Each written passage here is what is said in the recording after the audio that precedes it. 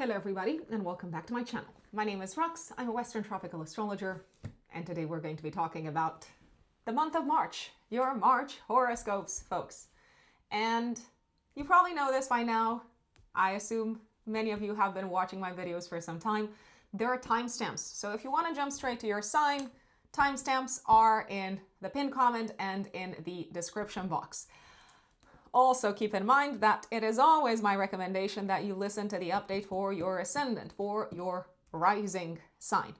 Why? Because these general horoscopes are created with the rising sign in mind. And if you don't know what your rising sign is, you can find out if you figure out, maybe you look into your birth certificate, maybe you ask your parents, maybe you call the hospital. If you figure out what your time of birth is. So you need your date, time, and place of birth, and you can go online on websites such as astro-seek or astro.com to generate your natal chart for free. You're going to need all of these details, date, time, and place of birth, and you're going to get your astrological birth chart and see what your rising sign is. And then you can listen to the update for your rising sign if you want to make the most out of these free videos.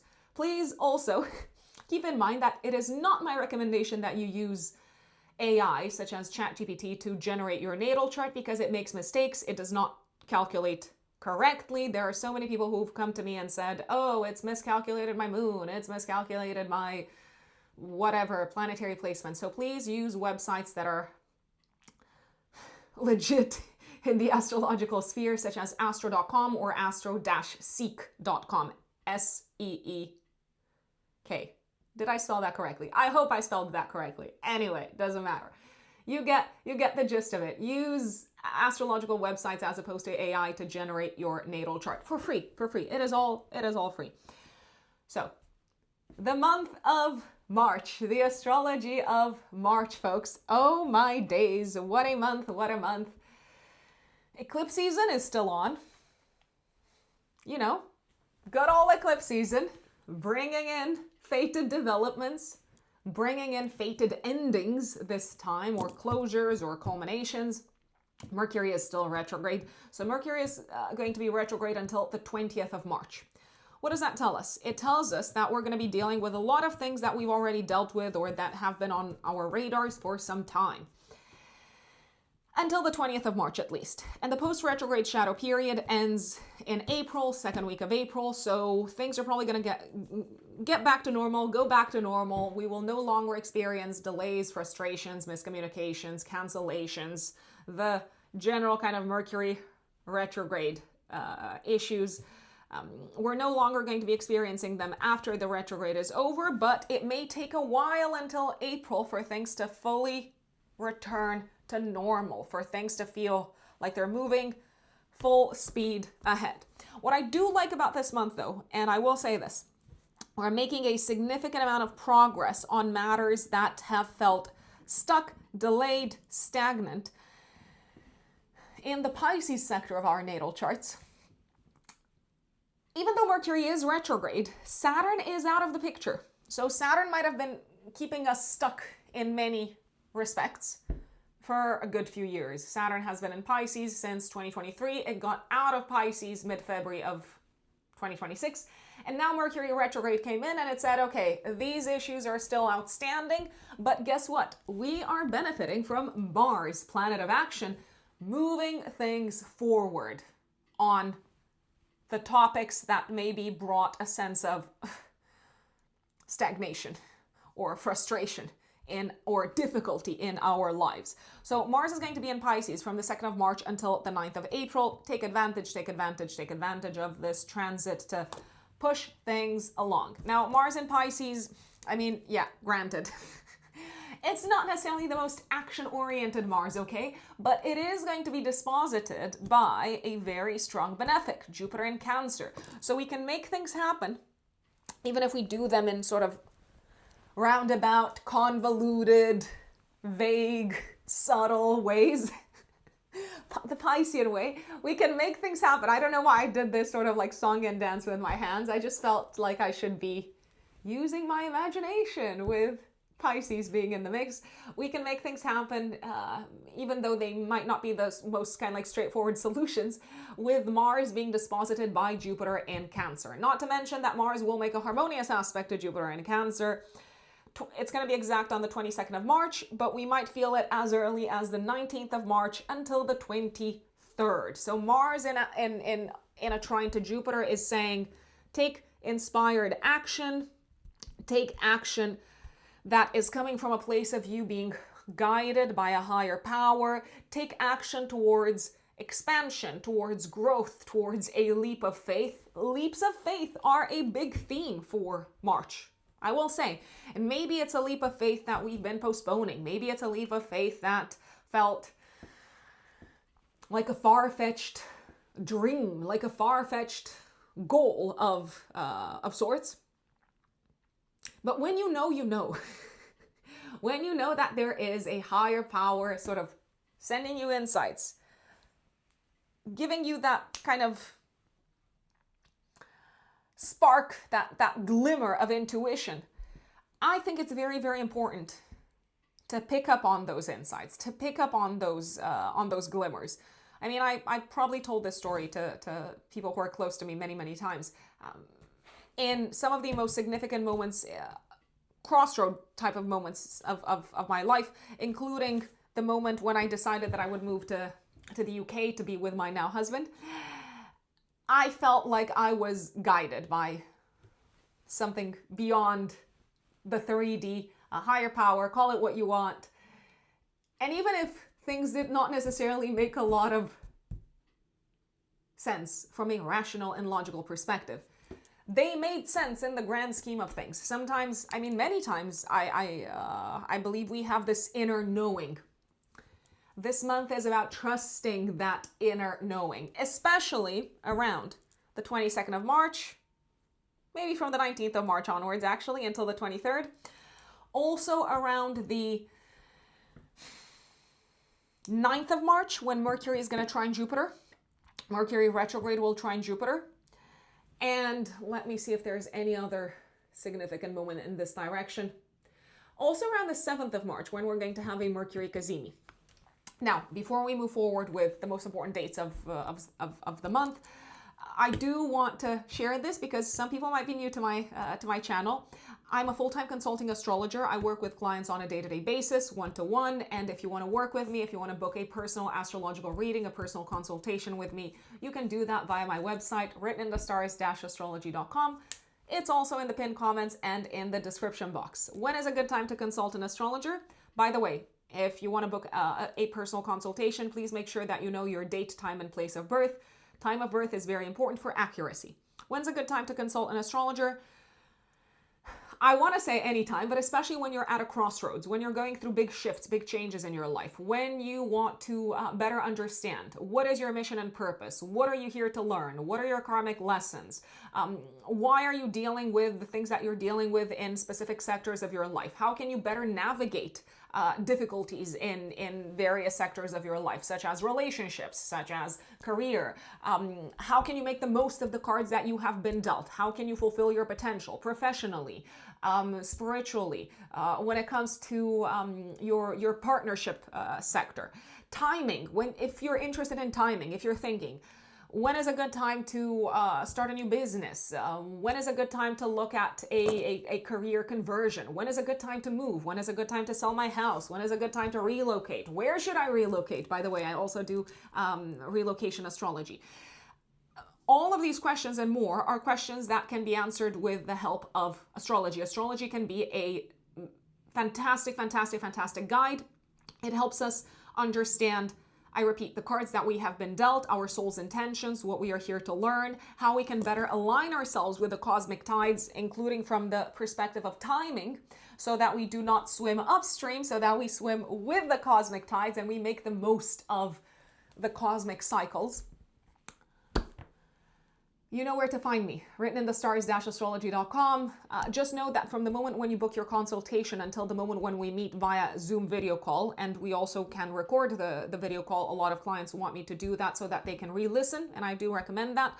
So from the moment that you book your reading until the moment that we meet, there will be a waiting period. So it could range from like a few weeks to maybe a month and a little bit, depending on how busy my schedule is, my calendar is, how busy it is with other client consultations. Essentially, there's always going to be a kind of a a red paragraph at the top of my website saying, I'm taking bookings from, I don't know, mid-March onwards or something along those lines, so that you know from the get-go how much you're going to have to wait.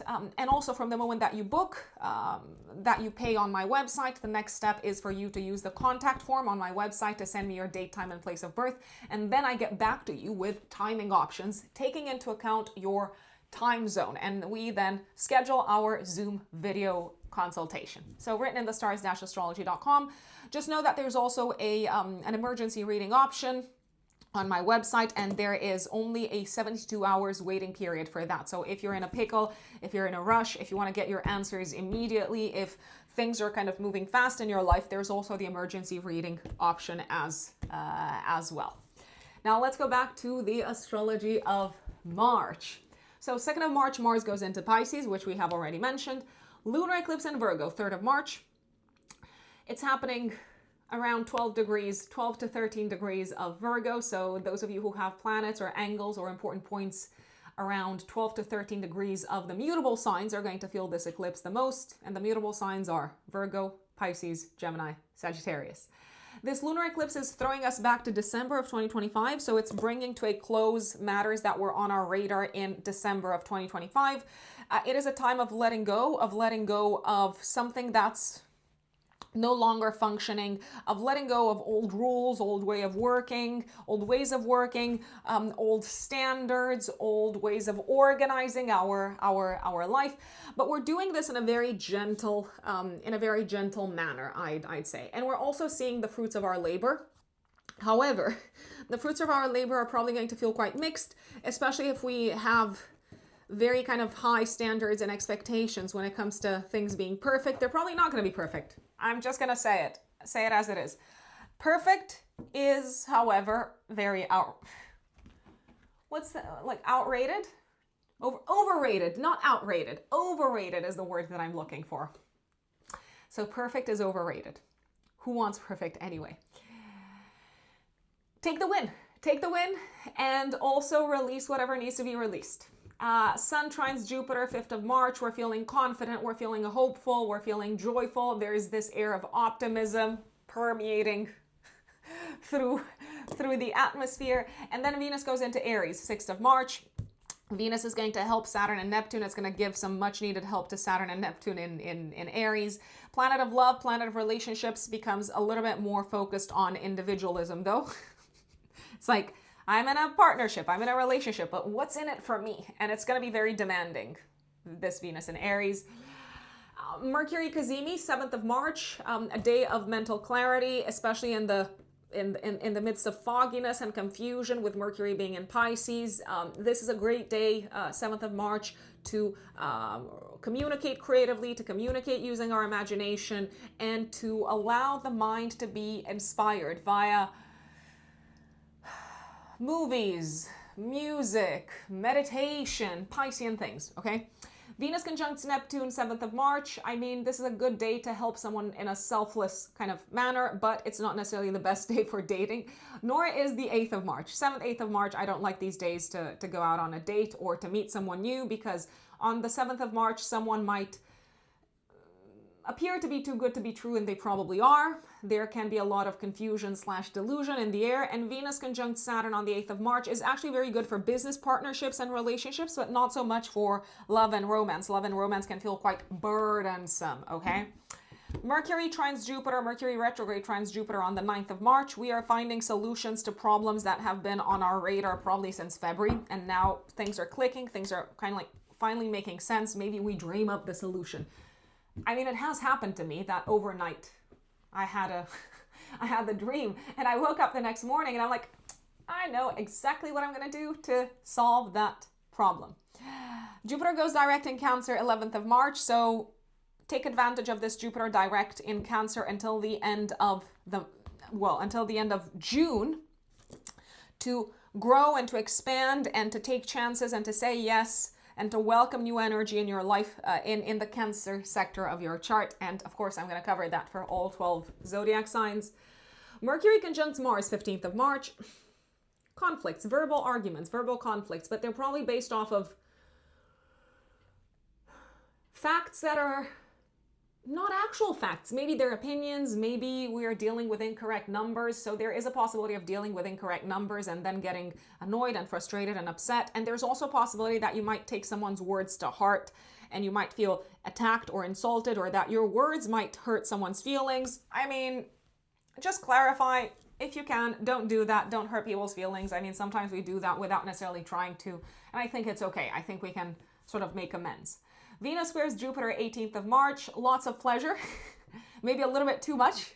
Too much. Don't go overboard. And we have a new moon on the 19th of March. New moon in Pisces sextiling Uranus. Fresh start that feels very kind of liberating. There's this sense of novelty and innovation and excitement. But I will say it's a new moon in Pisces, so as much as the new moon brings a fresh start, it could be sort of like an inner fresh start, or not this very kind of loud and dramatic fresh start. A fresh start that involves a lot of acceptance of what has been, of what has happened, a lot of surrendering, a lot of letting go of what needs to be cleared out. And I do believe many of us will be very excited about what's coming in next, about progress, about doing things differently, about trying out a different approach. Sun goes into Aries 20th of March, so Aries season begins, and Mercury goes direct also on the same day. And the Sun will conjunct Neptune on the 22nd of March. We're seeing very clearly, maybe a spiritual leader, or we're seeing very clearly what they're made of, what leaders are made of. We're seeing where leaders have fallen short of ideals, and we're also looking up to someone who seems to be aligned with this set of like new ideals that humanity is kind of aspiring towards. We're seeing someone as the perfect leader for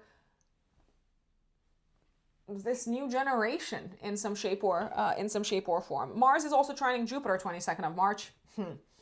Active, like I said, from the 19th also. Big hopes, big dreams, and this really strong impulse for a new set of ideals that brings with it new beginnings all around. The Sun will conjunct Saturn, though. We're getting off our idealistic high horse soon enough on the 25th of March. The Sun-Saturn conjunction is making us aware of the reality of our situations, the limitations of our situation that we find ourselves in, the limitations of the framework that we need to operate within. So yes, it's all good and fine to aspire to new dreams, new ideals, leaders that operate differently. It's also important to remember that there can only be so much that can be done in the 3D reality in terms of translating ideals into pragmatic steps. And Venus goes into Taurus 30th of March. Beautiful transit all the way until the 24th of April. Venus in domicile. I love this. Take advantage of it, folks. I'm obviously going to cover it for all 12 zodiac signs. I love this transit at a collective level because to me it looks like the economy is stabilizing. Slightly, to an extent. Things are calming down and there's this sense of, okay, there's more predictability in terms of value, assets, the economy, money. There's been so much financial kind of like fluctuations and economic volatility. This is a breath of fresh air, Venus in Taurus.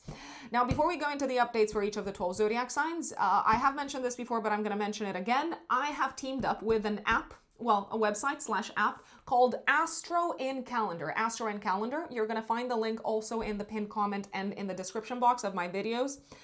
What does Astro in Calendar do? Essentially, based off of this monthly forecast, it populates your calendar. If you have a Gmail calendar, an Outlook calendar, with the most important dates of the month, with descriptions of what's going on astrologically in the sky for your rising sign. So if you're a Cancer rising, for example, it's going to tell you, it's going to add to your calendar all the most important dates of March. For instance, on the 2nd of March, it will tell you Mars enters Pisces in your 9th house of foreign lands, foreign countries, academic studies, and it will tell you based off of my video, this video, what that energy means for you. So essentially, it populates your own personal calendar with the most important events, astrologically speaking, from this forecast. You can get, when you sign up, you will get, it's not that you can, you will get a free trial as well to test it out to see if you like it.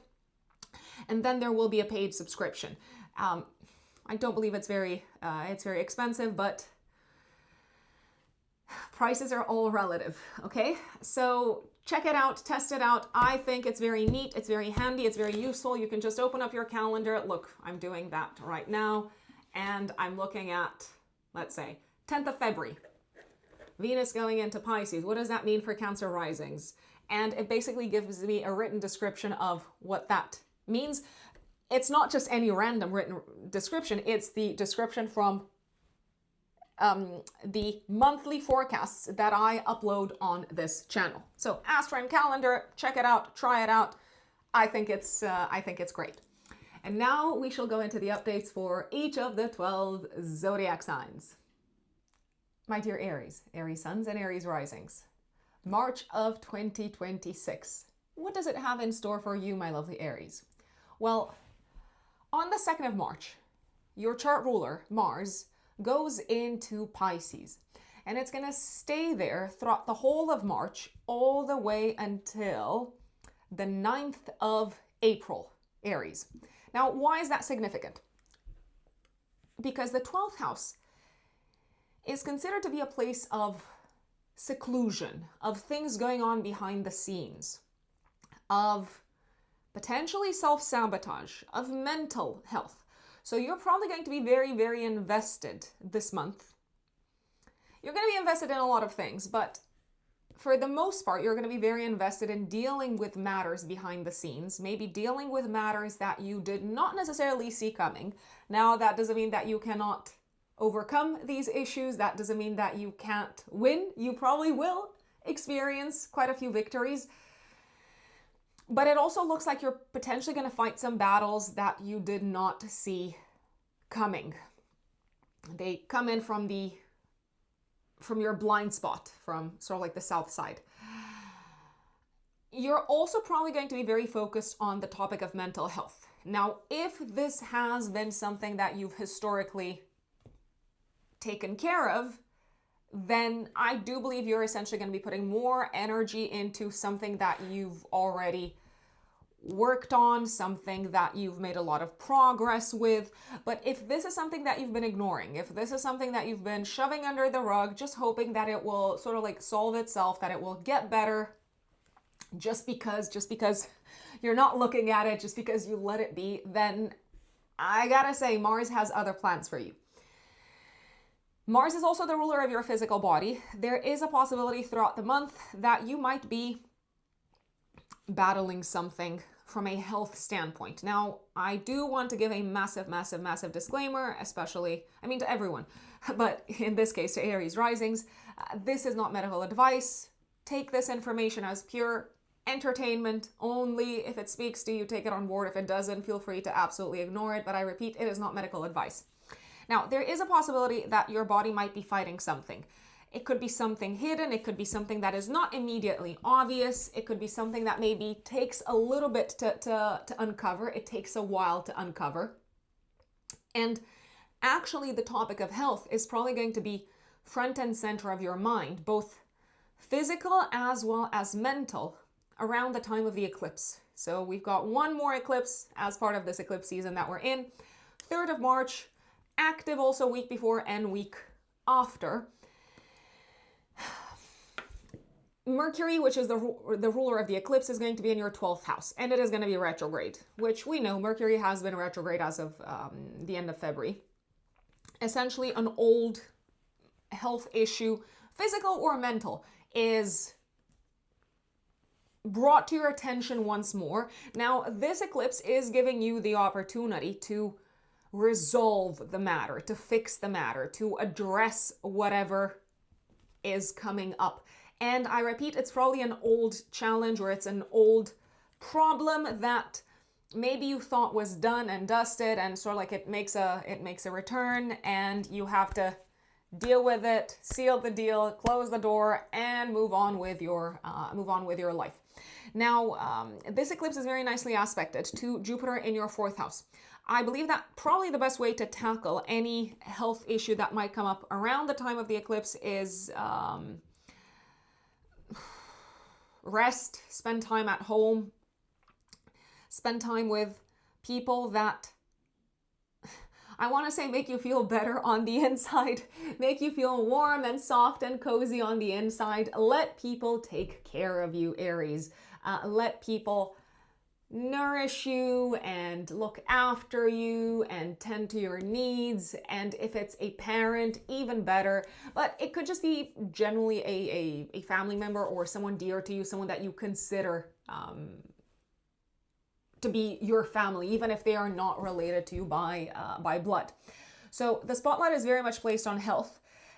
I do believe that this eclipse is also telling you, hey, Aries, especially Aries risings, you got to give up on something on a day-to-day basis so that your health can improve. Now, maybe it's something that you've been doing inadvertently. Maybe it's something that you've been doing almost in an unconscious or autopilot manner. Maybe you've been working too much. Maybe you've been burning yourselves out. Maybe you've been pushing yourselves too hard. Maybe you've been taking too much on board. Maybe you've been too focused on doing things perfectly on a day-to-day basis. Or maybe you've been too focused. This is a common Aries issue from what I've noticed. Maybe you've been too focused on doing everything by yourselves without asking for help. Well, it looks like you're probably going to need some help around the time of this eclipse.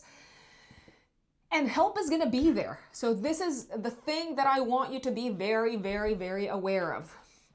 Mercury is co-present. Mercury, the ruler of the eclipse, is co-present with Venus in Pisces in your 12th house. So don't be afraid to take the foot off the pedal, metaphorically speaking. Don't be afraid to take a break, to pause, to catch your breath, because you have people around you. You have people who love you. You have people who can cover for you if need be. If you're worried about work, they can cover for you at work.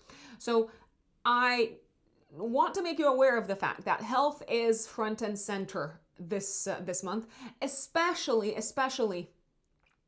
I want to say at least until the sun comes into your first house, which is going to be on the 20th of March. The sun comes into Aries. Your vitality levels are going up, woohoo, which is, again, fantastic. You're probably feeling this renewed sense of life force, vitality, energy coursing through your veins. I don't think it's a coincidence. I mean, I obviously don't believe in coincidences, which is why I do astrology. I don't think it's a coincidence that Mercury also goes direct on the same day, as in you're benefiting on the 20th of March from, or as of the 20th of March, let's say, Aries, you're benefiting from a surge in healing and vital force, as well as Mercury, the ruler of your house of health, going direct. So it may feel like finally an issue is being cleared out. Now, going back to Mars in Pisces. Mars is going to make some nice aspects throughout the month with Jupiter, which I am very, very excited about. Mercury is also going to make a nice aspect, a harmonious aspect to Jupiter. So let's see when Mars is going to be. I'm like, sorry, I've got something in my eye. I'm not just winking at you for no reason. I apologize, Aries, if this is confusing. So let's see when Mars is making an exact trine to Jupiter, because you're probably going to get a sense of relief around that time, both physically as well as from a mental health perspective. So that shall happen.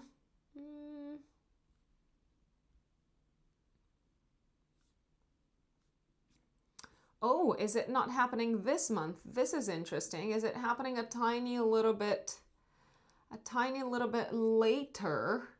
Could it be that it's happening a little bit later? Yes, that is very much that is a possibility.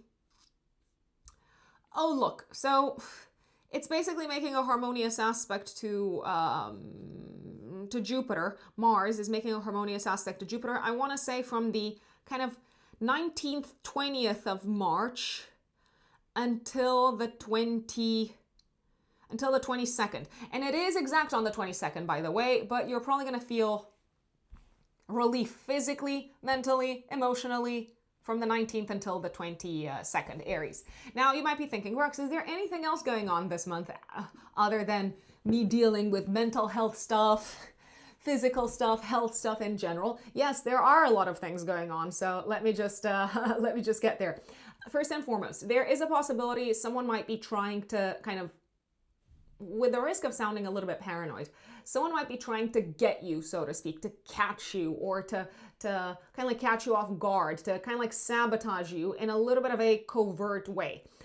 Be on the lookout because you might realize who this person is. You might realize what they're trying to do, what they are about, around the, let's say, the 15th of March, when Mercury retrograde will conjunct Mars. So if someone's been kind of like trying to sabotage you at work, if someone's been doing things behind your back, then alas, around the 15th of March, maybe also a day before, day after, you're probably going to find out. Now, I did also want to give a little bit of an additional nod to the eclipse on the 3rd of March, active week before, week after. There is a possibility that some Aries risings might be ending a job, or might be walking away from an existing work situation, might be saying goodbye to a project, to a client, to some team members.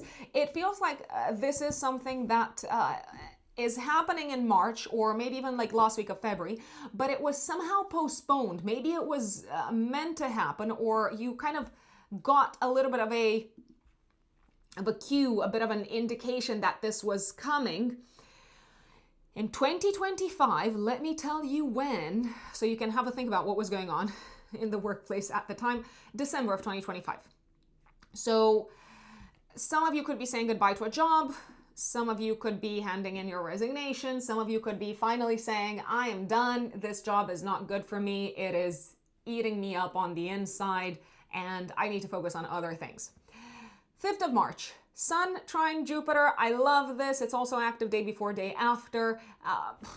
I love this for a variety of reasons, Aries. You are getting peace of mind when it comes to your home life, your family life, your living situation. You are probably feeling very loved, and you're feeling very strongly supported, unconditionally, I'd say, by family members, romantic partners, maybe even your children. I do believe that this is a very soothing energy from a relationship standpoint. Maybe you're having a heart-to-heart with someone. Maybe you're forgiving someone. Maybe they're forgiving you. Is it a good time to stay at home? Yes, also that. Now, Venus is here to help you in March. It comes into your first house in Aries on the 6th of March, and it's going to stay there until the 30th of March when it moves into your second house of income. So wink, wink. April is probably going to be quite good for you, Aries, especially Aries risings, from a financial perspective, from a payments perspective, and also from a self-worth perspective, because this month in March, you might struggle a tiny little bit with self-worth. You might kind of beat yourselves up because maybe you haven't done some things that you were supposed to do for a long time. Now, coming back to Venus. Venus is entering your first house, and it is bringing some much needed soothing, pleasant, enjoyable, benefic energy into your relationship with yourselves, into, I want to say, the space of your physical body. So if you've been kind of like experiencing challenges on a health level, Venus is here to help. But I do believe, as I said, that you're probably going to benefit even more from the sun coming into your first house on the 20th of March, Aries. So Venus coming into your first house is making you really attractive, very appealing. You might feel admired. You might feel like you're getting a lot of romantic attention. You might feel better in your own skin. You might feel like investing into your looks. And I do believe you're probably going to feel generally very liked by others throughout this transit. Now, 7th of March, Mercury is going to be cazimi, so it's going to connect with the sun, Mercury retrograde, in your 12th house, and Venus will conjunct Neptune. So a couple of things are happening here.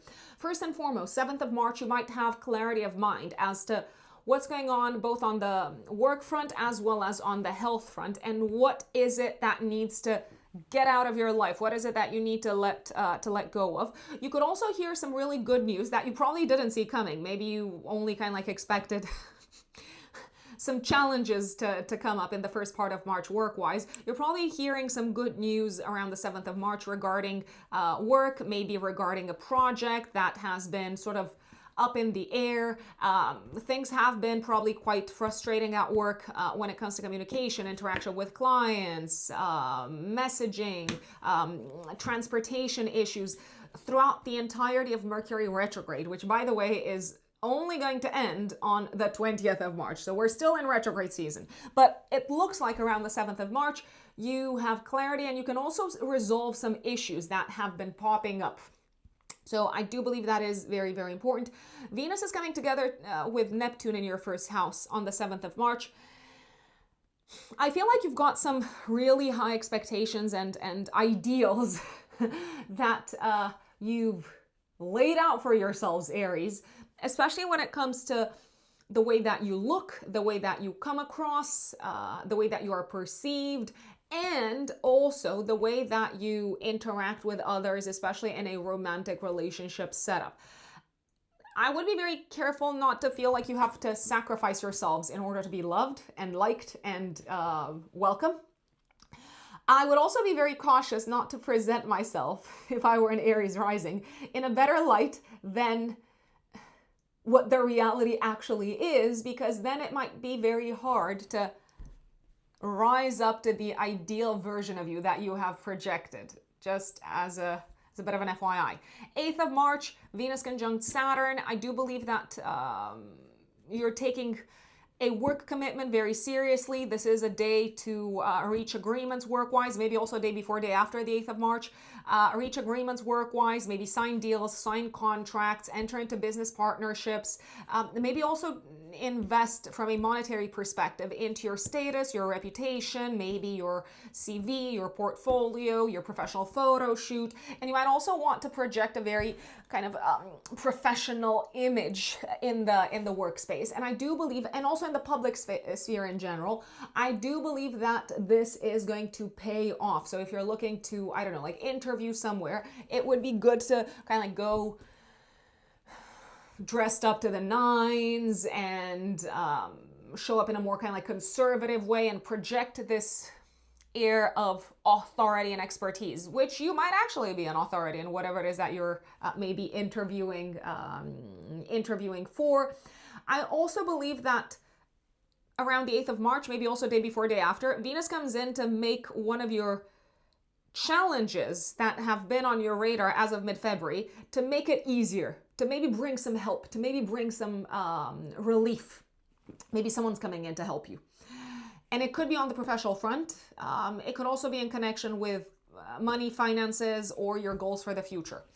9th of March, maybe also active day before, day after. You could even feel it on the 7th, I'd say. Mercury trines Jupiter. Very illuminating, very enlightening, and very inspiring conversations are happening in your private life, maybe with family members, maybe with in-laws, which are also family members. Maybe you are also reflecting on the past. You're reflecting on your connection with the past, on how much your family and your roots and maybe your ancestors have influenced your belief system, your worldview, your life philosophy. And now you might feel ready to actually release and let go in a very peaceful manner of some of the mentalities and beliefs that are no longer serving you. Jupiter goes direct 11th of March in your 4th house of home, so you are on a roll in your private life. More growth, more expansion, more opportunities, more protection coming in your way on the home front, on the public, on the private sphere front, and when it comes to property and real estate until the end of June. Go, full speed ahead. 18th of March, active day before, day after, Venus is squaring Jupiter. I see a little bit of excessive energy in terms of trying to please someone, or in terms of trying to go super big with something that could be quite expensive on the home front or on the family front. Maybe you're trying to impress someone, maybe you're trying to buy a lot of gifts, and I do actually believe that they don't need a lot of gifts. They don't need you to impress them. They need to know that you care. Okay? 19th of March, active 3 days before, 3 days after, we've got a new moon in your 12th house. in a nice aspect to Uranus, and Jupiter, the ruler of the new moon, is in a harmonious aspect to Mars, which I absolutely, absolutely love. So this feels like a fresh start somehow in private for you, Aries, or behind the scenes. It could be a fresh start on the mental health front, or a fresh start on the spiritual front, where you decide to invest more time, more of your emotional energy into a connection with something beyond the 3D, a connection with the divine, a connection with a higher power. Some of you could actually decide to invest more money from a practical perspective into your mental health, so maybe some of you could start therapy. I also believe that you're starting a process of cleansing and clearing when it comes to your home life, your family life. Maybe you're starting to donate things, to do a massive purge, to gift some things, and to clear out whatever energy is no longer what you want to take with you into 2026 or the rest of 2026. Lots of action is happening in the home, but it's action geared towards saying goodbye, releasing things, as I said, donating, getting rid of things, but you're doing this with a very peaceful heart. So you're like, yes, I want to do this, so I don't see pain here. Just saying. Sun comes into Aries 20th of March. Woohoo, you're gonna love this. Like, yes, it's happening. And Mercury goes direct, so no more communication issues at work, no more question marks as to what's happening on the work front, where are you headed to next, no more challenges in terms of transportation or challenges in communication with neighbors, and also no more waiting when it comes to figuring out where you're headed, both health-wise as well as work-wise. I do want to flag that the post-retrograde shadow period, however, ends in April, 8th, 9th of April, just as an FYI. Sun conjuncts Neptune 22nd of March, and Mars trines Jupiter exactly, which is something that I have mentioned already. The Sun-Neptune conjunction is, oh gosh, it's putting the spotlight on exactly what it is that you need to dissolve from your old identity and your old sense of self in order to create this new you that you can be proud of, this you that is headed in a totally different life direction. Massive, massive, massive, massive, and very kind of like powerful dissolution of your old view of yourselves, my lovely Aries. This Sun-Neptune conjunction can also make it very clear what it is that you need to release and let go of on the romantic front, on the passions and hobbies front, or on the sort of like pleasures front in general. What it is that you're ready to kind of say goodbye to and, let's say, sacrifice in order to step into a higher, more elevated, more evolved version of you. Sun conjunct Saturn 25th of March. Oh God, we've got a lot of activation of this Saturn energy. You're committing to something. You're committing in a public way to something, to a new role with more duties, more responsibilities. It could be in the professional sphere, but it could also be in terms of your place in society. You're committing to something. You're like, okay, I'm going to be, I don't know, organizing events for the local church, or I'm going to be more active as a leader of the community. I'm going to be more vocal, and I'm kind of embracing this role. I'm accepting this role.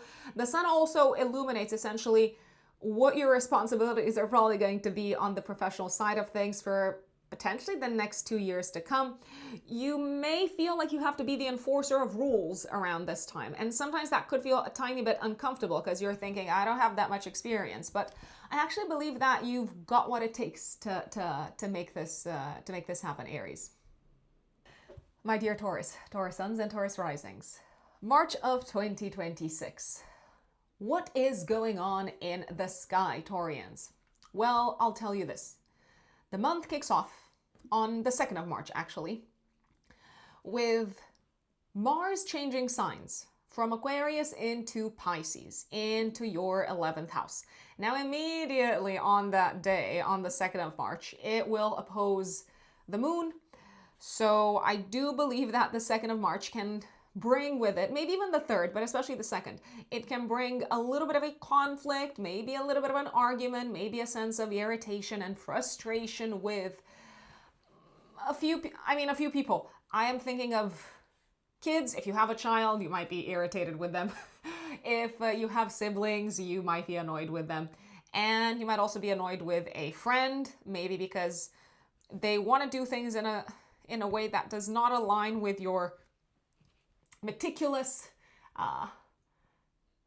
careful, analytical approach. But for the most part, I actually believe you're going to enjoy Mars transiting through the 11th house. Mars is the ruler of your 7th house of relationships and also of your 12th house. Now, as the ruler of your 7th house of relationships transiting through the 11th house, I like this because together with a significant other, together with a life partner, together maybe with business partners, together with people that you collaborate with, you're probably going to feel like you're making great progress at significant speed on the goals, plans, projects for the future side of things. It may even feel sometimes like the other person is kind of taking the lead and they're doing this in a very imaginative, inspired way. They're like, yeah, we're just gonna go for it. We're gonna make it happen. It's gonna work. It has to work, and you're probably gonna be grateful for that. There's also a possibility. I mean, there's a higher chance than usual, I will say, especially towards the end of the month. So I'm looking at maybe 30th, 31st of March. There's a possibility, an increased chance of you feeling like other people want to kind of like take the lead when it comes to where you're going together as a team. And end of March, you might feel like you just don't want to roll with it. You don't see things the way that they see things. So another sort of like high argument prone, high chance for arguments potential period is the end of March. But I repeat, for the most part, things are going well on the relationships, collaborations front, and you're making major progress with joint common sort of goals. Now, there will be an eclipse beginning of the month, 3rd of March, last eclipse of this season. 3rd of March, active week before, week after. It is activating your 5th house, 11th house axis, my lovely Taurians. Have a think about what was going on in December of 2025 in the following, how should we call them, sectors of your life.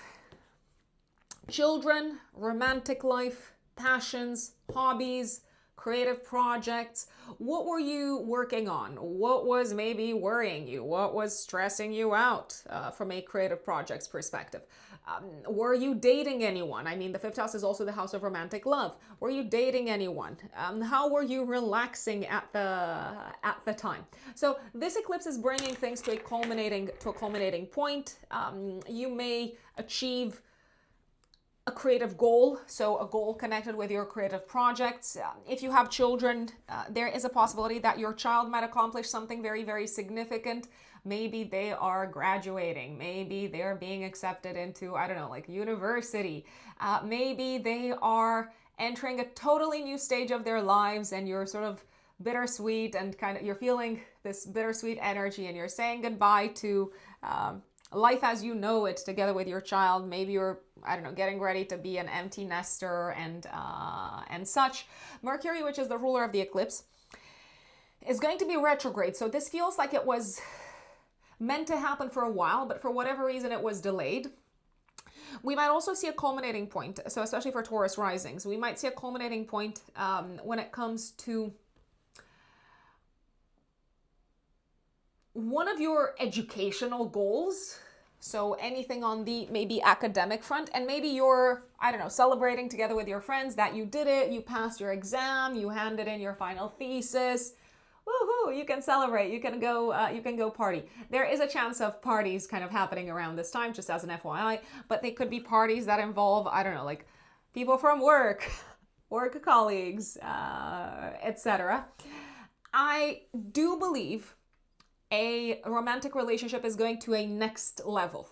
Now, whatever that level is, depends on what's been going on this front, especially in December. you might be ready to potentially present a romantic partner to the world, or maybe they are ready to present you to the world, or maybe it's just the time to talk about feelings with someone. Speaking of romantic partners, very high chance of people from the past reappearing in your life, and maybe this being the perfect opportunity for you to sit down and to clear the air. Speaking of clearing the air, you might also be able to clear the air with a friend if you've been having challenges in communication, or if you've been having challenges in communication with your children, Taurians, or with one child in particular, then you can... I want to say you can thank the eclipse. I'm like, no, you should thank yourselves for doing the work. But you can expect this eclipse to help, energetically speaking, in sort of smoothing things over when it comes to difficulties in communication with a child or a friend, or maybe even a sibling or a colleague, but especially children. I am looking at children quite a bit. 5th of March, Sun trines Jupiter. Oh God, I love this. Also active day before, day after. You can see that there's a lot going on this month, my dear Taurians, in your 11th house. So I feel like you're going to be very active in terms of connecting with friends, meeting with people, being sociable, being invited to events. You're very active in the world. You're maybe reconnecting with old friends, old colleagues, people that you haven't spoken to in a long time. Maybe you're kind of like playing catch up, and it feels like things are actually going quite smoothly for the most part. I don't like the 2nd of March. I also don't like the 30th and maybe the 31st of March in this regards. But for the most part, things are going very, very smoothly. And one of those days in which things are going super smoothly is the 5th of March. Sun trine Jupiter, perfect day for socializing, attending an event, attending a conference, attending a party, speaking in public, catching up with friends. So many things can go very, very well on this day. Also, the energy is active day before and day after. The sun rules your house of home and family life, so you might have a very productive conversation with a family member, or it might feel like you are really sort of hearing each other. You're seeing each other and you're hearing each other, metaphorically speaking, around this time, especially if historically you've had challenges in communication with this person. Jupiter is also the ruler of your 8th house if you need to talk about things like debts, money, taxes, mortgages, etc. I mean, I love the 5th of March. I hope it's not on a weekend. Let's see if it's on a weekend, because sometimes I give you all of these dates and they're like, oh, it's a Sunday. How can we talk mortgages on a Sunday? Oh no, it's not a Sunday. Like, no, that's great. It is a Thursday, the 5th of March. So yes, fantastic for like meetings, conversations, agreements of any and all types. Venus goes into Aries, 6th of March. Now, Venus is your chart ruler, okay? And Venus is going to be transiting this part of the chart until the 30th of March. I can't say I love this, Taurus. I don't love it. Why? I don't love it from a physical kind of like health perspective for you. You may be inclined to burn yourselves out a little bit, Taurians. You might overdo things. You might take on more than you can. What's the saying? You might bite more than you can chew. You might take on more than you can actually handle in terms of activities. You might also be a little bit more emotionally reactive than you usually are. There is a possibility you might stay awake up at night. You might be ruminating. You might be thinking things over and over, and it doesn't seem to be taking you places. It just seems to cause anxiety. So yeah, maybe just try to go to sleep. There is a possibility that there's someone at work maybe who's not being super helpful and who's actually either going behind your back or saying things behind your back, and you're like, I've heard this. Stop saying that about me. But I don't think they have a lot of power. I do believe you're in a very good situation work-wise. There is a possibility that from the 6th of March until the 30th of March, someone might be planning to leave from the workplace, from the kind of team that you're working with. And as a result, there is a chance, I want to say, especially from the kind of 17th, 18th of March until the end of March, that this might throw things off a bit for you from a day-to-day work perspective. But see what happens. It doesn't look like you could have done anything to prevent this or predict this, so why stress about it? Why worry about it? 7th of March, Mercury is Kazemi. Mercury retrograde conjuncts the sun in your 11th house. I love this. I love this. I mean, great day to kind of present in public things that you've written in the past, to present your creative work to the world, to share with the world your passions, to share with the world whatever projects you've kind of expressed yourself creatively through. You might also attend some sort of a public function with either a romantic partner or a child, and it feels like you're getting a do-over of some sorts. Maybe it feels like the perfect opportunity to do something together that you've wanted to do for a long time, or that you have done historically together, and things did not go so well in the past, and now they are going very well. They're going very well.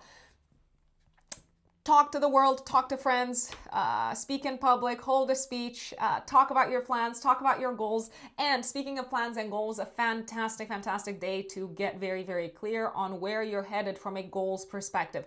You have been revisiting and reviewing your goals, and now it feels like, okay, this is it. This is what I'm stopping at. This is what I'm going to be doing. And I love that for you. Venus will conjunct Neptune on the 7th of March, and on the 8th of March, it will conjunct Saturn, both in your 12th house. Now, I can't say I like any of these. I can't say that I do. There's a chance you might be feeling a little bit off, physically, but also mentally. I think you're worrying for no reason. I think you're being overly judgmental towards yourselves, also for no reason. I think someone is disappointing you. I do believe that it may come, and it's not your fault, and it's not something that you could have predicted or prevented, but you might be very hard on yourselves. You might think, oh, I should have read that better, or I should have picked that up, or I should have been better at recognizing the signs. I'm like, no, you could not have. There's a possibility someone might try to deceive you around the 7th of March, also around the 8th. But around the 8th, you're like, I see you. I see what you're trying to do. So you're kind of like recognizing the deception. On the 7th of March, they might get away with it. Now, there is a possibility that it's someone in the workspace, a client, a colleague, or maybe an employee.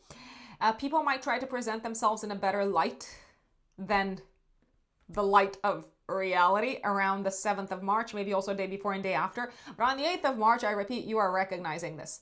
Now, also 7th, 8th of March with Venus conjunct Saturn, it's exact on the 8th.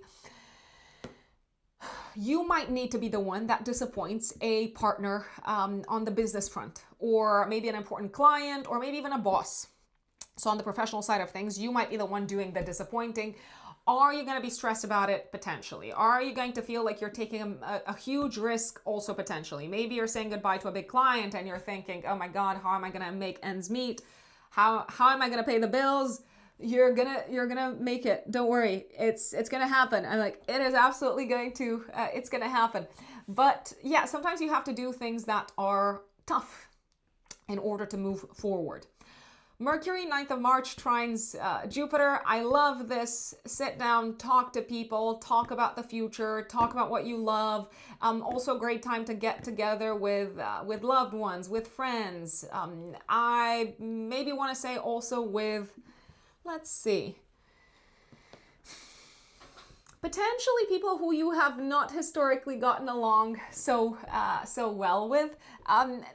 I see a lot of kind of like healing conversations happening around this time, and I also see a lot of inspired kind of like ideas coming into your mind when it comes to plans for the future, goals for the future, as well as joint projects. And I also believe you're reaching some sort of an agreement on a matter that was hard to agree on in the past, either with a friend, potentially also a child. Jupiter goes direct 11th of March in your 3rd house, so full speed ahead, my lovely Taurians, when it comes to learning, and expanding and broadening your knowledge and skills until the end of June.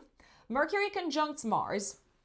I feel like this is the time when you're talking about ways to move forward with someone, and you are probably reaching some form of an agreement as to what the next steps are. Maybe this someone is a I mean, it could be your life partner, but it could also be a business partner. And you're sitting down and saying, that's what we're going to do. Maybe beforehand we were kind of at odds with each other, but now it feels like this is what's going to be the next step. I do want to flag that people are very sensitive to words around this day, 15th of March, maybe also day before and day after. So choose your words carefully. And if you have wronged anyone or if you've said things that you should not have said, I think it's a great time to apologize. Or if they say something that is hurtful, maybe make them aware of the fact that you're not going to stand for that. Venus squares Jupiter, 18th of March, also active day before and day after. Excess of what? You could be staying up all night reading, or you could be excessively explaining yourselves and inadvertently putting yourselves in a bad light, in a poor light. You could be revealing information that you should not be revealing to people that you should not be talking to. And I am thinking mostly of your professional obligations, but in general, it feels like you could be spilling the beans and then regret it. I would also be very careful not to get into debt in order to fulfill, I don't know, some sort of like instant kind of like pleasure, instant gratification type of thing. Do you really need to get into debt or like use your credit card for that? Probably not. Should you use your credit card for that in general? Who am I to judge? Taurus, you've got free will. New moon, 19th of March, active 3 days before, 3 days after in your 11th house. I love this. It's sextiling Uranus. Jupiter, the ruler of the new moon, is trining Mars. Oh my God, you are ready to go full speed ahead with your plans. Maybe you've experienced some delays with Mercury retrograde, but alas, Mercury also goes direct the day after the new moon on the 20th of March. So maybe you've been experiencing back and forth in terms of plans for the future. Maybe you've been experiencing challenges in communication with teams, with groups of people, with friends, with maybe people that you've been working with on the creative side of things. No more. I also believe that this new moon can bring in a fresh start when it comes to your tribe, the community that you're a part of, your peers, but also the people that you see as friends and as kind of close collaborators. There is a possibility that someone new could come into your life, or that you might reconnect with someone from the past and maybe decide to make them a bit of a pillar of your friendship circle moving forward.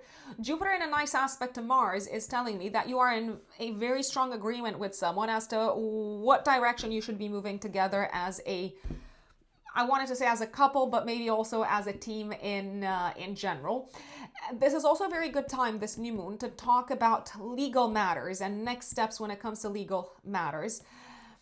You are so inspired. I gotta say this, my dear Taurians, this whole month, even though Mercury is retrograde, I feel like you can do a lot of work and make a lot of progress on the writing front. If there is anything that you've been postponing on the writing front, on the educational front, maybe also on the kind of like reading front and sort of making sense of information and piecing information together. And you're probably feeling super hopeful, and for good reason, around the new moon in Pisces on the 19th of March. The sun goes into Aries 20th of March as Mercury goes direct. So for the next month, the spotlight will actually be placed on what's going on behind the scenes in your life and ways in which maybe you've been sabotaging yourselves, and maybe also sleep and rest and relaxation, and maybe you need to take a little bit of time off. I do believe that could be very clear on the 22nd of March when the sun conjuncts Neptune. Also on the 22nd of March, when we've got the Sun-Neptune conjunction, it may be super clear to you what it is that you need to let go of, what it is that you need to dissolve, or what it is that you need to release from your home, maybe from your connection with the past, from your connection with your roots, and you could be preparing to say goodbye to something home-related.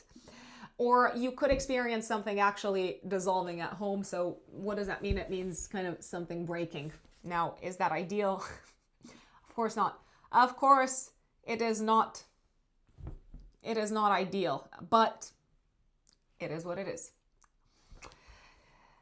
What else is happening? So we've got Mars trining Jupiter, 22nd of March, active day before, day after. oh God, you're very kind of like physically active, and you're inspired to be physically active, and you're inspired to take action by someone in your life.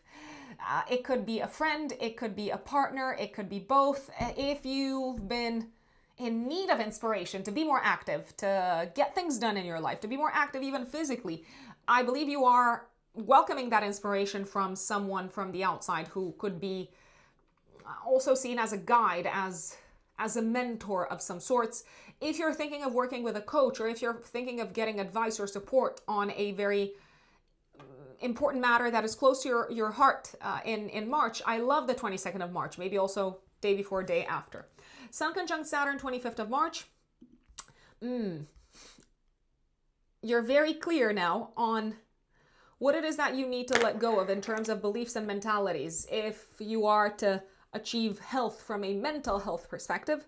Also, it might be clear who's going to get out of your career sector very, very soon, or maybe they are already on their way out. Now, who am I referring to? I'm referring to potentially managers, bosses, important clients, authority figures. It could also be very clear to you what it is that you're going to need to work on, almost as, how should we call it? Volunteer work, or work that is somehow kind of like unpaid for the next 2 years, maybe. It could be very clear to you what that's going to be, what that's going to consist of, what sort of burden, let's say, you're going to carry around the 25th of March, maybe also day before and day after. And Venus comes into your first house on the 30th of March, so prepare to enjoy the end of March and the first, I want to say, 3 weeks of April, Taurians. You're going to feel really, really good about yourselves, really good in your own skin, and health-wise, things are much, much better, including from a mental health perspective. My dear Geminis, Gemini suns and Gemini risings. March of 2026. What does it have in store for you, my lovely Geminis? Well, I have to start off with the Mercury retrograde. Mercury is going to be retrograde until the 20th of March, Geminis. Mercury is your chart ruler, so that's why this is so important for you. It's going to go direct on the 20th of March.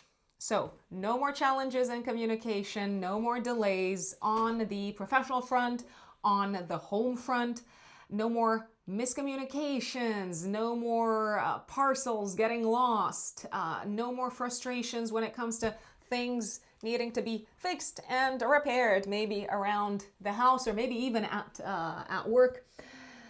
No more struggling to find the right timing, the right words in all sectors of your life. And if you've been feeling a little bit funky, if you've been feeling a little bit off, if you've been feeling a bit mentally, emotionally, if you've been struggling to find the right words to express what you're going through, well, Mercury is going direct, woohoo! And even before it goes direct, I gotta tell you, Geminis, March is actually like very good, quite good overall for you. You might actually see some wins that have been somewhat maybe delayed or postponed, and they are coming together, they're coming to fruition during this Mercury retrograde season. The post-retrograde shadow period will end 8th, 9th of April. So do expect things to come fully back to normal in your life direction, career, home situation, probably in April, but you're already going to see immediate relief from the 20th of March onwards. Now, you might have already intuited this. The retrograde is happening in your house of career, public status, public reputation. So all the kind of like delays, frustrations, maybe issues that have been popping up during this retrograde are very visible. They're very visible for the outside world. They are sort of like connected with your public status. They are out there in the open for the world to see, which sometimes might make it extra stressful. Well, guess who enters the picture? Mars, planet of action, desire, speed. Mars can attack, can get angry, can sometimes destroy things. I know, it doesn't sound really appealing, but sometimes things do need to be destroyed, such as anything that is bad, evil, anything that has played its part and now it's ready to get out of your life. So things are moving forward with Mars on your side, on the professional front, on the public life, public status front. The 2nd of March itself is not necessarily my favorite of days because Mars will be opposing the moon on this day. So there may be some sort of a conflict or a really intense source of frustration that you're dealing with, both at home as well as in your professional life. It could be that you're having a bit of a hard time communicating with a parent. Maybe a parent is being, oh God, I hate to say this, extra kind of fastidious, extra critical, and you're probably not in the best of moods. I'm gonna say it, Geminis, and you might be more emotionally reactive than usual, but do give them a little bit of credit and grace because they might be going through it as well, your parents. Now, the 3rd of March, active week before week after, the lunar eclipse in Virgo comes up. Dun, dun, dun, dun. So something is coming together, something is culminating, and it's also getting ready to be released and to be let go of in your home life, in your family life, in your private life sector. Some Gemini risings might be getting ready to move out of the house, to move into a new home. Some Gemini risings might be preparing to relocate for the sake of your careers. Some Gemini risings could be saying goodbye maybe to someone that you've been living with, such as a roommate. It feels like whatever is going on in your professional life is also impacting life at home. So if you're accepting a better paid role, a better paid job, if you are receiving that promotion, you might need to manage things at home. You might need to sit down and work things out with parents, with your spouse, again, your spouse could be your significant other. I mean, they should be, right? Maybe even with children. You might need to sit down and talk about the practical implications. Mercury, which is the ruler of the eclipse, is very nicely aspected to Jupiter in Cancer. And this aspect is going to be exact on the 9th of March. So pretty much first 9 days of the month, Gemini risings especially, you are winning big on the career front. Yes, some days might be better than others in terms of how you feel about what's going on, but I can tell you from an objective perspective, you are winning big. So whatever news you were hoping to hear on the professional front, you're getting that and much more. So things are working so well career-wise. You are receiving recognition, you're receiving more money if you've asked for that. If you haven't asked for any of this, Geminis, I say to you, do not wait. I say to you, take advantage of the month of March, especially the first 9 days of March, to ask for a raise, to apply for a better paid role, to apply for a role that is sort of like higher up in terms of hierarchy, because you will probably get it. Okay? I also feel like there's good news around the time of the eclipse connected with your work. Maybe you're making more money and you're finally ready to, pay off that loan that you took in order to renovate the home or in order to build an extension at home. So there could be money coming in that is being directed towards the home, and it's all because you're doing so well professionally. Fantastic, fantastic, fantastic. This lunar eclipse could also bring to a close a life chapter for a parent. Maybe they're getting ready to enter a new stage of their life, but they're doing so after they've kind of like planned this through. So it's not a sudden thing. It might be something that was already discussed or that you were already aware of as early as December of 2025. Sun trines Jupiter, 5th of March. I'm like, more good news coming your way. On the financial front, on the relationship front, you are receiving recognition, applause, acknowledgement, career-wise. You're signing deals. It's a great time. It's a great day for business partnerships, a great day for interviews, a great day to put your prices up, a great day to attend maybe an important event on the job front, on the work front. Talk to your boss, talk to clients, talk to potential clients. You are winning. And maybe you're winning, I repeat, on fronts that you thought were a dead end historically. No more. No more. I absolutely love this. And you're also getting recognition, which is way overdue, I believe. Just saying, Geminis. Venus goes into your 11th house, 6th of March, and it brings some much needed relief to Saturn and Neptune being there. Venus transiting your 11th house until the 30th of March is fantastic when it comes to you connecting with friends, but also when it comes to you maybe being the sort of the diplomat, the negotiator, the peacemaker amongst your tribe, your circle, or on behalf of maybe people who have a harder time representing themselves. There may be various opportunities throughout this period, 6th of March until the 30th of March, for you to be out into the world, to get together with like-minded individuals. You might actually build some really good relationships, especially around the 8th of March. See who you network with, see who you connect with around the 8th of March. Around the 7th of March, Venus conjuncts Neptune. If someone is sort of feeding you information that feels too good to be true, or if you realize that they're trying to project themselves in a better light than the light of day, the light of the actual truth, then yeah, maybe, I don't know, you could call them out, but you don't even need to call them out. It might just be sufficient for you to notice that and say, okay, yeah, thank you. I can see that you're kind of trying to sell me something. It could be metaphorical, and you are not necessarily buying into it. Now, Venus conjunct Saturn, 8th of March, that's when it's exact. It feels like it's an interesting mix, because on the one hand, Venus rules your 5th house, Saturn rules your 8th and your 9th house. You could be smoothing things over with someone that has maybe historically caused you grief, or someone that you've been in a little bit of a kind of challenging relationship with. And it could be a friend, but it could also be that things are kind of getting easier on a matter that has been weighing heavily on your shoulders as of mid-February.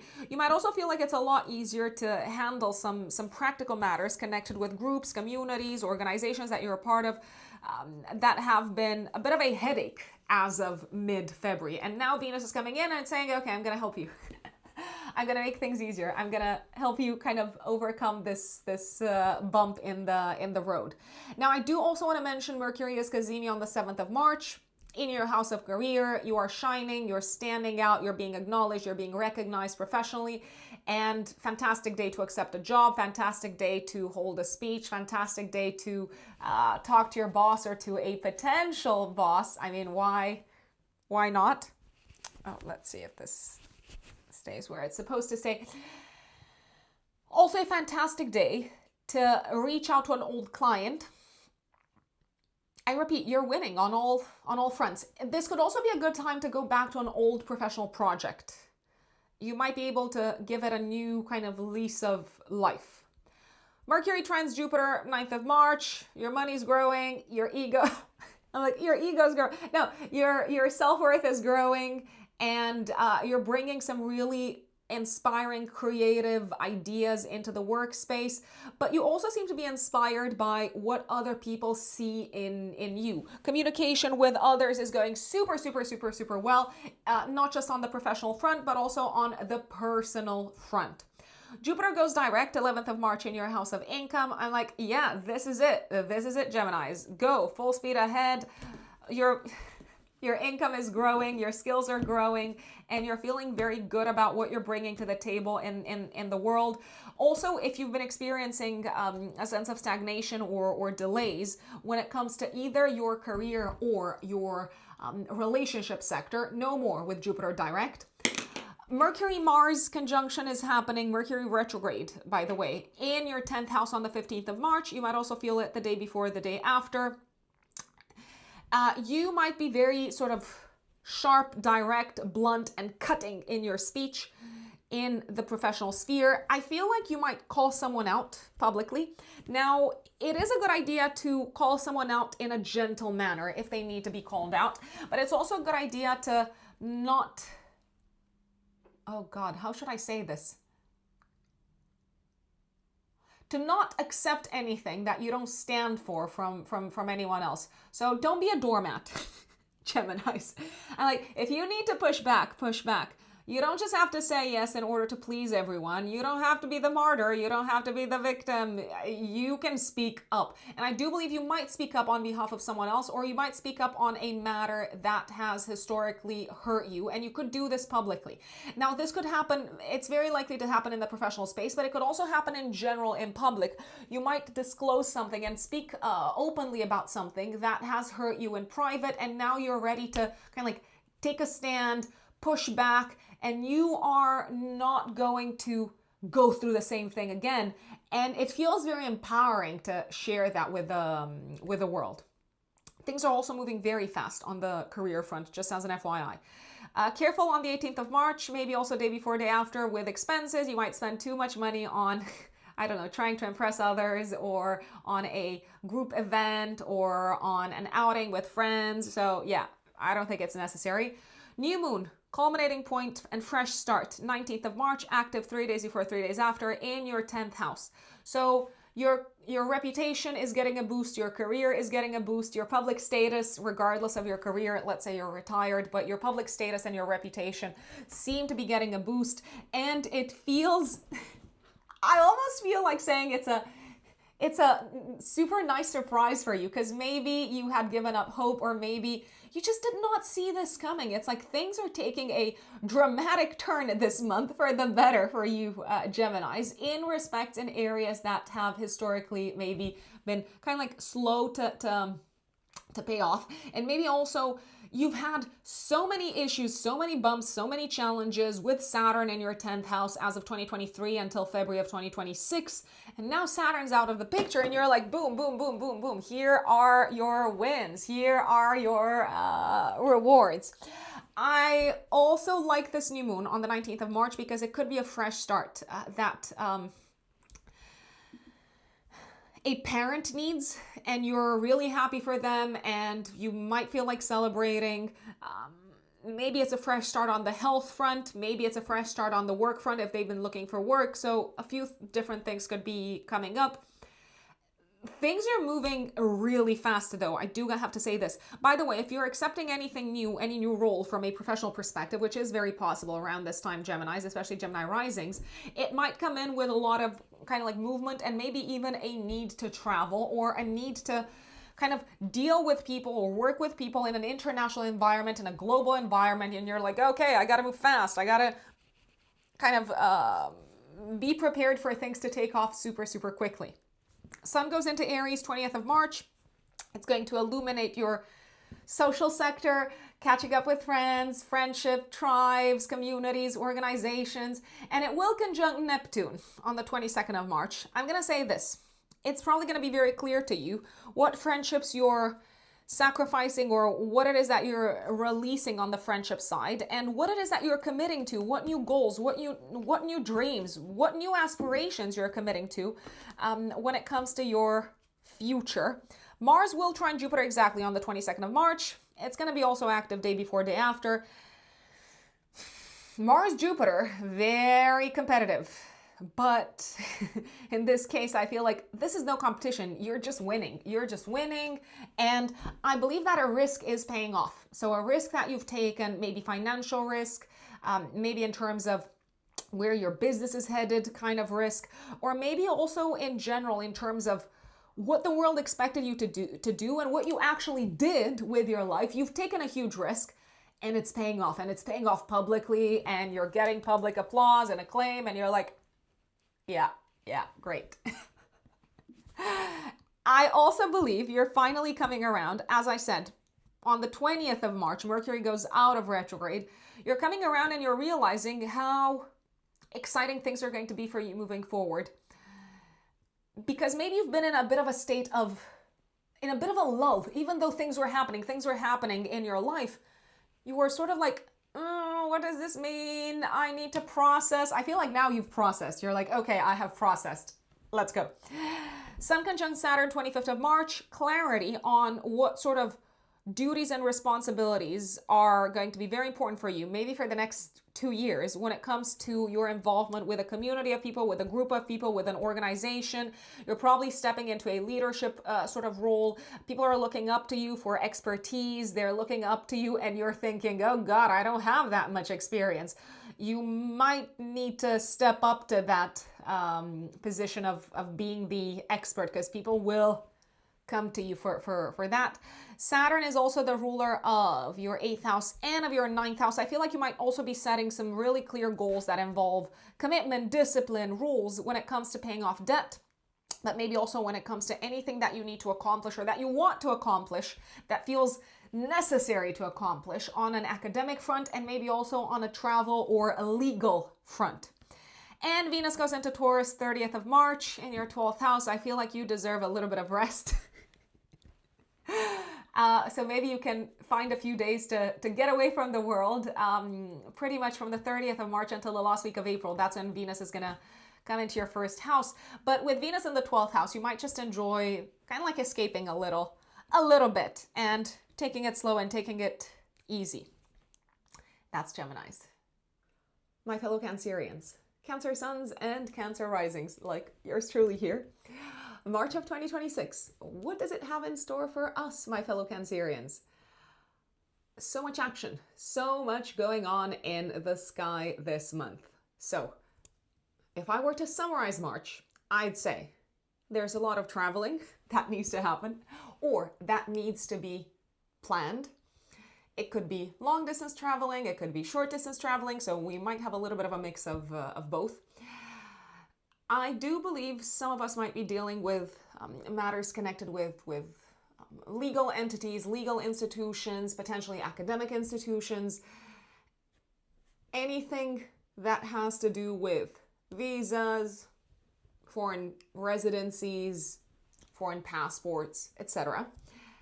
There's also so much going on in our career sector, public status, public reputation. The world is watching, Cancerians.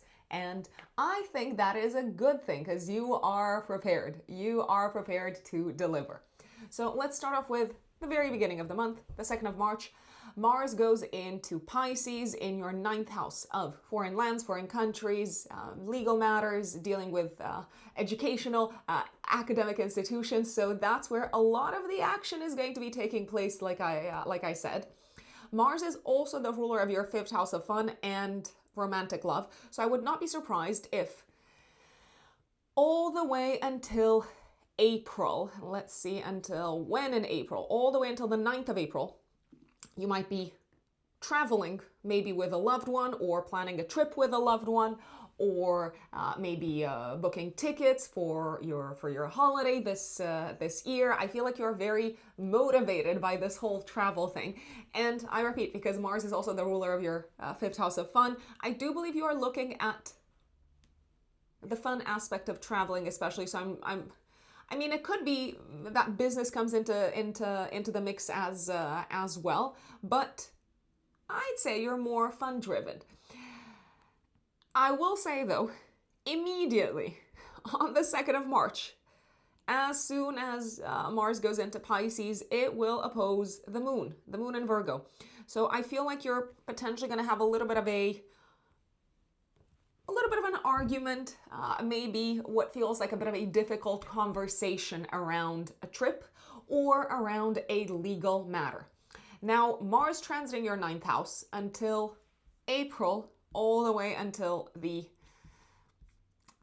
9th of April, might also determine you to be a lot more assertive when it comes to standing up for what you believe in. You might defend your beliefs. You might feel like you have to push back on maybe people attacking them. I also want to flag that Mars transiting the 9th house, especially for those of you who are married, can bring in potential conflicts with in-laws. It can also bring a lot of action with in-laws. Maybe you're traveling to see your in-laws. Maybe there's stuff going on in their lives and you are included with your spouse, with your significant other. But hey, Mars is Mars. It is not just the planet of action, it's also the planet of conflict. So you have been warned. Especially, I'm not necessarily liking the 2nd of March, so the moment when Mars goes into Pisces. I'm also not a massive fan of the 15th of March, when Mercury is going to conjunct, Mercury retrograde is going to conjunct Mars in Pisces. So there may be a misunderstanding that leads to a conflict. I mean, just make sure that you clear things up. It could just be that things got lost in translation. It could just be that someone, I don't know, misread your message, or they missed your message altogether. So it doesn't have to turn into this big deal. Now, since I did mention the 15th of March, if you're traveling, this is the day, maybe also the day before, so 14th and 15th. These are 2 days in which I would strongly recommend doing all the things that I usually recommend you do during a Mercury retrograde. So leave home early if you're going to the airport. If you have an important meeting, once again, make sure that you add in a little bit of buffer time.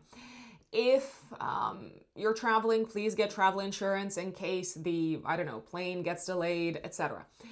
Also, if you're dealing with legal entities, legal institutions, oh my God, I would not be surprised if they misplaced your papers, or if they say, oh, we did not receive your documents, or oh, your email never reached our inbox. So that could be a tiny little bit frustrating, but that could also be the time when you get to clear things up when it comes to interactions with these types of entities and institutions. I feel like you might need to go back over some aspects of a legal journey that maybe you thought were kind of done and dusted.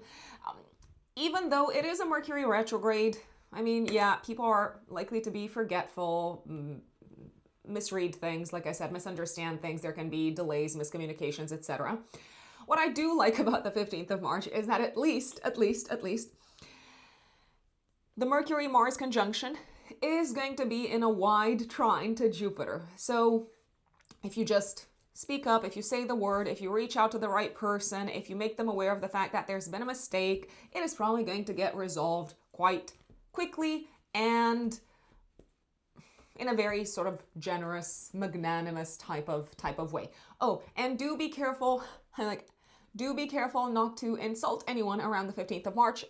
Also maybe the day before, when it comes to their political beliefs, spiritual, religious beliefs, moral beliefs, because that can happen. That can absolutely happen. Now, the other way around is also quite possible, but I believe if something like that happens, you're just gonna say, oh, yeah, whatever. I mean, I know better than this. I know better than to, I don't know, come down to their level and try to go into an argument with them and debate them and bring all sorts of like logical reasons as to why they are wrong. I'm just gonna let this slide.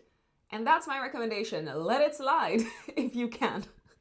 14th, 15th of March, whatever misplaced comments someone makes. Now, Mars goes into Pisces. Mercury is still in Pisces retrograde, my dear Cancerians, all the way until 20th of March. So I gave you a heads up in your February horoscope what to expect. Mercury going direct on the 20th of March is a great thing, because if there were any delays, if there were any postponements, if things were sort of slower than usual when it comes to your academic journey, when it comes to your education, when it comes to dealing with, I don't know, foreign actors, maybe foreign stakeholders. I repeat, Mercury going direct is probably going to slowly but surely move things forward. Now, the post-retrograde shadow period actually ends in April, second week of April, so do give it a little bit of time for things to get resolved. Let's say. Let's go back in time. 3rd of March, literally the beginning of the month, active week before week after, we have a lunar eclipse. This one also activates, guess what? Your axis of traveling, your axis of communication, of knowledge. This lunar eclipse is happening whilst Mercury is still retrograde. So I believe it's bringing to a culminating point, and after that, it's sort of time to let go. It's time to move on. It's bringing to a culminating point a matter that was on your radar in December of 2025. So think about what were you reading about, talking about, writing about, studying, learning, learning about in December of 2025. If there was anything going on with your preferred mode of transportation, as I like to say, with your car, with your bike, with your motorcycle, whatever it is that you ride, if there was anything going on in December of 2025, well, it looks like you're making a decision based off of that in March, beginning of March. So some of you, I would not be surprised if you sold your car, or if you maybe passed your driving test, driver's license test. I do believe that this is actually a great eclipse for those who are retaking exams. So as much as Mercury is retrograde, and it is retrograde in Pisces, so again, mind can be a little bit fuzzy. The mind can be a bit fuzzy. The Mercury retrograde happening in the sky is in a harmonious aspect to Jupiter. So if you're retaking an exam, if you are maybe having an important presentation that you need to go over once again to kind of share it once more with the world, if you need to go over something that you've written, revise or rewrite something that you've written, or re-edit it, I actually believe you're probably going to do a very good job because of the harmonious aspect between Mercury and Jupiter. Mercury is also co-present with Venus, another exalted benefic. So Mercury is getting a lot of support. Anything that's coming to a close around this time, whether it's on the educational front, on the transportation front, on the writing front, on the exams front, it is coming to a close in a beautiful, sort of like relaxed manner. Yes, maybe it's coming to a close a little bit later than you thought it would end, but here we are. As they say, better late than never, okay? There's also a chance that maybe a sibling or a cousin or a colleague or an in-law are wrapping up an important chapter of their lives, and yes, maybe it once again happened a tiny bit later than they hoped it would happen, but I do believe it's still cause for celebration. And I would also not be surprised if you had to travel around this time because someone is celebrating something. It could be a colleague, it could be, as I said, a sibling. Think about these people. 5th of March, the Sun trines Jupiter. I love this day. I love this day. Like, why do I love it? For a variety of reasons. I believe you are feeling confident. You're having a lot of faith in yourselves, Cancerians, in the future, and you are very excited. You are very enthusiastic. You're like, someone up there, a higher power, is guiding me, it's watching me, it's looking after me, it's showing me the way forward. And I believe that in this scenario, they actually are. I would not be surprised if you also received sort of good news, or if you felt like things are coming to you quite beautifully, quite smoothly, from a career perspective, from an educational perspective, from a travel perspective, and from a financial perspective. I love it. I love it. You also seem to be very inspired by someone around this time, or you might be inspired by, let's say, a trip that you take, or some sort of a cultural activity that you get involved in. 6th of March, Venus goes into Aries until the end of the month, until the 30th of March.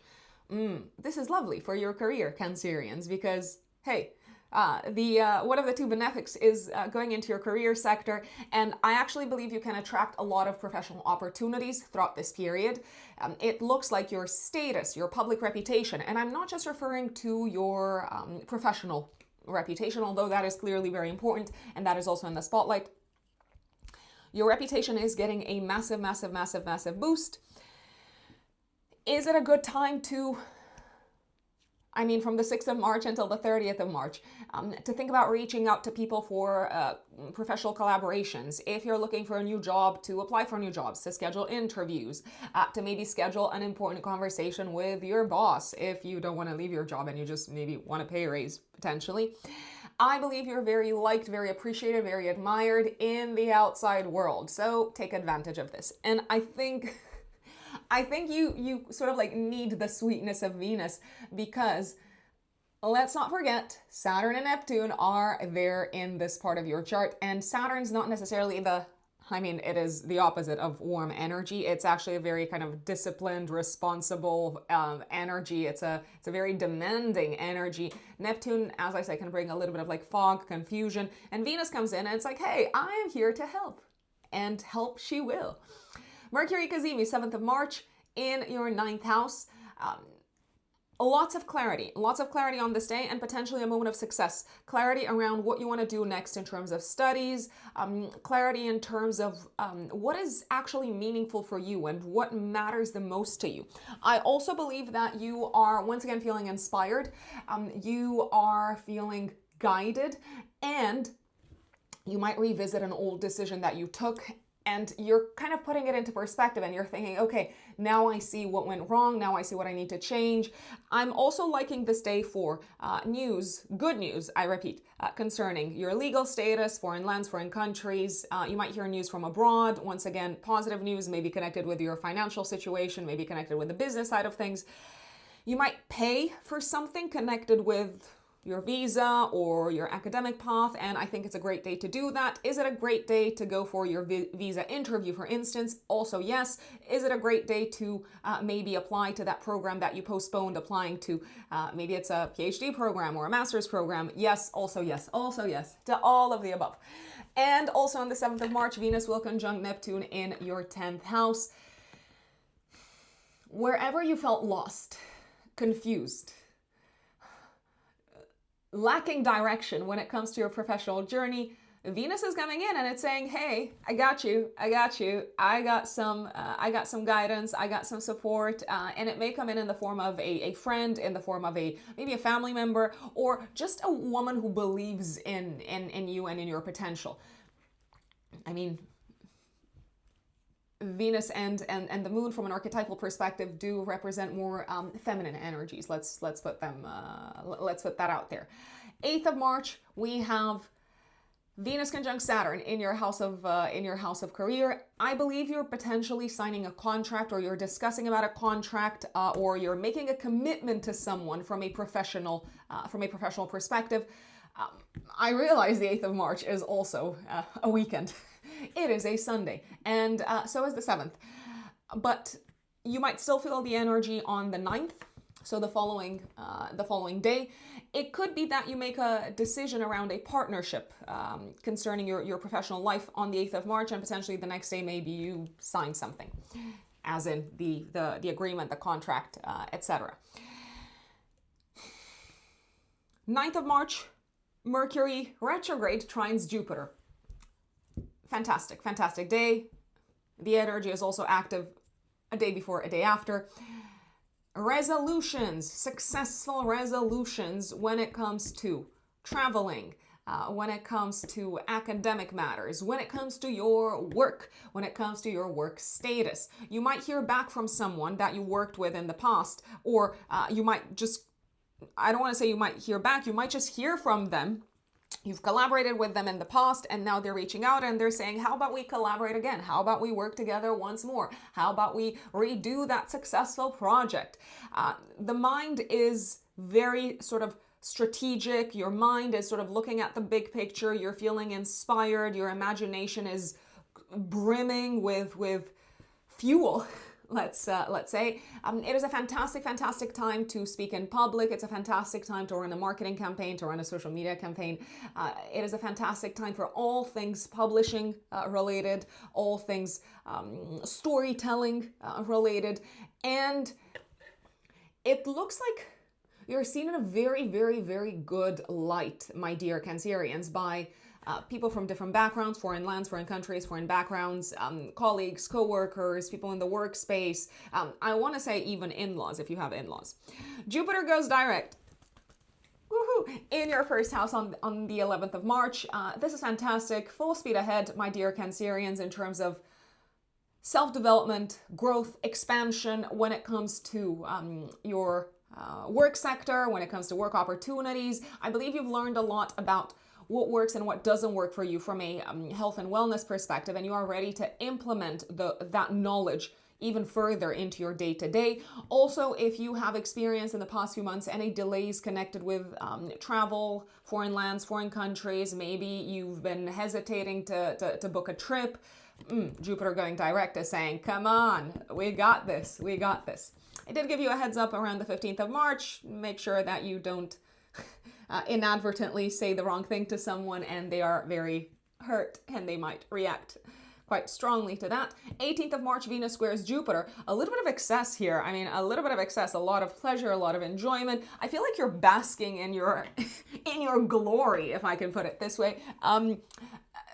Definitely remember to stay humble, especially from a status and career and reputation perspective, and definitely remember not to overpromise and underdeliver. I do believe you're very keen to please someone in the professional sphere, and they're also quite keen to please you, but they might want to move faster than you're comfortable with actually moving. So don't just say yes because you're feeling obligated to, I repeat, to please this person. New moon in Pisces, 19th of March, active 3 days before, 3 days after. Fantastic, fantastically aspected new moon, I gotta say it.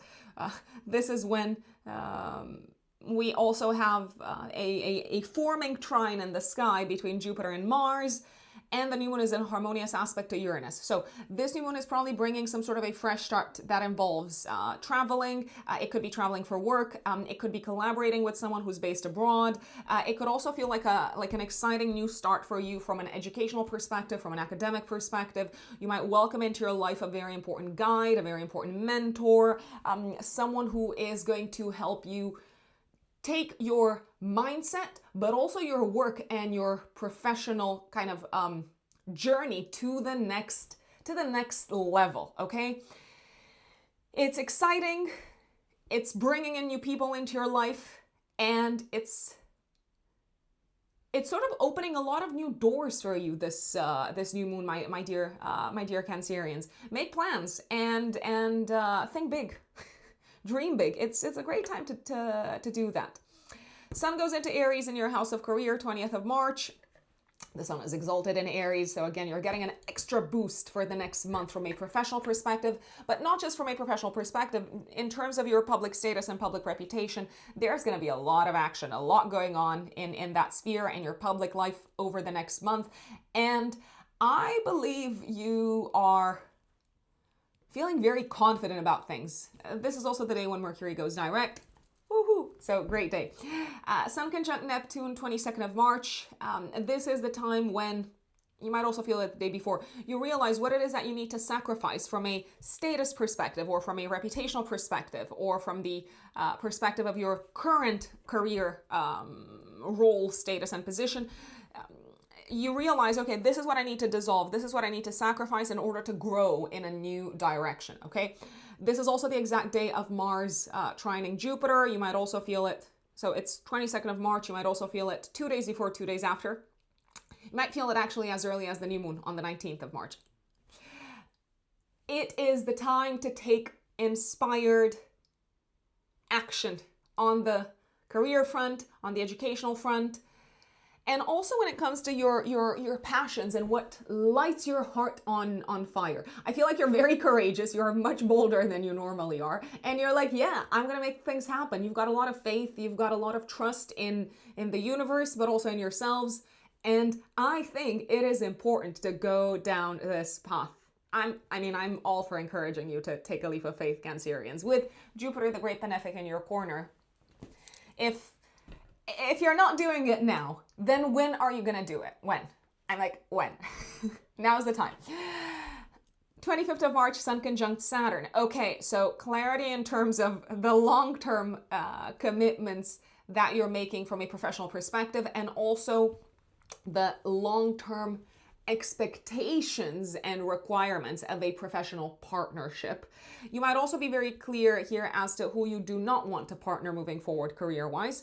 And 30th of March, Venus goes into Taurus in your 11th house. It's going to be there for most of April. Oh, let me just give you exactly the date when it gets out of Taurus. 24th of April. Enjoy your social life. I'm just going to leave it at that, Cancerians. It's going to be really good. It's going to be really pleasant. So yeah, have fun. My dear Leos, Leo suns and Leo risings. March of 2026. What is going on in the sky, Leos? Well, the month kicks off with Mars going into Pisces in your 8th house, literally on the 2nd of March. It's going to stay there all the way until, let's see, all the way until the 9th of April. What does that tell me? It tells me that you're probably going to be spending quite a bit of money over the next, month and a bit on the following: family matters, home-related matters, maybe something breaks around the house, maybe you're helping someone, maybe you're helping a family member, maybe you're covering some of their expenses.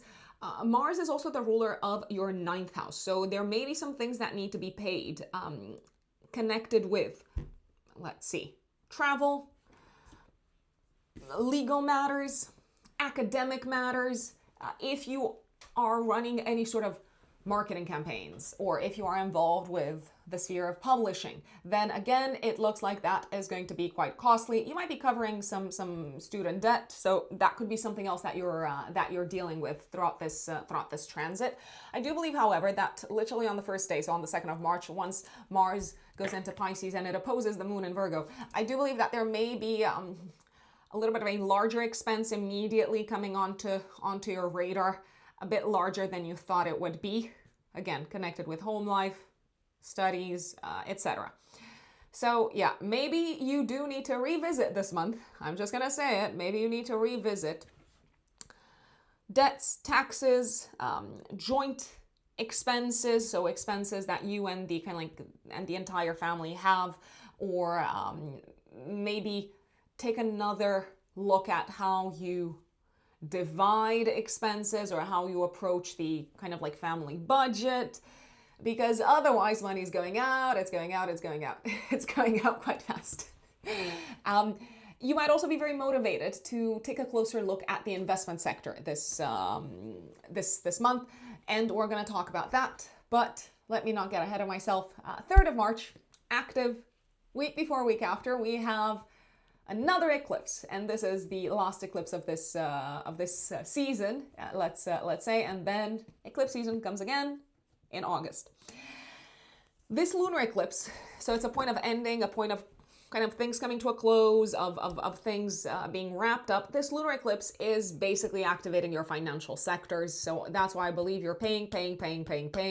You might be paying off some debt as well, which I believe is great. And it could be debt connected with, I don't know, your property. Maybe you took a loan to like renovate the house. It could be connected with, just kind of like family needs in general. But it looks like something is coming to a close here. And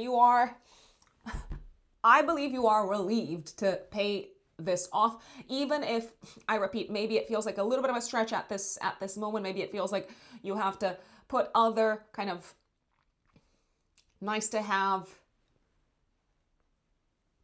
things that cost money on the side and say, okay, maybe I'm not going to buy a car this month. Maybe I just need to wait. Maybe I just need to pay off the credit card first, and then we'll look at new purchases. Let's say Mercury is retrograde at the time of the eclipse, which is making me think that you've been trying to get rid of this financial issue for some time. It might have also been on your radar towards the end of the year, in December of 2025. And now you're finally dealing with it. What I love is that Mercury, even though it's retrograde, it is in a nice aspect to Jupiter. So I believe you are feeling relieved. You're like, hey, fantastic, I am done with this. I've gotten rid of it.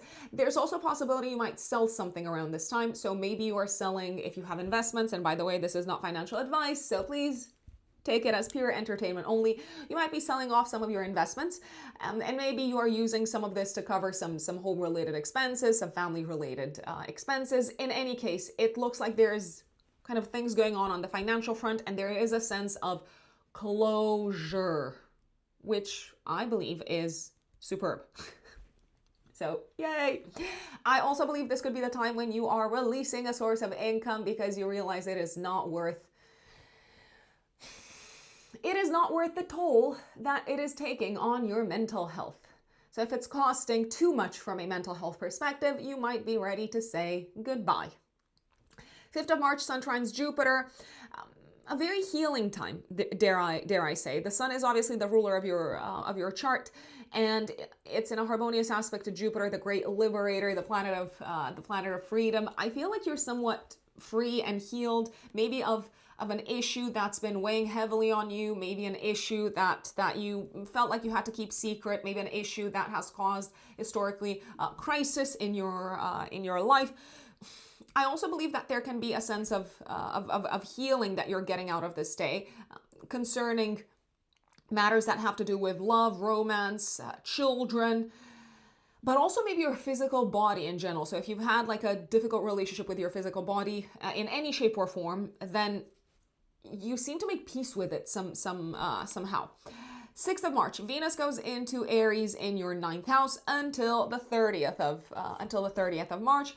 I mean, I do believe this can be a very enjoyable time when it comes to traveling. So traveling for pleasure, traveling for leisure, but let's face it, Saturn is also there, Neptune is also there. So Venus comes in and essentially makes things a tiny little bit easier and offers you some support when it comes to any sort of like serious matters that have to do with legal institutions, legal entities, educational institutions, any processes involving immigration, visas, your status in a foreign land, in a foreign country. So Venus comes in and says, okay, I'll help you.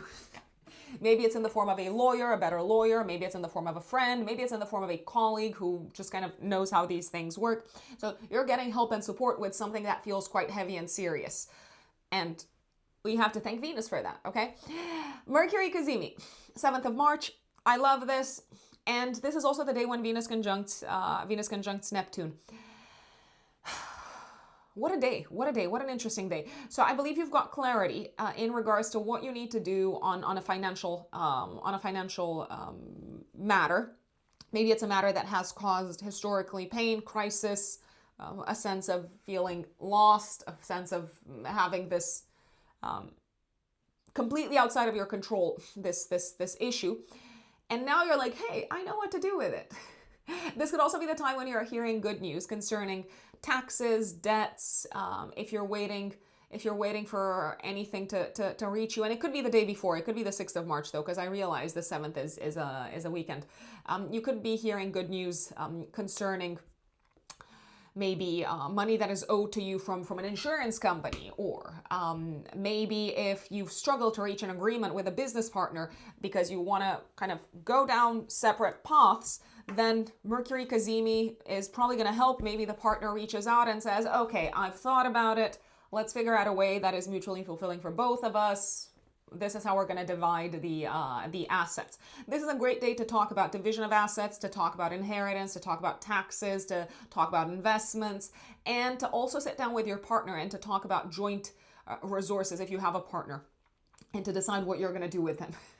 Whether you need to sell something off, whether you need to sell some investments, whether there's anything that you want to keep. And by the way, this is not financial advice. Please keep that in mind.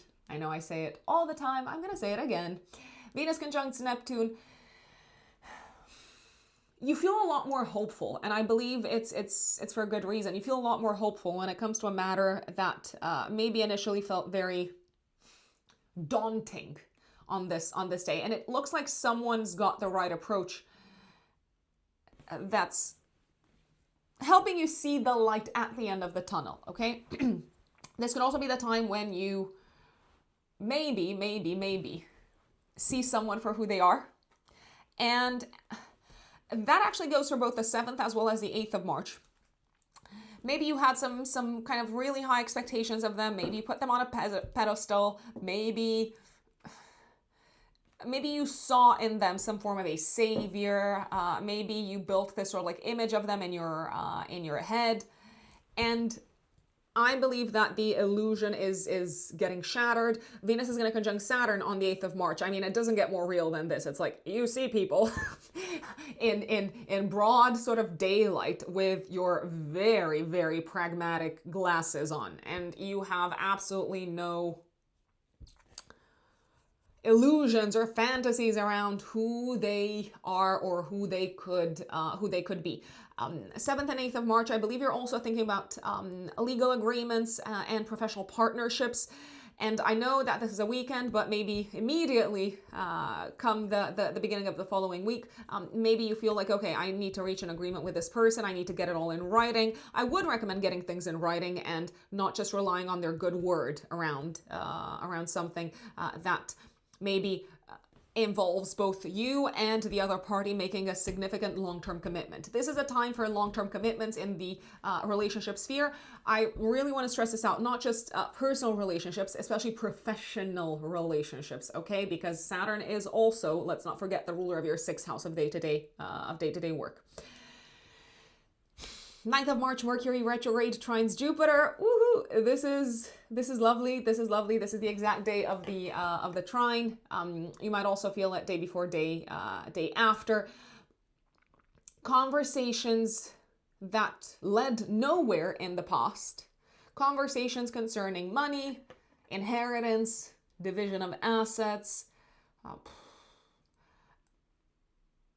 Topics that have caused friction between you and another person historically, they seem to be getting places. They seem to be going places. They seem to finally make sense. And I do believe it's a day of major agreements, the 9th of March. If you were waiting to hear news concerning a financial matter, a legal matter, maybe also concerning a matter that has to do with children, if things were a bit delayed and you getting the news that you were waiting for, I love the 9th of March, and it's probably good news. I once again see you feeling relieved.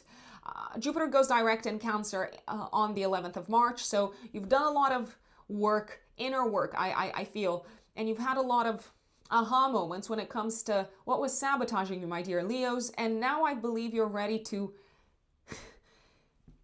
implement that knowledge further. And you might also feel ready from the 11th of March until the end of June to release some of the things that maybe historically you've held on to, maybe because you had a strong emotional attachment to them. Maybe it's some people that you had a strong emotional attachment to. You're ready to let them go because you realize they had turned into a form of a hidden enemy. So something that was kind of messing with your mental health. Mercury conjuncts Mars on the 15th of March. Mercury retrograde. This could be a day of heated conversations. You know how it was all peaceful and relaxed, and you seem to hit a sore spot here without you necessarily intending to, or someone could hit a sore spot. They could say something and immediately you're triggered. And I feel like someone could cry around this time. Maybe it's them, maybe it's you. I do believe it could be a very strong emotional reaction, a form of release of like pent up emotional energy. Let's see. Mars is also the ruler of your 9th house. You might talk about matters that strike a very sensitive chord, and they're not easy to open up about. And maybe it feels like you're being scrutinized, and every word that you say is kind of is held on to. But it could feel like a very powerful exercise in terms of feeling relieved at the end of the day. Venus, 18th of March, active day before, day after, will square Jupiter. I feel like saying, hey, don't overdo it with the pleasures. I don't know, over partying, over drinking whilst you're on holiday. I'm just gonna say that there is a possibility that someone's trying to be helpful, but they're coming in a little bit too strong around this time. I also believe you might keep some things to yourself, my dear Leos, especially, let's see.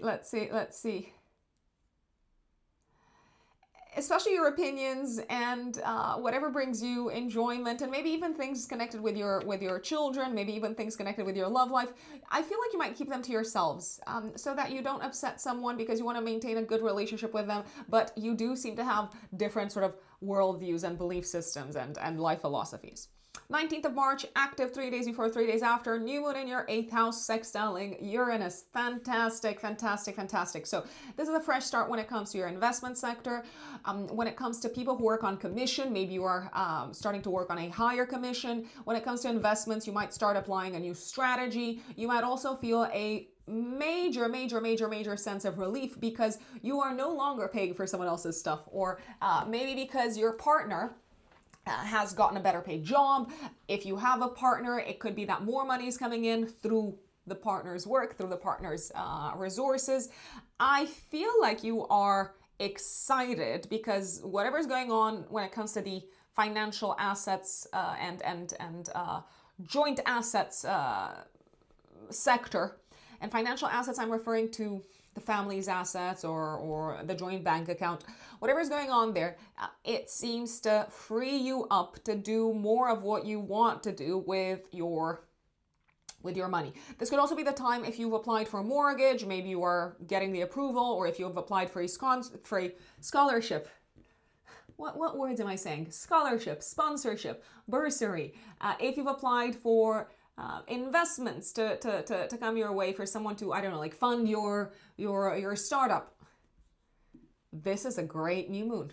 Can I just say that? Or if you're thinking of doing any of these things, if you haven't done them, this is also a great new moon to once again do that. But I do recommend actually doing it after the 19th of March or from the 19th of March onwards, as opposed to a few days before, just because if you want anything to grow in your life, it's better to do it after the new moon so that it's symbolically growing in light. 20th of March, Sun goes into Aries in your 9th house. Once again, it's going to illuminate your travel sector. I would not be surprised if over the next month you're planning some traveling. There's a lot going on the legal front as well, on the studies front, and I believe you are looking at the big picture of your life. It's time to kind of strategize. This is also the time when Mercury goes direct, 20th of March, so no more misunderstandings, no more delays, no more back and forth on the financial front, no more back and forth, and no more crises when it comes to your friends, or miscommunication when it comes to your friends, because things might have been a little bit up in the air when it comes to friendship during the Mercury retrograde. But I would give it at least until the second week of April for things to get fully resolved, because that's when the post-retrograde shadow period ends. The Sun conjuncts Neptune on the 22nd of March. It's the same day when Mars trines Jupiter. It's very clear to you what you no longer believe in, and what part of your old sense of self and identity and belief system you are ready to dissolve, you are ready to let go of. And I believe you're doing that freely and willingly. You may realize, hey, this has been causing crisis in my life. This has been causing a lot of fear, a lot of anguish. I also believe you're giving yourselves permission, Leos, to change your life. And I know that sounds like a big thing to say, okay? You're giving yourselves permission to start transforming your life. Mars trining Jupiter on the 22nd of March. It's also active, I'm going to say from the 19th of March, actually, all the way until the 25th. Mars is giving you the courage to move forward with some big plans of letting go of the status quo of your life, letting go maybe of your existing home and living situation, letting go of, let's see, maybe a romantic relationship that's no longer serving you, letting go of fears, letting go of old beliefs, outdated beliefs that have held you back. I think this is a beautiful aspect, okay? 25th of March, the Sun, let's see. What's the Sun doing? Give me 1 second. Let me see if I've put in the right date. Yes, that is correct. 25th of March, the Sun will conjunct Saturn. A day of clarity in terms of what you're committing to in the long term when it comes to a work partnership, a professional partnership, a business partnership, but also when it comes to how you want a maybe personal relationship to function moving forward. I think you know what you're willing to bring to the table. I think the other person might need to other partner might need to make some commitments on their end and hold back and kind of restrain themselves a little bit from doing things the old way. I would not be surprised if you sign some sort of a legal contract around this time. It is actually a very, very good day to do that. It's a great time to travel for work purposes. I like it, and I feel like you are ready for the long game. 30th of March, Venus goes into Taurus until April, until the 24th of April. This is probably one of the best times for you this year, my dear Leos, from a career perspective. Take advantage of it, schedule interviews, go for the gold.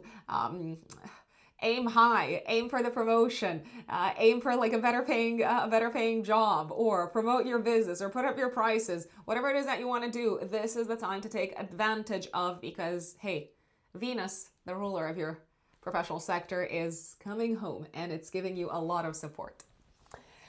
And that's Leos. Now let us move on to my beautiful Virgos, Virgo suns and Virgo risings. My dear Virgos, if I say one more time that this month is going to be focused a great deal on partnerships and relationships, what are you going to say? Now, this month, let me put it this way, Virgos. It looks like things are transforming significantly on the partnership front. I'm not just referring to romantic relationships. I want to clarify this over and over and over and over again, because hey, I'm sure there's going to be someone saying, I'm not in a relationship. Doesn't apply to me. This is the time when professional partnerships, professional collaborations, maybe collaborations with people who are meant to help you with your money, with your taxes, with your mental health, maybe coaches, therapists, etc. So relationships are going through a transformation in some shape or form. In many cases, if you ask me, for the better. In many cases, in multiple cases, but in some cases, it could be a little bit uncertain. Let's say, but things are not staying the same. Now, 2nd of March, Mars, planet of action, goes into Pisces, into your 7th house of partnerships, relationships, but also collaborations. The 7th house is also the house of open adversaries, open enemies. Now, what does that tell me? If you have competitors, let's say in the work that you do, you can count on them being extra aggressive and assertive and action-oriented over the next month and a bit, actually all the way until the 9th of April when Mars changes signs. It might also feel like whoever it is that you team up with, be it on the business front, be it on the personal front, it could be your spouse, they ask a lot of you. They're like, let's do this, let's do that, let's talk about this, let's go here, let's go there. And if they don't get their way, they may have a very, very strong emotional reaction. Now, sometimes it might not be super clear to you what it is that they actually want. It could be clear to them, but not to you, because hey, let's face it, Mars in Pisces might not have the most kind of intentional, focused, straightforward of aims. So if you sense that your significant other, for instance, is impatient, which they might be this month, very possible, sit them down, talk to them, ask them what's on their mind, what is it that bothers them. There is a very high possibility, especially around the 15th of March, day before, day after, that you might talk about something with your partner that is a very, very sensitive topic. And I repeat, it could be with your spouse, but it could also be with a business partner. It feels like they have very strong feelings around this topic, but not only do they have strong feelings, you have strong feelings as well. So they might say something that inadvertently hurts you, or you might say something that triggers a sore, kind of sensitive point in them. Do I believe that 15th of March, day before, day after, is a conflict-prone time, an arguments-prone time? Yes, it's possible, but I also see it as a time when things can be kind of laid out in the open, especially on matters that maybe historically have been kind of like skirted around and not fully addressed head on. I believe that this is a time for clarification, clarification, clarification, clarification. And as a result of having very open, blunt conversations, regardless of, I mean, maybe this is very insensitive of me to say, regardless of how people react emotionally to them, do be cautious though. You don't want to say something that is super, super painful for the other person. I mean, employ a little bit of tact, if you will, Virgos, around this time. I do believe that honest conversations are the way forward.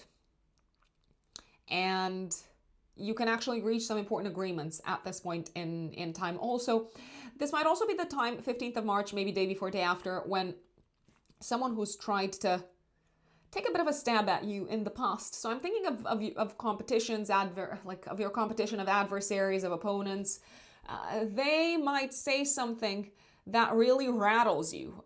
They might trigger you. I repeat, do I believe that this is a reason for you to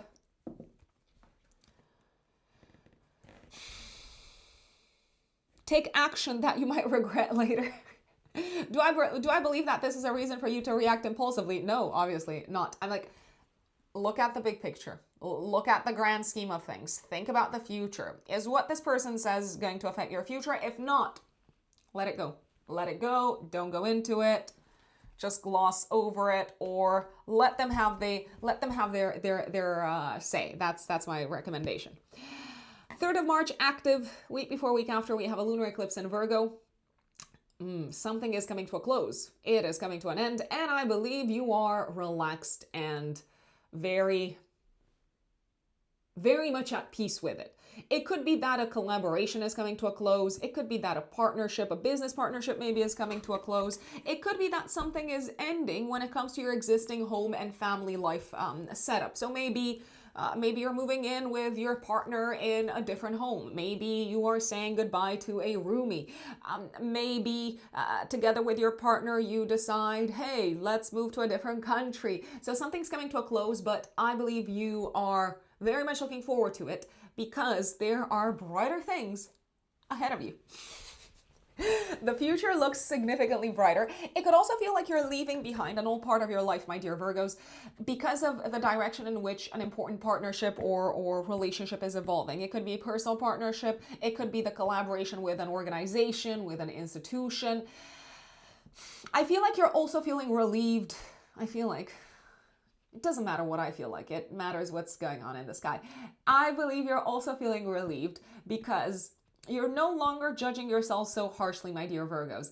After the conversation that you have either with a friend or with a spouse or maybe even with a therapist, you are ready to let go of some unreasonable expectations that you had of yourselves, and you're maybe also ready to let go of some of the judgments that you passed on to where you're supposed to be in life, why you haven't gotten there just yet. Maybe also judgments that you passed on to how you look, onto your appearance. Something is healing when it comes to your relationship with your body. And I believe you're also ready to let go of the old way in which you were looking after your body, maybe also of an old way of dressing, of showing up in the world. And I repeat, you're doing this very relaxed, very much at peace. It's a very comfortable kind of surrender that you're going through. I did mention relationships. A relationship could go to the next level, and it could be something that maybe was already being discussed as of December of 2025, or maybe you had a hunch in December of 2025. So I would not be surprised if some Virgo risings maybe got engaged around this time. I would not be surprised. I absolutely wouldn't be surprised. Virgo risings in particular, I will say, now that Saturn's out of your house of relationships, Neptune also, you've got a lovely spring and a beginning of summer ahead of you, with Jupiter, the great benefic and the ruler of your 7th house of partnerships and relationships, exalted in Cancer, and one of the best houses in the chart, in your 11th house. Jupiter is also going direct on the 11th of March. I mean, if there were problems, bumps, issues in your relationship sector, if your relationship sector felt stuck, stagnant, incredibly challenging, you name it, throughout 2023, 2024, 2025. Well, hey, things are about to change and to shift drastically. It is time to celebrate. It is time to take a leap of faith on the partnership front. If you're already with someone and if you've experienced some tough times on the relationship front, Jupiter going direct on the 11th of March is saying no more. It's time to think big. It's time to look at the future with enthusiasm, with joy, with tremendous excitement, my beautiful Virgos.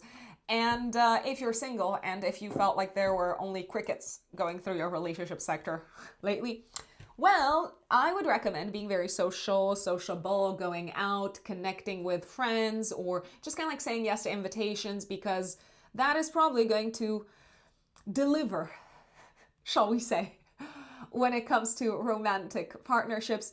You don't have to do any of these things. I'm just saying this for those of you who are interested. I'll put it out there. Also, friendships, collaborations with other people in general, they're likely to go so much more smoothly moving forward from the 11th of March onwards, especially as Jupiter goes direct. But you're really feeling this very strongly as early as the eclipse, as early as the 3rd of March. 5th of March, Sun trines Jupiter. You are inspired by the conversation with a friend. I believe you're making plans for the future. It could be with a friend. It could be with a community of people. It could be with an organization. It could be with your significant other. There is this strong sense of like hope and faith in the future that you have together with other people. 6th of March, Venus goes into Aries in your 8th house until the 30th of March. This can actually be quite an auspicious time from an investments perspective. It could also be a time when you attract financial support or resources from other people. If you're looking for resources from other people, such as, I don't know, funding for your business. If you're in a relationship, your partner may actually do better from a financial perspective throughout this period, maybe attract more clients. And it is generally a good time to look at joint professional collaborations. I also believe you might be very quick to help other people from a financial perspective throughout this period, because Venus is also the ruler of your 2nd house of income. Mercury Cazimi, 7th of March, in your 7th house of partnerships and relationships. A day of very productive conversations with other people, very productive conversations with partners, advisors, consultants, business partners, therapists, counselors, coaches, you name it. Also, a day to sit down and to really get clear on what is your vision from a professional perspective, because I feel like you've been vacillating on that. You're like, oh, I should do this, I should do that. What do I want to do? Where do I want to go? And you're getting clarity on the 7th of March. I believe it's probably as a result of an important conversation. Once again, Venus conjuncts Neptune. Maybe you are helping someone cover an expense, or maybe you're giving something away and you're doing this willingly. I would be cautious on the romantic front, especially if you're dating someone new. They might not be exactly who they say they are, just as an FYI. And Venus conjunct Saturn on the 8th of March, some long-term commitments that you're making when it comes to maybe paying off debt, paying off taxes, paying off a credit card, paying off a loan. You are deciding, okay, I'm going to allocate a portion of my income every month to paying this off. You might also reach some sort of a business agreement with someone. I will say though, to me it looks like they're getting more out of you than you're getting out of the collaboration. But hey, if it helps you in other ways, if it's something that's very kind of valuable in other ways, then by all means go ahead, but make sure that you read the fine print of any contracts that you sign and you make it easy to eventually get out of the contract. Just saying. I know it's a weekend, so maybe you have some time to read any contracts through very carefully. Mercury is still retrograde until the 20th of March, so I would recommend going with a fine-tooth comb over any paperwork, any documents, etc. Let's see. 9th of March, Mercury retrograde trines Jupiter in Cancer. Anything that you did not reach an agreement with someone else as of the last week of February, or in general throughout February, anything that you kind of talked about over and over again, you're finally reaching an agreement. I also believe this is a very good time to reach out to people that you've worked with in the past, maybe old clients, maybe old colleagues, anyone who you want to collaborate with moving forward. There's also a chance you might hear back from them. They might get back to you and say, hey, let's sit down. We want you on our team once again. Let's make this happen. And I believe it is probably worth your time from a financial perspective and also from a career perspective. 15th of March, Mercury conjuncts Mars. We've already mentioned this. Careful what you say, but also careful how you react to what someone says. Conflict, arguments. They are possible, but they might serve a very important purpose. Venus squares Jupiter, 18th of March. I don't believe you have to overspend in order to impress someone. There is a chance you might go out, also maybe day before, day after. Maybe you're attending a social event, a social function, and it just ends up costing way more than you thought it would cost. You most certainly don't have to go into debt or kind of max out a credit card to pay off for a fun time out. There's a possibility someone might try to impress you with kind of taking you out somewhere like nice and lavish, but it could generally be out of their budget. So yeah. Just putting it out there. There is this energy of excessive kind of like pleasure around this time. Oh, if you are single, there might be kind of like sparks flying with someone, but there is a possibility there's something scandalous about this. I mean, maybe you're single, but maybe the other person is in a relationship. So I don't know. It could be a little bit fuzzy in terms of the status of the whole thing. New moon in Pisces, 19th of March, active 3 days before, 3 days after. The beginning of a new partnership, a new collaboration. You might also gently change your approach when it comes to interacting with others. Maybe you become a little bit more open, a little bit more, how should I say? More willing to show other people your softer, vulnerable side, Virgos, as opposed to your more critical, analytical, highly reasonable side, okay?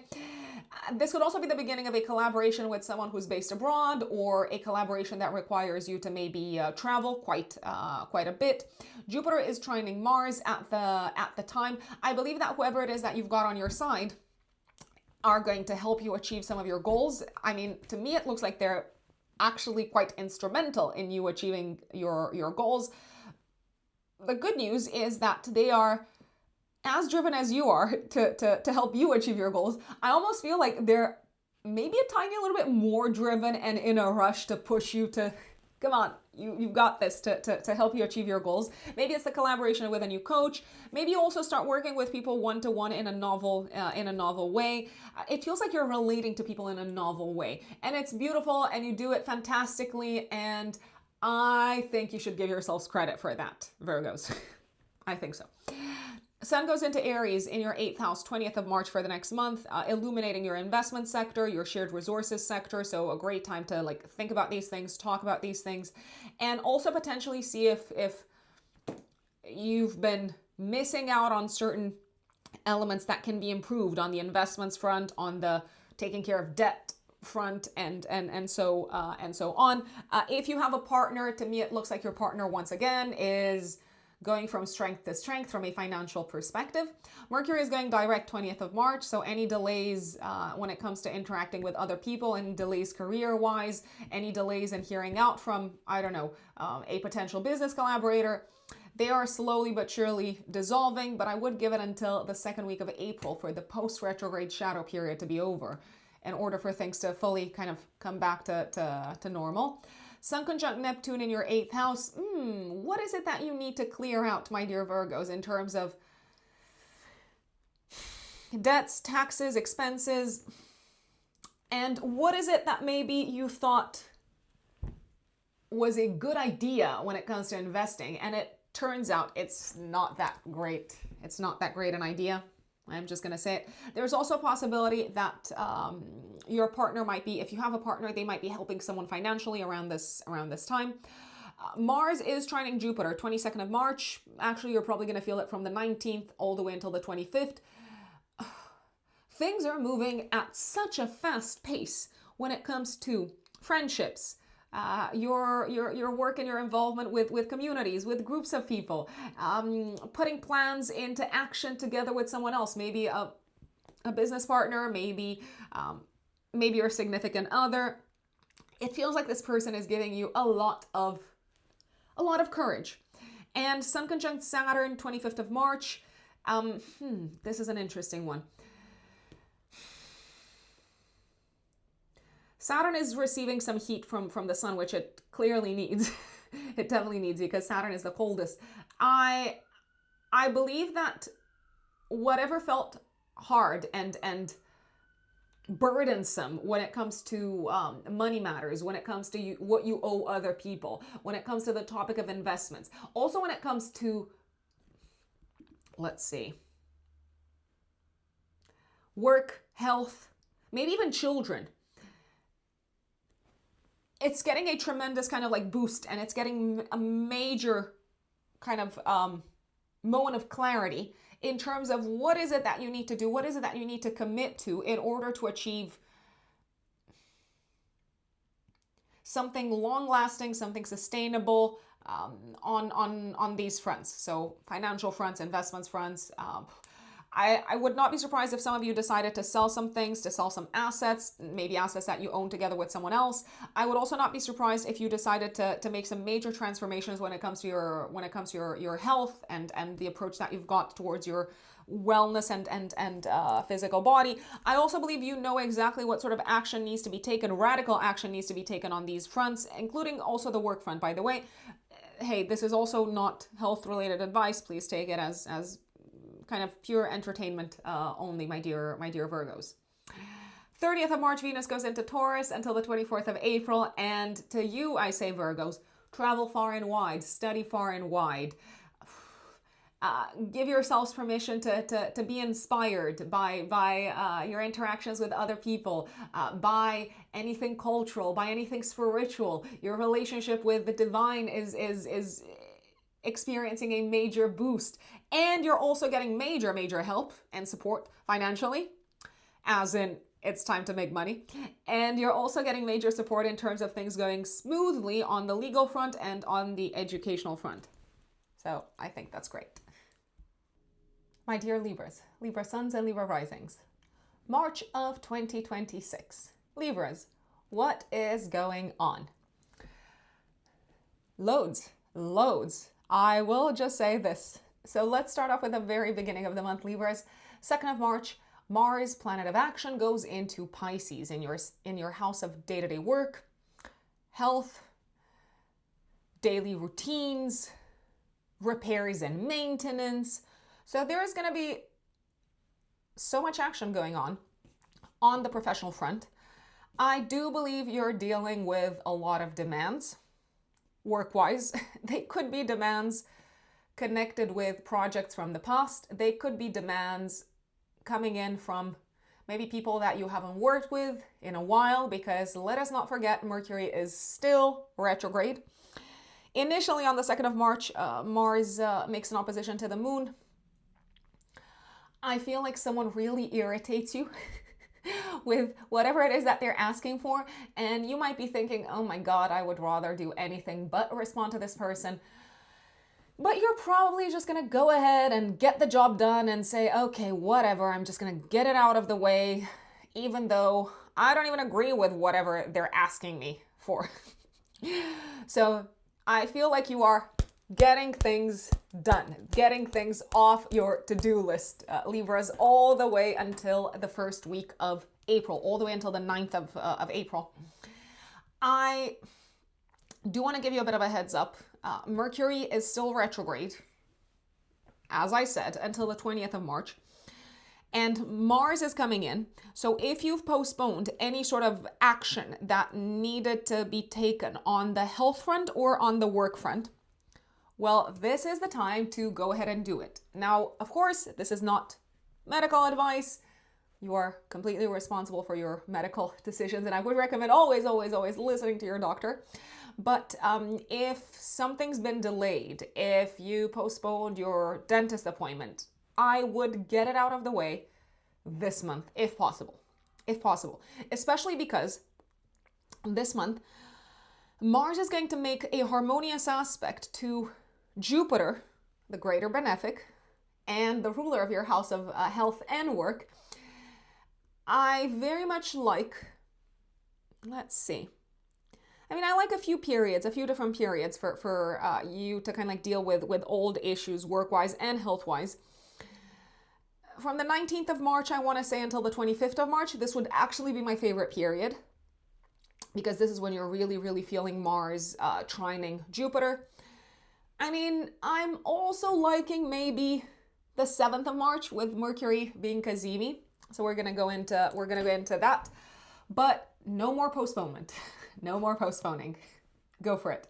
I also believe you're probably gonna be spending a lot of money, but it is money well spent, if you ask me, Libras, because it's spent on your health for the most part. It could also be spent on matters that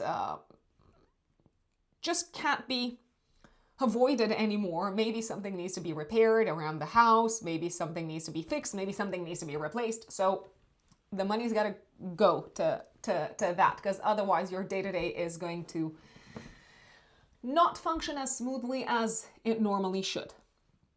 3rd of March, active week before, week after, we've got a lunar eclipse activating your health axis and work axis. I would not be surprised if some Libra risings wrapped up a job, an existing work chapter. It looks like this is something maybe that you've thought about or that you saw coming for some time, maybe even as early as December of 2025.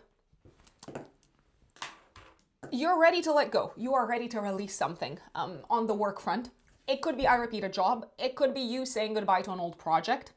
It could be you saying goodbye to working in a certain way. Maybe moving forward, you're going to work on a different shift, or you're going to work on different projects. So it looks like you're ready to surrender what the day-to-day currently looks like.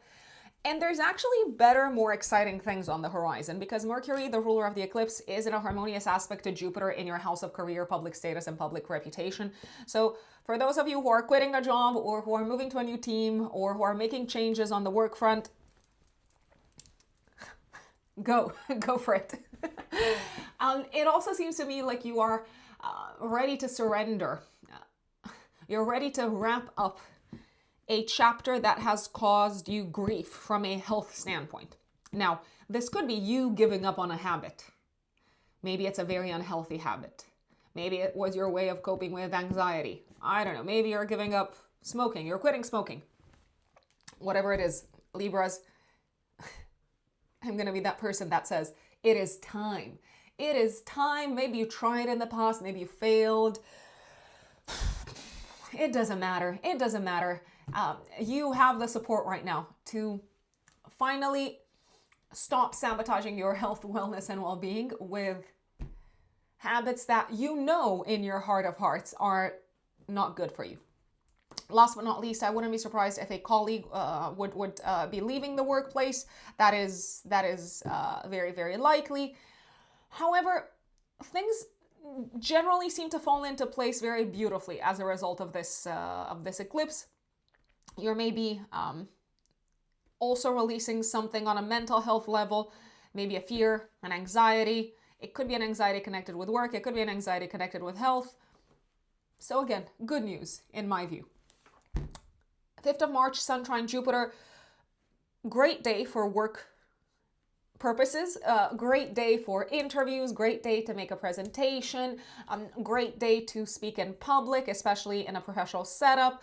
A great day to maybe share something that you've read about, or that you've written, or that you've researched with a figure of authority. I believe you're receiving favors, but not in a weird way, but in a, hey, this is well-deserved kind of way, from someone in a position of power. So maybe they're making you feel seen, they're making you feel validated, they're giving you a sense of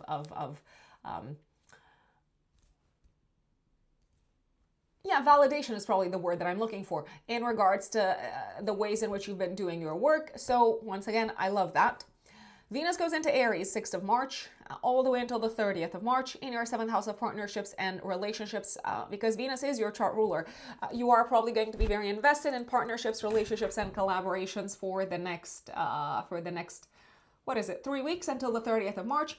And I believe you are ready to persuade some people to join you, or to side with you, even if initially they were opposed to it, or even if initially they felt like a potential problem. I would not be surprised if you actually turn some opponents into allies, especially I'd say around the 7th, 8th, 9th of March, but also around the 18th of March, maybe day before, day after, maybe also around the 25th of March. I also believe you might side with some people who have historically been your competition. So I wouldn't be surprised if you went into partnership with maybe someone who, I repeat, was a former rival, maybe on the work front. Romantic relationships are likely to benefit from this transit, especially if things on the romantic front have been a little bit more difficult as of mid-February, when Saturn went into Aries. If your partner, if you have a partner, if they've been going through a tough time as of mid-February with Saturn and Neptune there, Venus is coming in to help. And I feel like it's you who are actually helping them. It could also be someone else, but it might be mostly you who's making their life easier and more comfortable. Mercury Cazimi, 7th of March.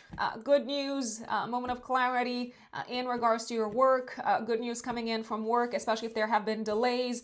A very good day for interviews, successful presentations. A very good day to talk about your work, and also news, I dare say probably positive, connected with your health, wellness, and well-being. Maybe if you've been looking for diagnosis of some sorts, maybe if things have been a little bit unclear as to what's causing a health issue, you may have clarity around this time. Now, I realize this is a weekend, so it could also be the day before. Venus conjuncts Neptune. I feel like you're ready to let go of someone on the 7th of March, and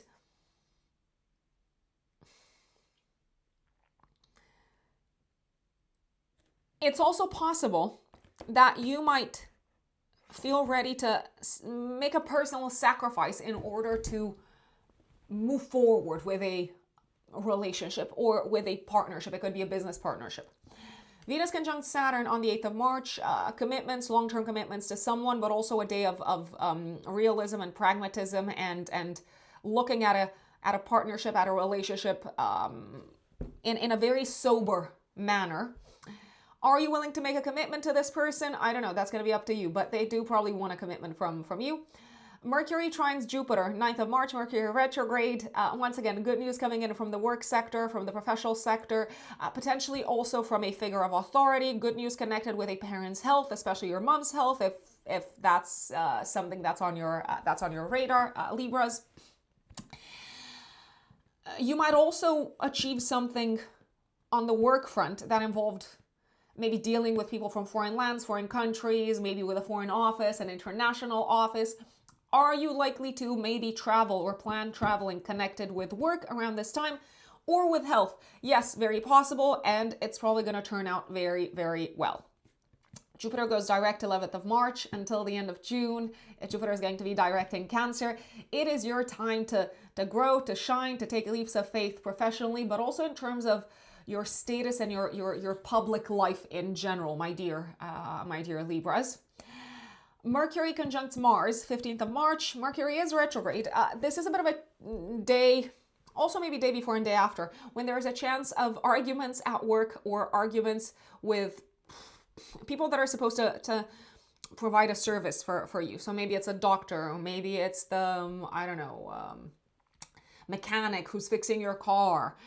Maybe it's someone who's painting your kitchen. I think you are not impressed with the way that they do something, and you're probably going to give them a piece of your mind. There's also a possibility that they might be a little bit in a rush, and you're noticing that. And once again, you're like, hey, what do you think you're doing? This is not well done. So you're stopping them in their tracks. I would be careful not to be overly blunt / rude in my speech if I were you, my dear Libras, because things could escalate. There is a chance of a little bit of a misunderstanding as well. So you don't want to say things that you then have to kind of say sorry for or take back, and then kind of like excuse yourselves and whatnot. 18th of March, active day before day after, Venus squares Jupiter, enjoyment on a grand scale. Together with someone else. I feel like you might be celebrating something together with a significant other or with a business partner. I believe you're very, very eager to please someone. It could be a boss, it could be a figure of authority, it could be a partner. And this is where I say, hey, I know you're excited, I know you're enthusiastic, but I also think it's important to stay realistic and to not over promise and to not try to do too much at once, because it could actually be off-putting for the other person, as much as it's coming from a place of good intentions. New one in Pisces, 19th of March, active 3 days before, 3 days after. This could be a fresh start for some Libras work-wise, so a new job. Maybe you're starting to work with a new team. Maybe a new work-related project is coming in. I can tell you, you are loving it. You are loving it. You're excited. You're like, yes, I can't wait to work on this. I can't wait to work with these people. I can't wait to make things happen. I also believe that some Libras, especially Libra risings, might start working with someone on the health front. So maybe you're starting to work with a personal trainer, or some of you may be inspired to start a new health and wellness regimen. And I do believe there is someone who is supporting you on this journey and motivating you and inspiring you on this journey. And I also think you are, I don't want to say just hopeful. You have a lot of trust and faith that this is going to work out. And I believe that it is going to work out, because I mean, half the battle is believing that you can do it. This could also be the time when you're ready to take better care of your health, including from an emotional perspective, my dear Libras. So maybe to allocate more of your time, more time in the day to activities, people, projects that you know are good for your mental and emotional health. Sun goes into Aries. Let's see. In your 7th house, 20th of March. The partnership sector is going to be illuminated once again. The sun is also the ruler of your 11th house. So I believe you're basically looking at the future and maybe making plans for the future together with other people. It could be with your significant other. It could be with maybe people that you are aligned with in terms of goals. It could be with your peers. I also believe that some really important people are coming into your life, and they ask of you to give them your attention, and they ask of you to make them a priority of some sorts. Mercury goes direct in Pisces, 20th of March. No more delays, challenges in communication, waiting for information when it comes to your work, to your health, when it comes to dealing with colleagues. No more mental fuzziness when it comes to doing your job, because I believe that may have been a bit of an issue throughout this Mercury retrograde. I'm also looking at Mercury being the ruler of your 9th house. So if you've been postponing a trip, or if work has gotten in the way of you, I don't know, traveling, going abroad, then once again, Mercury going direct is bringing that to a close. But do give it until the second week of April for the post-retrograde shadow period to end. Sun conjunct Neptune in Aries on the 22nd of March. Who is it that you need to release? Who is it that you need to let go of on the partnerships front, on the relationship front? I also believe that you're going to see exactly how someone in your life is suffering, and whatever it is that they're dealing with, they may feel a tiny bit lost. I want to say clueless somehow. This could also be a very important aha moment, an epiphany, in terms of what ideals you need to release when it comes to partnerships, relationships, and friendships, my dear Libras. Mars trines Jupiter, 22nd of March, but you're probably going to feel it from the 19th until the 25th. It is time to act courageously when it comes to your goals of expansion, when it comes to your goals concerning a new adventure on the career front, on the professional front, but also on the collaborations front, Libras. Go, go, go. You've got the wind in your sails. Sun conjunct Saturn, 25th of March, in your 7th house of relationships. A day to sit down and very kind of like seriously look at the future of a friendship, of a relationship, of a partnership, of a collaboration. I do believe that someone really wants to constrain you and kind of restrict your freedom somewhat. Maybe because they are taking very seriously the commitment to you, and or at least that's how they feel, and they want to make sure that you're doing the same thing. So sit down and see what they expect of you. And also, if you're not in agreement with them, at least you can say, hey, I believe you are trying to control my moves, and I am not willing to accept that. Or see what it is that you're willing to commit to, and what it is that you need to disappoint them with, and kind of like bring them a little bit back with their feet on the ground, Libras. And Venus goes into Taurus 30th of March, all the way until the 24th of April. So this can actually be a very pleasant, a very enjoyable experience when it comes to intimacy, but also there can be some really good results that you see in regards to investments, in regards to attracting resources from others. And any crisis that's been unfolding in your life is getting a little bit of like help to reach a stable, fruitful resolution, Libras. And that is March for you. Now let us move on to my beautiful Scorpios, Scorpio suns and Scorpio risings. My dear Scorpios, what is going on in March? Lots of stuff, lots of things. But I will say that one of the transits that I'm the most excited about is essentially your chart ruler, Mars, going into Pisces in your 5th house until the 9th of April. Why am I so excited about this transit? Because I think you are going to be so driven, so motivated, so action-oriented when it comes to celebrating life, having fun, doing the things that make you happy, enjoying romance, going after maybe some of the people that you are attracted to. I also believe you're probably going to enjoy being physically active, if that makes sense, my dear Scorpios.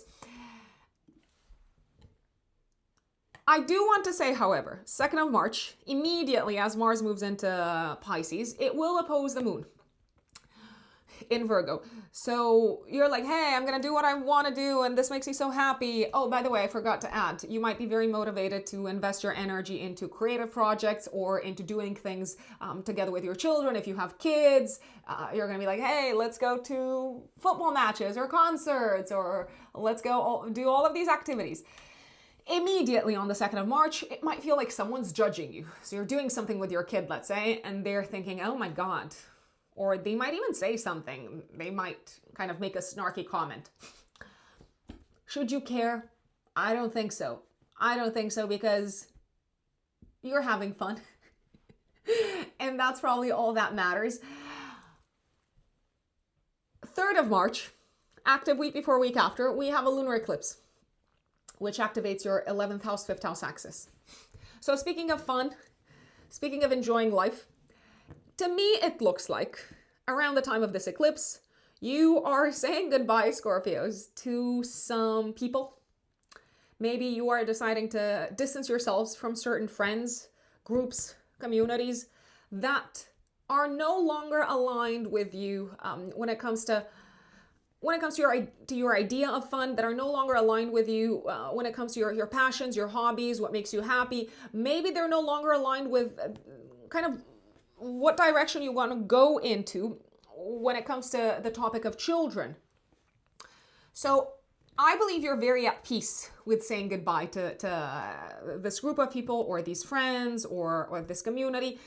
Now, maybe it's not a big sort of open kind of goodbye. It's like, goodbye, my friends. I shall see you never. That would be super dramatic. It might be a quiet sense of walking away. a very kind of like quiet decision of walking away. Now, you might have already thought about doing this. It might have already crossed your mind as early as December of 2025. And now I believe maybe you're making that extra step, that additional step. This eclipse could also be the time when you are celebrating something. And as much as I think you're very happy, Scorpios. There's no other way around it, especially Scorpio risings. But it could have a bittersweet feel to it. Why? Because maybe you realize you're going to see less of your friends. Maybe you realize the future is no longer going to look the way that you thought it would look. So let's say you're celebrating the birth of a child, or you're celebrating, I don't know, becoming an empty nester. But there's a bittersweet quality to all of these life events. Something is ending and something is beginning. You might also say goodbye to a friend, maybe because they're moving. Maybe they're moving to a different country. Maybe you're no longer going to be able to see each other that much. Maybe they're announcing their baby shower, and once again you're like, we're going to have a lot less time to spend together. But I repeat, you're happy, you're at peace. And I like the fact that Mercury, the ruler of the eclipse, is in a harmonious aspect to Jupiter. You're very inspired about what the future holds. 5th of March, Sun trine Jupiter. I know, can I just say, Scorpios, you're having a great month. I have to say it. I think you deserve to know this. You haven't had it easy. You deserve to know that for the most part, this is a very, very good month. Things are coming together, maybe things that you had only dreamed of or that you had a lot of hope about, but hey, you're a Scorpio, so you can also be quite cynical, and maybe you did not dare dream too big. Well, guess what? It's happening. 5th of March, Sun trine Jupiter, great day to celebrate something, to travel, to book a trip, a great day to get involved in any sort of creative activities, to attend a party, to attend any type of event that is supposed to be fun or culturally enriching or spiritually enriching. And speaking of spiritually enriching, you are experiencing a sense of being inspired by a higher power or by something greater, something meaningful, something way more meaningful than just your own individual life. I love that. I love that. It's a great day. Venus goes into Aries 6th of March in your house of day-to-day work and also health. So if there have been any, let's say, issues or problems or maybe difficulties that you experienced on the health front or on the work front as of the middle of February, when Saturn moved into this part of the chart and Neptune was already there a little bit earlier than that. Venus is coming in to help, so you might receive help from a partner, a collaborator, an advisor, generally maybe a woman, again, because it is Venus, but it doesn't just have to be a woman. It could just be someone who's very Venusian in their approach to life, and things are becoming a little bit smoother and easier on these fronts, especially when it comes to areas in which you've encountered difficulties. Is this a good time to look for work with Venus on your side? Yes, especially if you've realized as early as mid-February, hey, this workplace is just not going to cut it anymore. Venus is going to be in this part of your chart until the 30th of March, so take advantage of it. If you want to, I don't know, be transferred to another department or something along those lines, once again, take advantage of Venus transiting your 6th house, because you're more likely to get a yes throughout this transit than if you were to do it on a different transit. Mercury retrograde trines Jupiter, 9th of March. Good news connected with travel, connected with friends, connected with your educational path, connected with your academic path. It could be a good time to travel to a place that you've been to before. Very sort of like enriching conversations happening with mentors, guides, teachers, in-laws, children, friends. Beautiful, beautiful, beautiful, beautiful. Also a great day for socialization, the 9th of March. Let's see. I feel like I skipped something. Okay, I'm going to go back. I did skip a few important dates. 7th of March, Mercury Cazimi. clarity on a matter connected with children, very enlightening conversations with children, also very enlightening conversations with a loved one, with a romantic partner. If you've been hearing back from the proverbial exes during this Mercury retrograde, which is still ongoing until the 20th of March, that's when it ends. You might make a decision around whether you're giving an ex a chance or not around the 7th of March.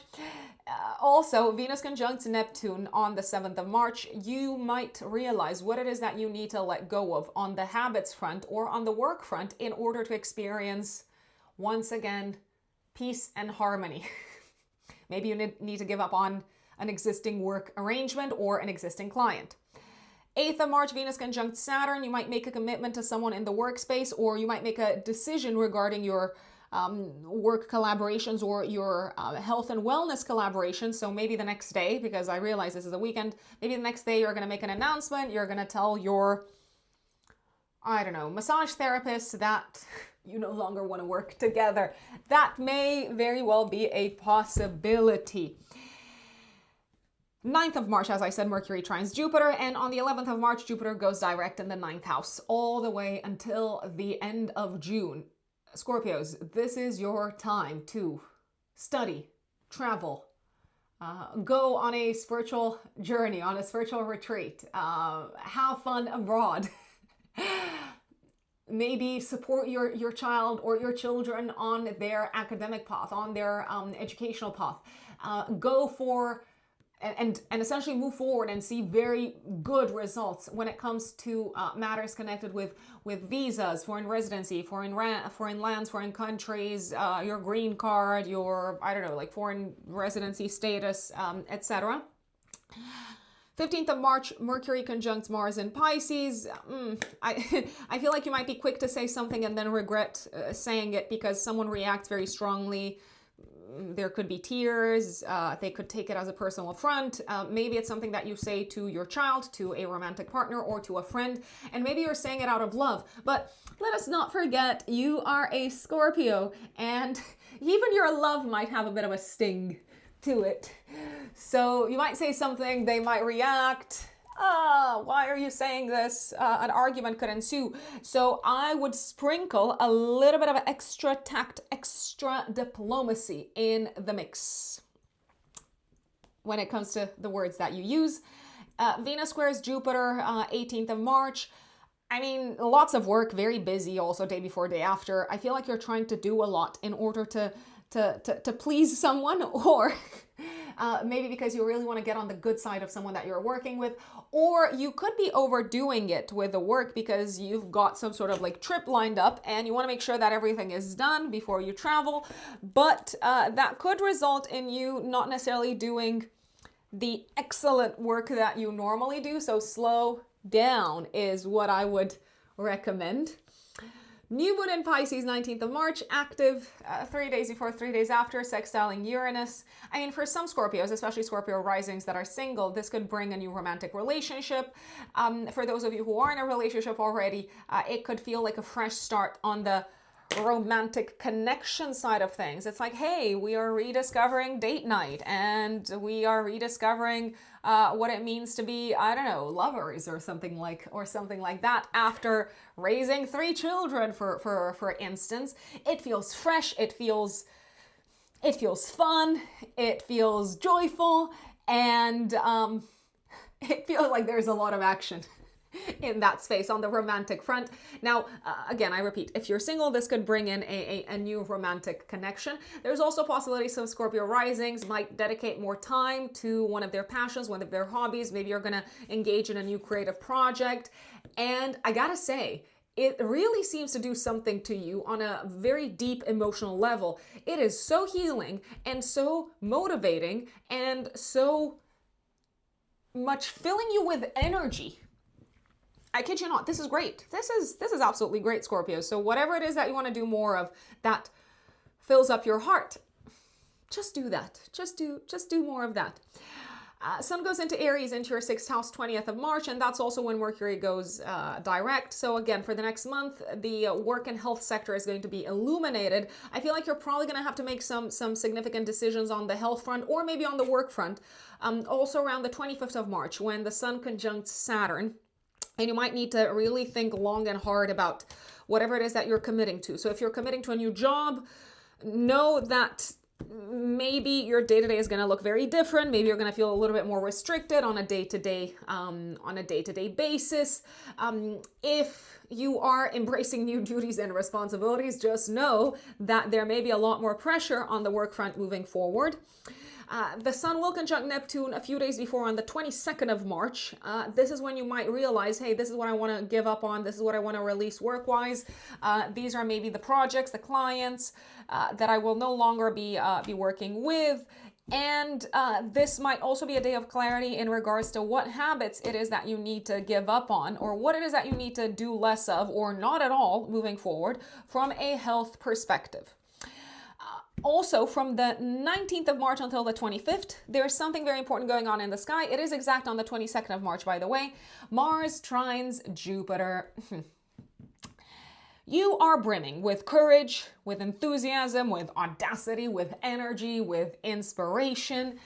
When it comes to your passions, your hobbies, your creative projects, your romantic life, your willingness to travel and to experience new cultures and to go on new adventures and to basically broaden your horizons.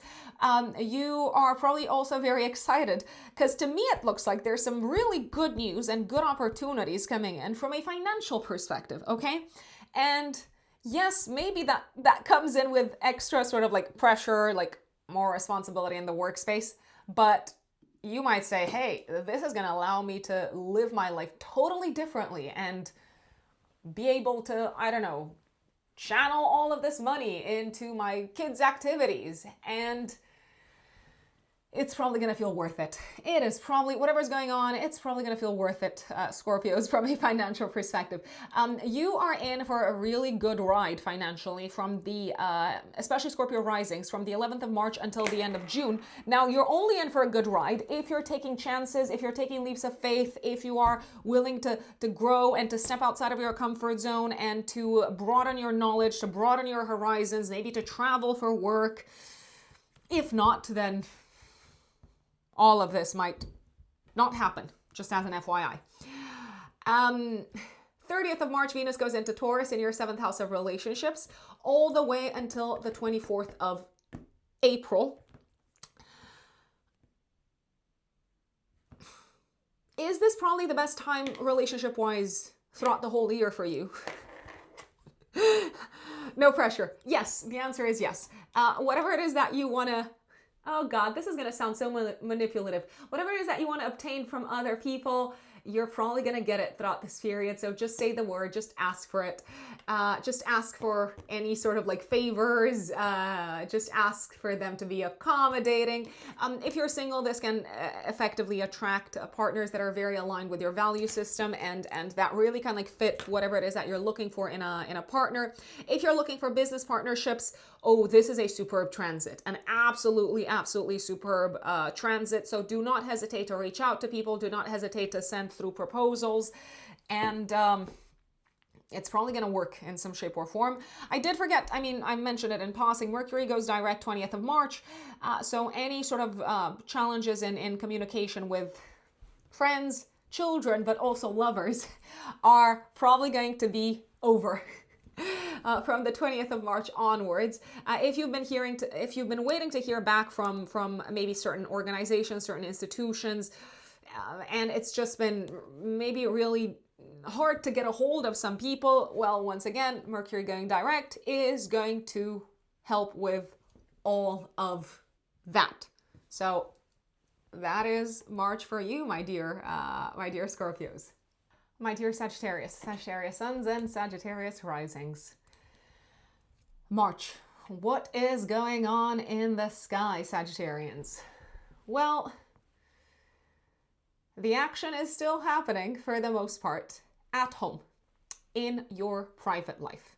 I know, Saturn's gotten out of that sector. Neptune's gotten out of that sector of your chart. But guess who's making an entrance? Whilst Mercury is retrograde, Mars is coming in. And it's saying, hey, let's get things done. Let's get things going. Let's take action. So Mars will enter this part of your chart on the 2nd. and it's going to stay there until the 9th of April, if I'm not mistaken. Let's see if I'm not mistaken. No, I am correct, until the 9th of April. So, first and foremost, a word of advice. There's a higher chance than usual to go into conflicts, to experience arguments and conflicts with parents, with family members in general, especially around the 15th of March, maybe also a day before and day after, when Mercury retrograde will conjunct Mars. So you might say something, or they might say something, a parent might say something, and there can be this kind of like very strong emotional reaction. Maybe someone gets like super, super triggered. I mean, when I see Mercury, Mars, I'm thinking someone's either like raising their tone or even yelling or just being very rough or kind of attack oriented with their words, maybe even a little bit on the rude side, maybe making accusations. Remember, Mercury is retrograde, so there is a higher chance than usual of misunderstandings, of things not landing in the way that they were supposed to land. Is it a good opportunity though, especially around the 15th of March, to talk things through with a family member, maybe to lay out all the cards on the table and to talk through a matter that has caused you frustration and irritation, or maybe you've caused frustration and irritation to someone, Sagittarians? I mean, it can go both ways. It can go both ways. So it's a good time to air things out and to hear them out, and to also have this family member hear you out. But I would recommend infusing a lot of calm and tact and diplomacy and understanding in the interaction, because otherwise it can escalate, and you don't want to hurt anyone's feelings. It's very clear to me that the other person doesn't want to hurt your feelings either. They probably love you, and that's why they're also having this strong reaction. So lots going on at home. There is also a possibility, let's see, that throughout this whole period, there may be things coming to the surface in your home life, in your private life, that you are not aware of, because Mars is also the ruler of your 12th house. So things are making an entrance, they are appearing, they are on your radar right now, but you had no clue. You're like, I did not know that my pipe was broken. Speaking of pipes, Mars in Pisces in your 4th house, Sagittarians, especially Sagittarius risings, can equate to things needing to be fixed or replaced when it comes to like water in the house or something along those lines. Mars can destroy things, aka that is why you might need to replace, I don't know, the kitchen sink. I mean, I hope not, but it's possible. It's possible. So do keep an eye on stuff. Water related kind of incidents, accidents. So you leave the kind of tap running and all of a sudden there's water everywhere in the kitchen. That is very much a possibility, especially around the 15th of March, maybe day before, day after. So just know you have been warned, okay? I feel like you're also very motivated to kind of have fun with family members throughout this period, and it can be a very fun time in many, many ways. Maybe you're reconnecting with maybe parents who you haven't seen in a long time, or maybe your older children. So it can actually be a very enjoyable time, but hey, Mars is still Mars. Just saying.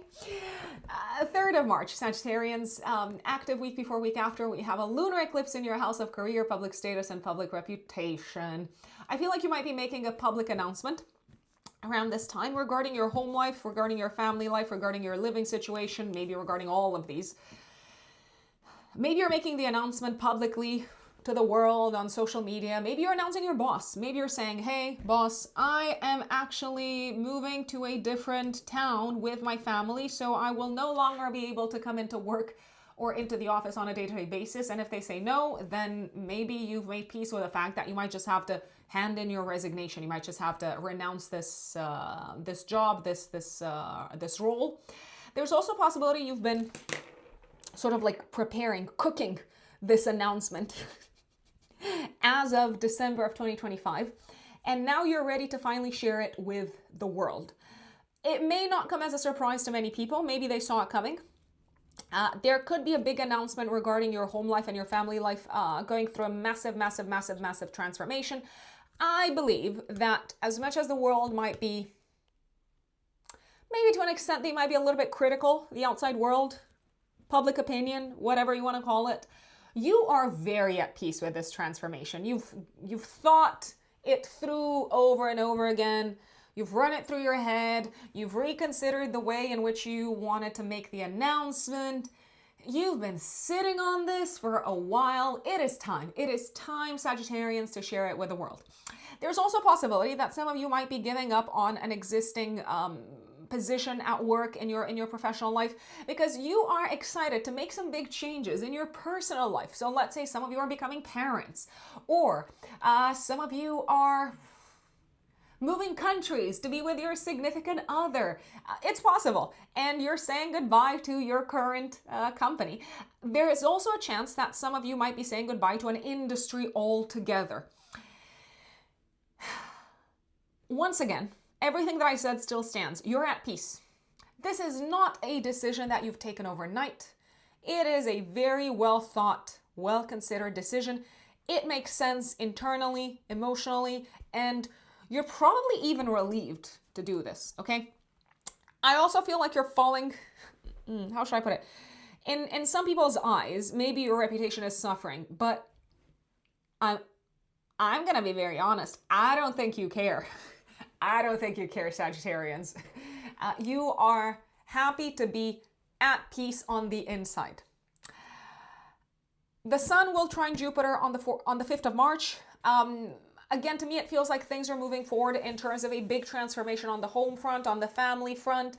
There's also a possibility you might travel to see family members, or family members might travel to see you, or you might plan a big trip together with family members. You might hear back from in-laws, or in-laws might come in to visit you, but things are going very, very smoothly. There's also a sense of kind of clarity and a feeling of confidence when it comes to big leaps of faith that are happening in your personal life. Venus goes into your 5th house 6th of March, all the way until the 30th of March, and then it goes into Taurus, into your 6th house of day-to-day work. So with Venus in Aries, from the 6th of March until the 30th, normally Sagittarians, I would have said, hey, this is a great time to have fun. This is a great time to connect with your friends and to attend parties and social events. And it can be a great time to do all of these. Yes, yes, yes. It can be a great time if you're single to attract romance in your life. It can be a great time to improve relationships with friends, with children,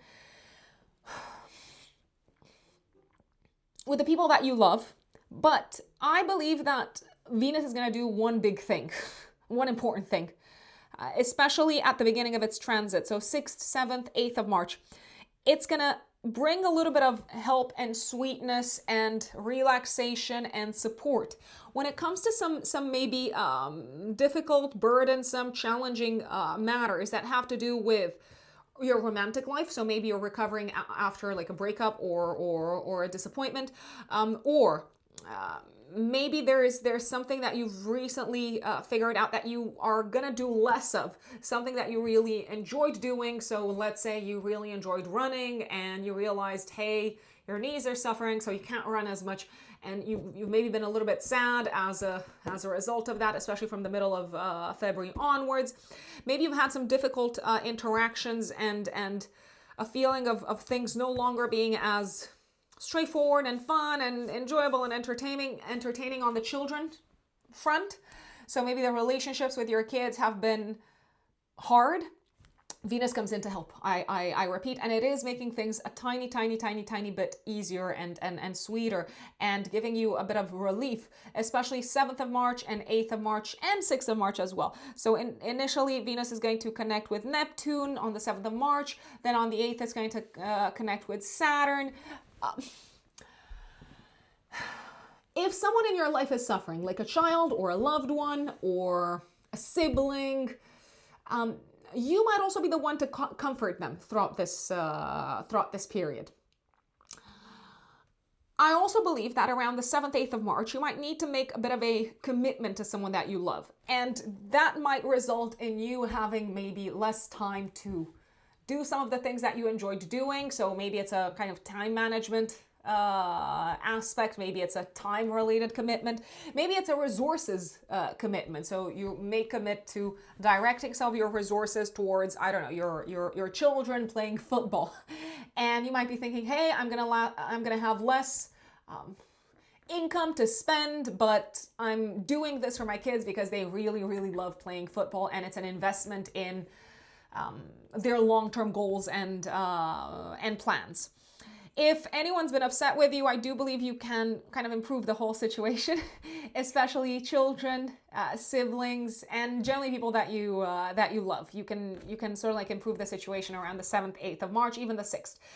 If you're dating anyone new, I would be careful on the 7th because there is a chance of disappointment, disillusionment, or people appearing better than they actually are. You're probably going to see people for who they actually are on the 8th of March, Venus conjunct Saturn. You might actually not necessarily be in a very romantic mood. So if you are going out on a date, I feel like you're probably going to treat it as a, I don't know, as a job interview. You're going to be kind of like questioning the other person and talking about very serious stuff. But hey, maybe it's good to get it out of the way from the get-go. 9th of March, Mercury trines Jupiter, Mercury retrograde trines Jupiter. You might finally hear back maybe from the bank or from someone who owes you money. So you could hear some good news, some delayed good news connected with loans, mortgages, any money that people owe you.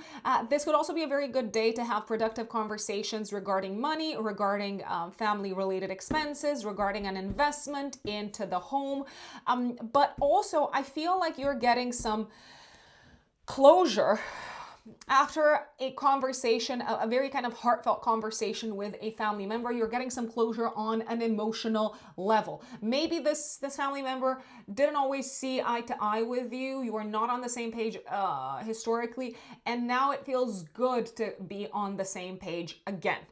Jupiter goes direct 11th of March until the end of June. My dear Sagittarians, you are making changes, big transformations that have actually started in 2025.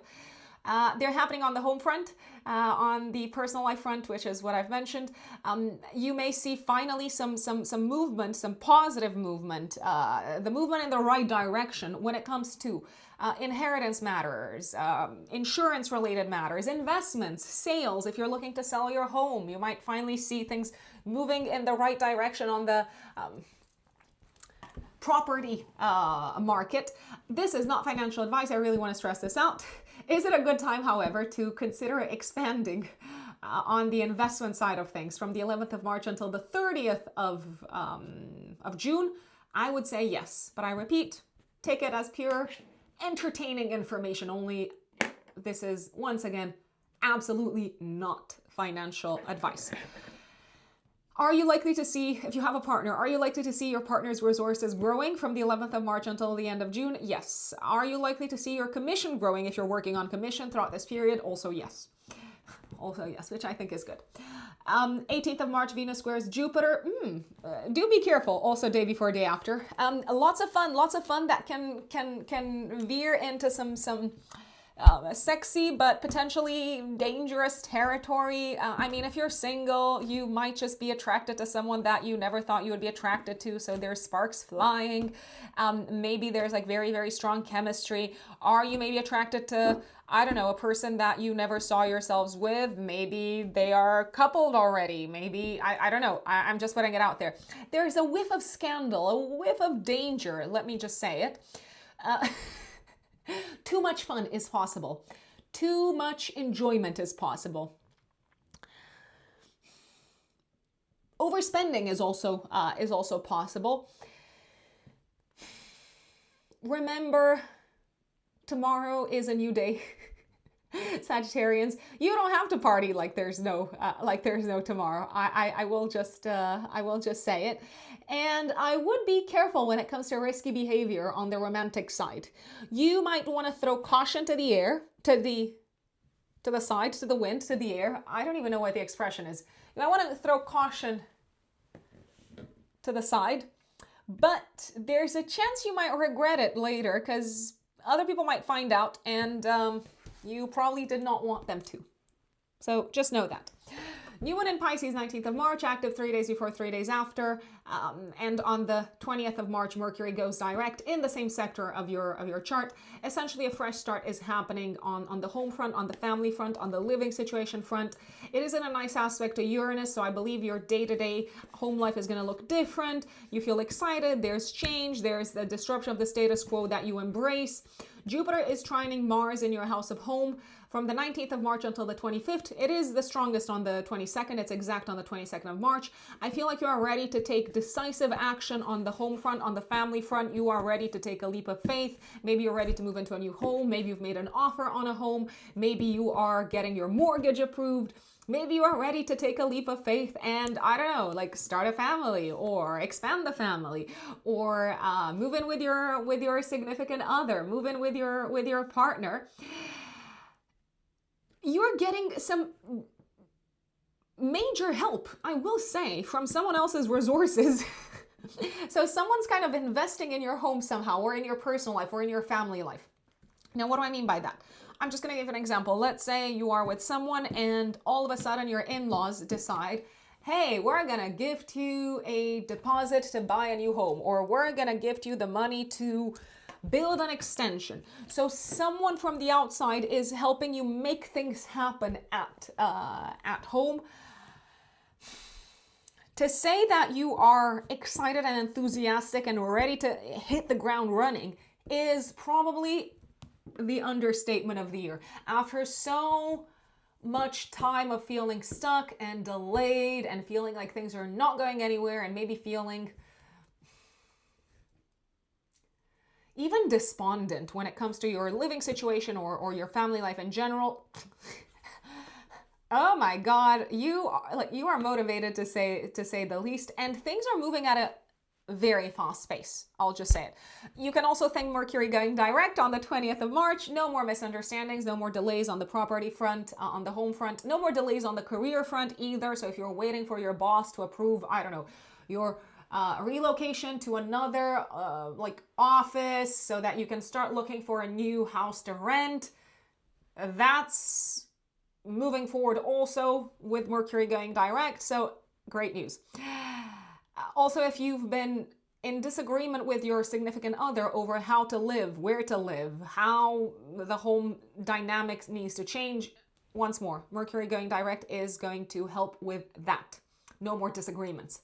Sun goes into Aries 20th of March. It illuminates your creative sector, your fun sector, your entertainment sector, the children's sector. So that's where you're probably going to place a lot of energy.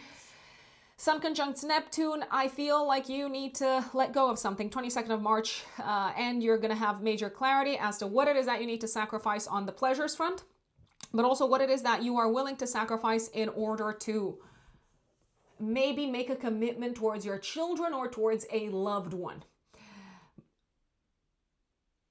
Saturn will also be conjunct the Sun on the 25th of March.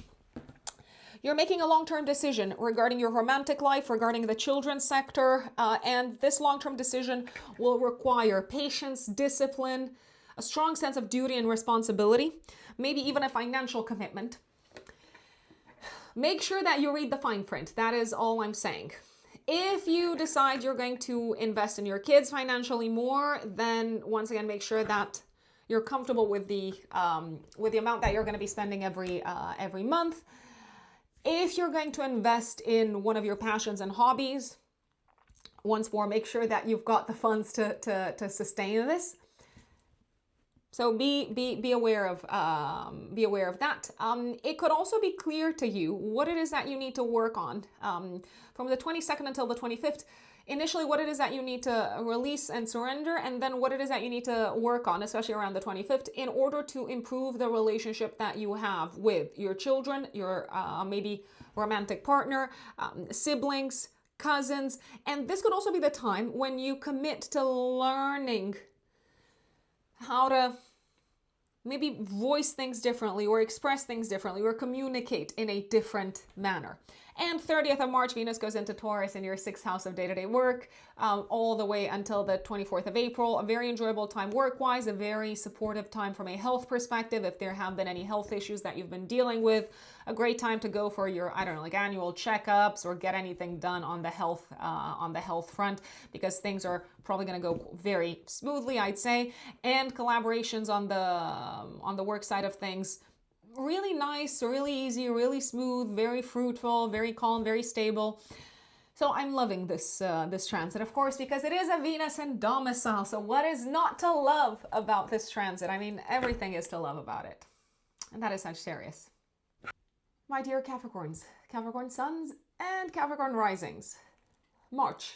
What is going on in the sky, my lovely Capricorns?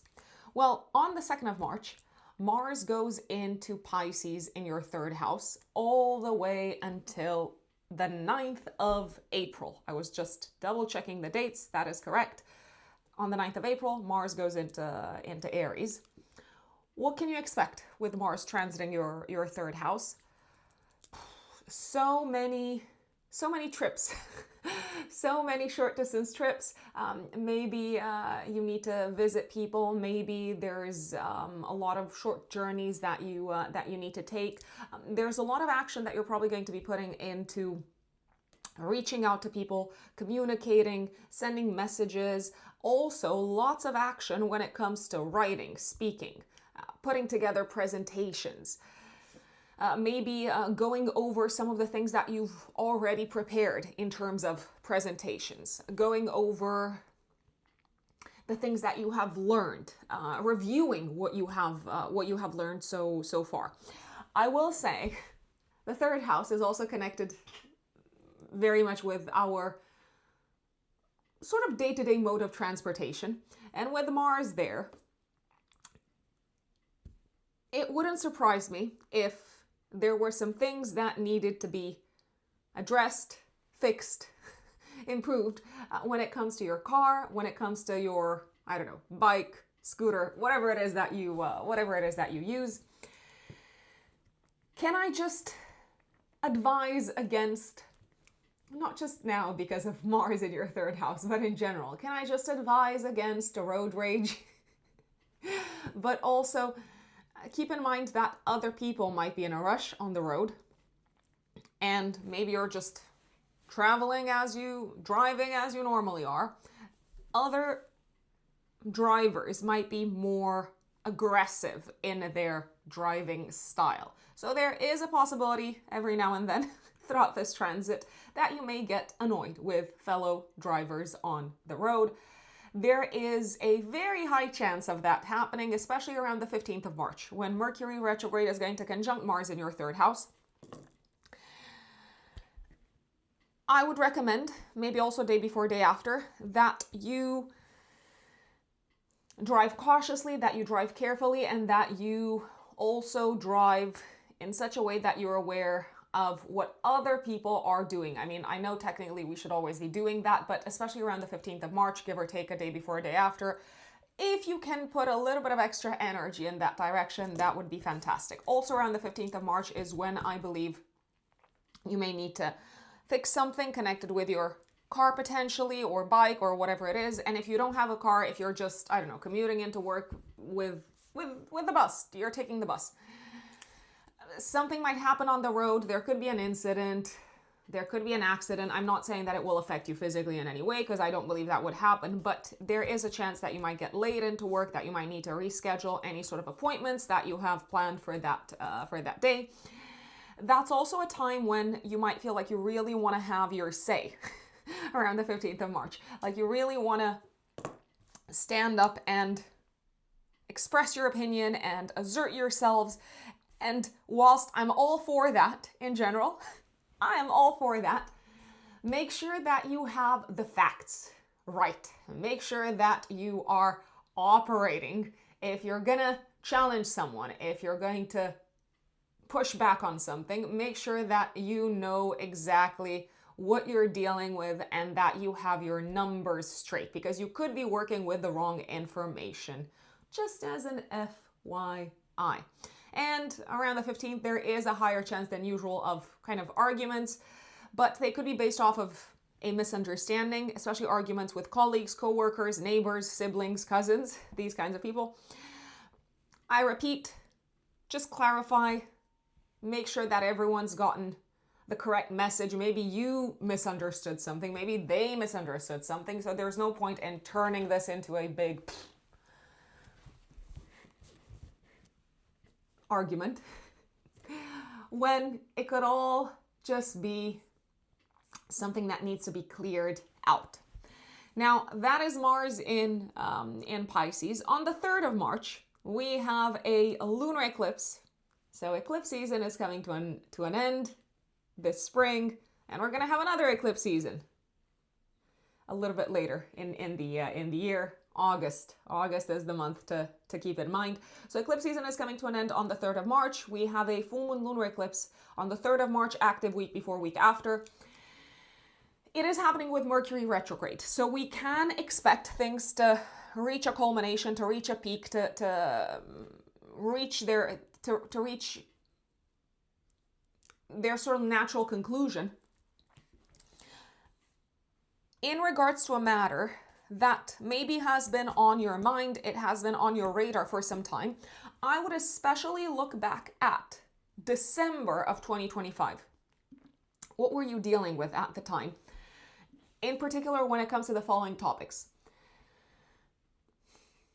I want to say studies, education, any legal matters, travel, in-laws,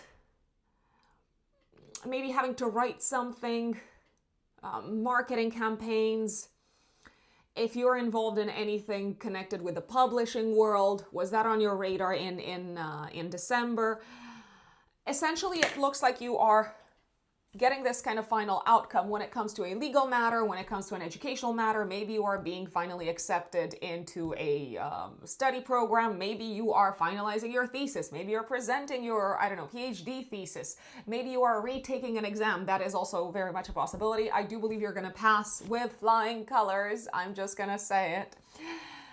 Maybe you've been waiting for an update on your green card, visa, immigration status. You're probably going to hear back from the officers of the state, or whatever it is that they are called. Now, do keep in mind, because of the Mercury retrograde happening at the same time, there might be extra paperwork that you need to submit. You might need to go over some information one more time. But overall, I like this eclipse.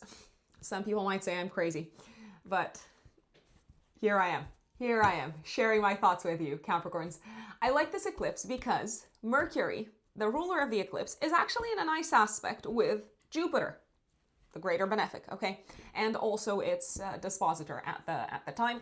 And Mercury is also co-present with Venus. So we've got both benefics plugging into this eclipse. Yes, the ruler of the eclipse is debilitated, Mercury in Pisces. Yeah, maybe we are still a little bit confused. Maybe we don't know how things are going to function in terms of next steps.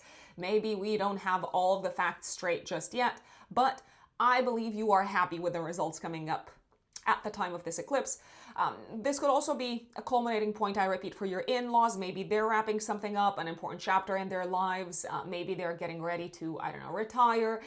This could also be the time when you book an important trip, or when you hear back from someone who is based abroad in regards to a matter that's really important to you. It could be a matter connected with your education, with your academic status, with your academic path, with your work. Also, if you're traveling for work, it's probably going to be a very successful trip. You could be planning to travel for work and maybe booking plane tickets around this time. And on a more symbolic level, this lunar eclipse is making you aware of how much your belief system has evolved, how much it has changed, how much your life philosophy has evolved, especially as of September of 2024. So as of September of 2024, since you started experiencing these eclipses on the 9th house, 3rd house axis, especially Capricorn risings, I'm looking at you, you might have had aha moment after aha moment that all of these were supposed to get you to understand the fact that things cannot be perfect. And if you believe in a philosophy of perfectionism and of striving always for the absolute perfect, the absolute best, the absolute highest of standards, you are probably going to be disappointed. Sometimes most of the times, done is better than perfect. So your beliefs have evolved dramatically as of 2024, and they are continuing to evolve. And you are probably also shedding, once more, some outdated beliefs around the time of this eclipse. 5th of March, Sun trines Jupiter. What a beautiful day. What a beautiful day. There's so many beautiful days in March, even though Mercury is still retrograde. So there's still like an energy of slight confusion, ambiguity, and misunderstanding in the air all the way until the 20th of March when Mercury goes direct. So 5th of March, Sun trines Jupiter, a day for beautiful, really enjoyable conversations. I say beautiful, beautiful in what sense? For the heart, for the soul. So it's a great day, the 5th of March, for a heart-to-heart kind of interaction, a great day for a date, a great day to reach out to people. The Sun is also the ruler of your 8th house. So if you want to open up about something that has been on your mind a lot, that's been giving you a little bit of like stress and anxiety, you can open up, you can bring the topic up, and someone's going to probably give you peace of mind. 6th of March, Venus goes into Aries in your 4th house of home, family, and living situation. And I believe this is good because we have Saturn there and Neptune there, and Saturn is not necessarily the friendliest of energies. So Venus comes in to save the day a tiny little bit, to bring some sweetness, to bring some relief, to bring some pleasure, some enjoyment, to bring a little bit of tact and diplomacy into your home sector. So Venus is going to be in this part of your chart until the 30th of March. Essentially, I believe that this transit can help you improve your relationship with family members. It can help you deal better with more help, more support from others, with some challenges or problems that might have come up on the home front, on the family front, on the property front as of mid-February. And if you want to beautify the home, this is a fantastic transit. If you want to welcome people into your home, this is also a fantastic transit. If you want to host people, Venus is also the ruler of your 5th house, so you can have fun at home. My dear Capricorn. So if you're thinking of hosting a party, it's a great time to do that from the 6th of March until the 30th of March. I mean, speaking of parties, I would, however, avoid the 8th of March when Venus conjunct Saturn, because it might not be much of a party. It might feel more like people are coming out of obligation. And let's see, what other day would I avoid? Would I avoid any other day? Yeah, let me just double check when Venus is going to be conjunct. No, that's probably it. That is probably it. The 8th of March, maybe also the 7th of March, because Venus is close to Neptune, and it's perfecting its conjunction to Saturn. So yes, maybe host a party, welcome people into your home from the 9th of March onwards, if you will, Capricorns. Venus goes into Taurus, into your 5th house on the 30th of March. I do apologize. Give me 1 second. So that will happen from the 30th of March all the way until the 24th of April. I know most of this transit is happening in April, but boy, is it a lovely transit, a beautiful transit. It's probably the most enjoyable, fun, pleasant, relaxing transit of the year for you. Is that a big statement? I mean, I'm just going to stick to what I said. It might be one of the most enjoyable transits of the year for you, my dear Capricorns, and it's a great time for love. It's a great time for doing the things that make you happy, for creative endeavors, for spending time with loved ones, for spending time with children, for improving your romantic life, for creative self-expression, for going on a spa break. So do take advantage of Venus transiting Taurus, 30th of March until the 24th of April. I repeat. Now I'm going to go back in time. 7th of March, we have a Mercury cazimi in your 3rd house. This is a day of important conversations and of clarity. So schedule important conversations, maybe with people that you've already talked to in the past, especially people that you work with. If things have been up in the air, if things have been unclear, if you've been waiting for news that's been delayed connected with work, you are probably gonna hear good news around this time. Also, this is a good day for an exam out of the entire kind of Mercury retrograde period. I do like the 7th of March, and also great day for a presentation. Venus conjuncts Neptune on the same day. I feel like you might be giving something away from the house, maybe donating something, maybe also helping someone selflessly. It could be a family member and they need your support and you're going to step in. 8th of March, Venus conjunct Saturn. Duty and relationships merged into one. Maybe you're going to make a commitment to someone to support them in the long term. I feel like you're going to take responsibility on behalf of someone. I also believe maybe there's something going on in the life of a family member. It could be a parent, it could be a child mostly, and they need you. But I also believe that if you've been going through a tougher time in your private life, a family member is most likely going to step in. It could also be a loved one. It could be a romantic partner as well. I mean, it doesn't matter whether you're married or not. They could also step in and help you with that issue. So don't hesitate to reach out to people. You don't have to do everything yourselves. I know, Capricorns, that you're very self-sufficient, but this time you might be able to benefit from someone helping you with a concrete matter. If you need a real estate agent, if you need someone to help you sell the house, if you need someone to help you clear out the house, if you need practical help, I believe practical help is coming. You just have to say the word and accept it, basically. 9th of March, Mercury trines Jupiter. Oh, what a day, what a day, what a day. Please, please, please talk to people. Please reach out to important people in your life. Reach out to a partner, to a business partner, to a romantic partner. Say what you have to say. Open up about what's been on your mind. Maybe reopen a conversation that has been historically difficult to have. I wouldn't be surprised if people from the past reached out to you, or if you reached out to people from the past. It is a great day to do that. They could be people who maybe you want to work with, people who can help you in practical ways. They could be people who have historically helped you maybe with your health or with your education. Maybe you have some wise words for someone who's dealing with a matter connected with health or education. I will also say, whenever I see the 7th house activated, I'm like, something's going on. Something's going on the partnership front. So if you are already in a relationship, I feel like this is a great day to kind of chat about some sticky topics. And you're probably going to be in agreement. If you're not in a relationship, it could be a good time to maybe go out on a date, maybe with someone that you know, or maybe with someone that you said you would go out on a date for a long time, but you just never had the time because, hey, you're a Capricorn. You are probably very, very, very busy, my dears. So that is the 11th of March. Fantastic. Jupiter goes direct all the way. Jupiter in Cancer goes direct in your 7th house until the end of June. So the partnership sector, not just romantically, business-wise, maybe studies-wise, education-wise, professionally, is growing and expanding. People are coming into your life that are opening doors for you. They're bringing in opportunities. You've got things to learn from them. They've got things to learn from you. And if there have been any delays in the past few months when it comes to teaming up with someone,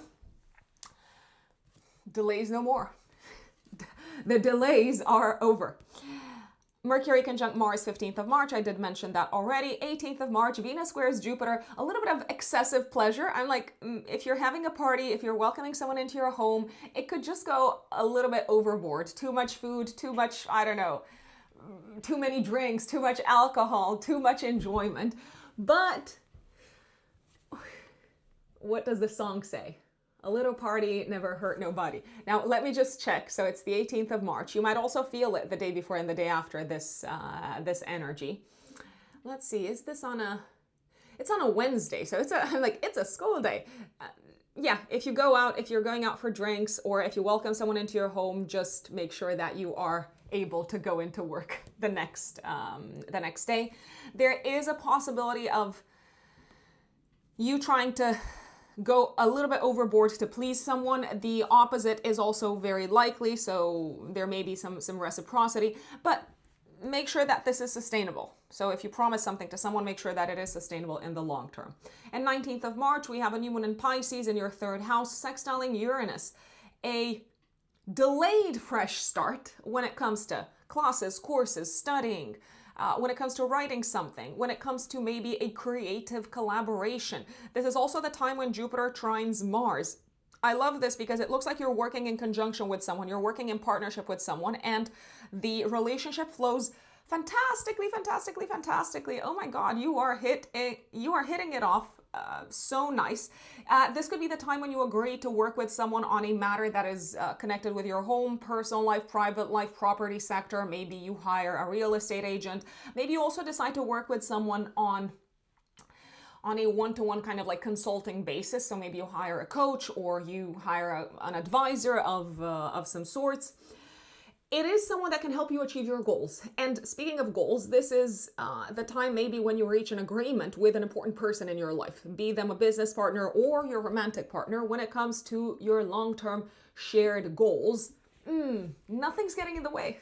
Maybe previously you had some doubts as to whether things are going to be doable. No more. No more. Things are kind of moving full speed ahead. And the sun goes into Aries in your fourth house of home, family, and private life on the 20th of March. So for the next month, this sector is going to be very strongly illuminated, lots of focus on your personal life. And Mercury finally goes direct. No more miscommunications, no more delays, no more false starts. Sun conjuncts Neptune on the 22nd of March, and at the same time, we also have Mars trining Jupiter in the sky. This is actually the exact date of Mars trining Jupiter, the 22nd of March. Let me just double check that. You can't be too sure during a Mercury retrograde. So let's see. 22nd of March. Yes, that is correct. That is absolutely correct. So also the day before and the day after, you're probably going to feel and even from the 19th, you're probably going to feel the Mars Jupiter trine. Sun conjunct Neptune. So this is a day of clarity in terms of what it is that you need to let go of, what it is that you need to surrender, what it is that you need to release from the home. And maybe this is also a time when you decide to make a sacrifice for a family member. Maybe you're doing this with a lot of love in your heart, but it does feel like a sacrifice nevertheless. It could be that this is also a day when it's super, super clear to you how someone in the home has been hurt or suffering, or how they've been experiencing a lot of pain. And I think it's a good time to talk about that. They could be in the mood to open up to you.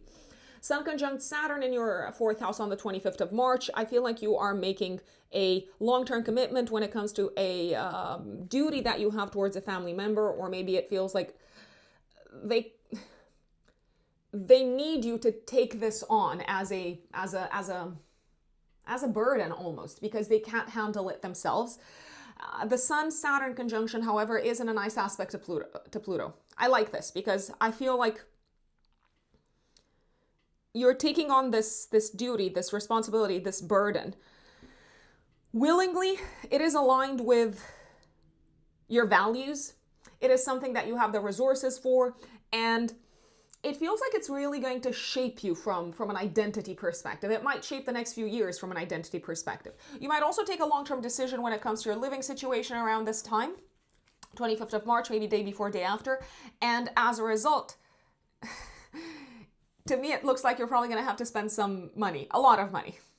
So maybe you decide, okay, we're going to build an extension for the home. Is that going to cost? Yes, absolutely. And Capricorns, that is March for you. My dear Aquarius, Aquarius suns and Aquarius risings. What is going on in March, my lovely Aquarians? Well, can I just say this? A lot of money is probably going to be spent, but a lot of money can also be made in March. So loads is happening on the financial front. It's a good month to look at expenses, to revisit budgets, to set financial goals, to look at debt, to clear off debt, which I believe is great. So let me just dive right in. 2nd of March, Mars goes into Pisces in your 2nd house of income. So you're going to be very motivated until the 9th of April to make a lot of money. But hey, Mars is also really quick to get rid of it. Like I said, I believe there may be quite a few expenses coming in, especially connected with, let's see, Mars rules your 10th house, connected with your career, status, reputation, maybe personal branding. Maybe you're going to do, I don't know, like a website update this month, or update your portfolio, or do a photo shoot. In any case, it looks like you are spending money for your status and your reputation, for the sake of your status and reputation, and it is probably money well spent. I'm just going to say it. You might also spend quite a bit of money on,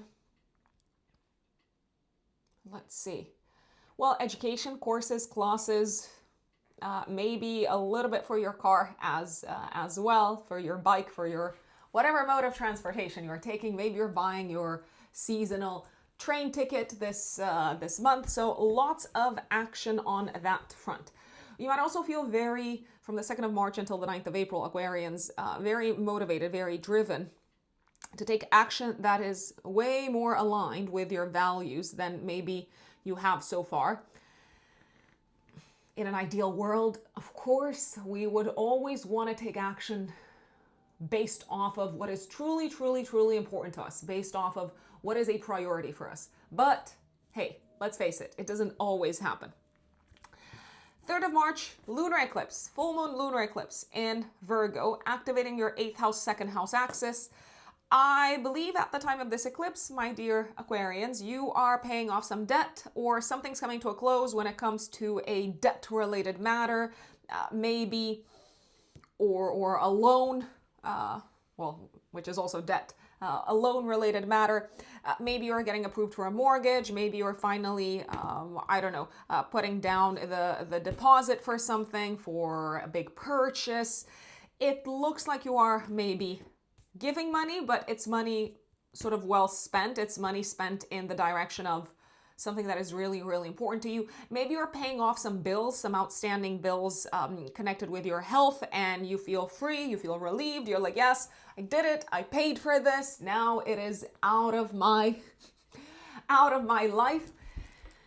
Mercury is going to be in a harmonious aspect with Jupiter, which is also the ruler of your 11th house. So I feel like you are clearing off some outstanding maybe debt, or maybe you're even paying off your taxes or something, which is also great. And you feel excited about the future because you can now plan for the future in terms of where your money is going to be going, how you can reallocate resources, and so on. I also have even better news than that for you, my dear Aquarians. A crisis is coming to an end. It could be a crisis, a financial crisis. It could be a crisis connected with your job, with an employee, with a colleague, with a client, with your health. So a health-related crisis might come to an end. You feel, once again, a strong sense of relief. And I believe that you now have the ability and the freedom to reorganize your life so that you are never again in this type of crisis moving forward. That's basically what I'm seeing. Can I also say, if there's anything very sensitive that you needed to discuss with someone, it could be with a colleague, it could be with, I don't know, your coworker, it could be with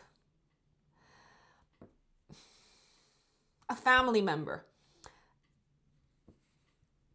You can put the issue to bed around the time of this eclipse. By the way, the eclipse is active also week before, week after, so do keep an eye out on the last week of February as well, and overall the first week of March. 5th of March, Sun trines Jupiter. More good news. More good news on what front? Things are finally moving forward in a direction that you're happy with. On the work front, on the financial front, on the health front. This could be a day, once again, when you make a significant payment, something that gets you closer to your goals from a health perspective, something that gets you closer to your goals maybe from a collaborations perspective, especially on the professional side. So maybe you feel like you're one step closer to signing a big client. I also believe you're taking some sort of inspired steps, let's call them. You're taking some inspired action on the work front, and you're probably very happy with how things turn out, Aquarians, hence the term inspiration. Venus goes into Aries 6th of March, and it's going to stay there until the 30th of March. I think you could really benefit from some Venusian energy in your third house. Why do I say that? Because Saturn has been there together with Neptune as of mid-February, and things might not have necessarily been easy. So maybe there's been some challenges, some difficulties when it comes to communication, when it comes to education, when it comes to neighbors, when it comes to siblings, when it comes to cousins, when it comes to writing something, when it comes to an exam. There may have been some issues as of mid-February. Venus is here to help. Who is helping you? Maybe a guide, a mentor, a teacher, maybe someone who understands the legal intricacies a lot more than you do. So do not hesitate to ask for help. It could also feel like things are flowing a lot smoother on these fronts as Venus makes its way into this part of your chart, all the way until the 30th of March.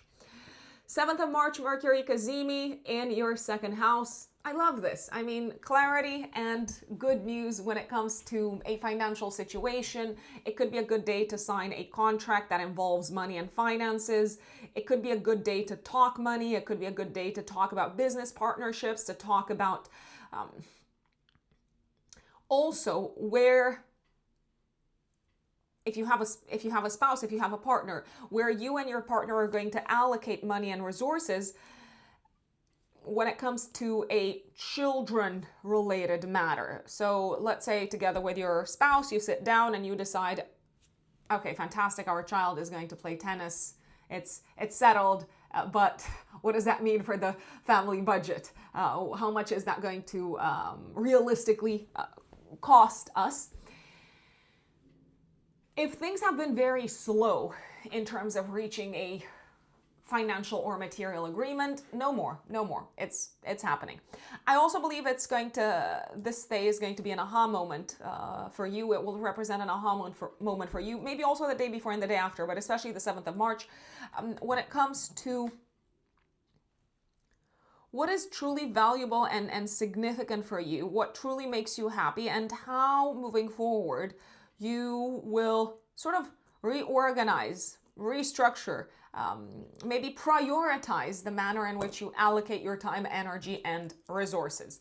Venus will conjunct Neptune on this day also on the 7th of March. It is a very good day to write creatively, to read maybe.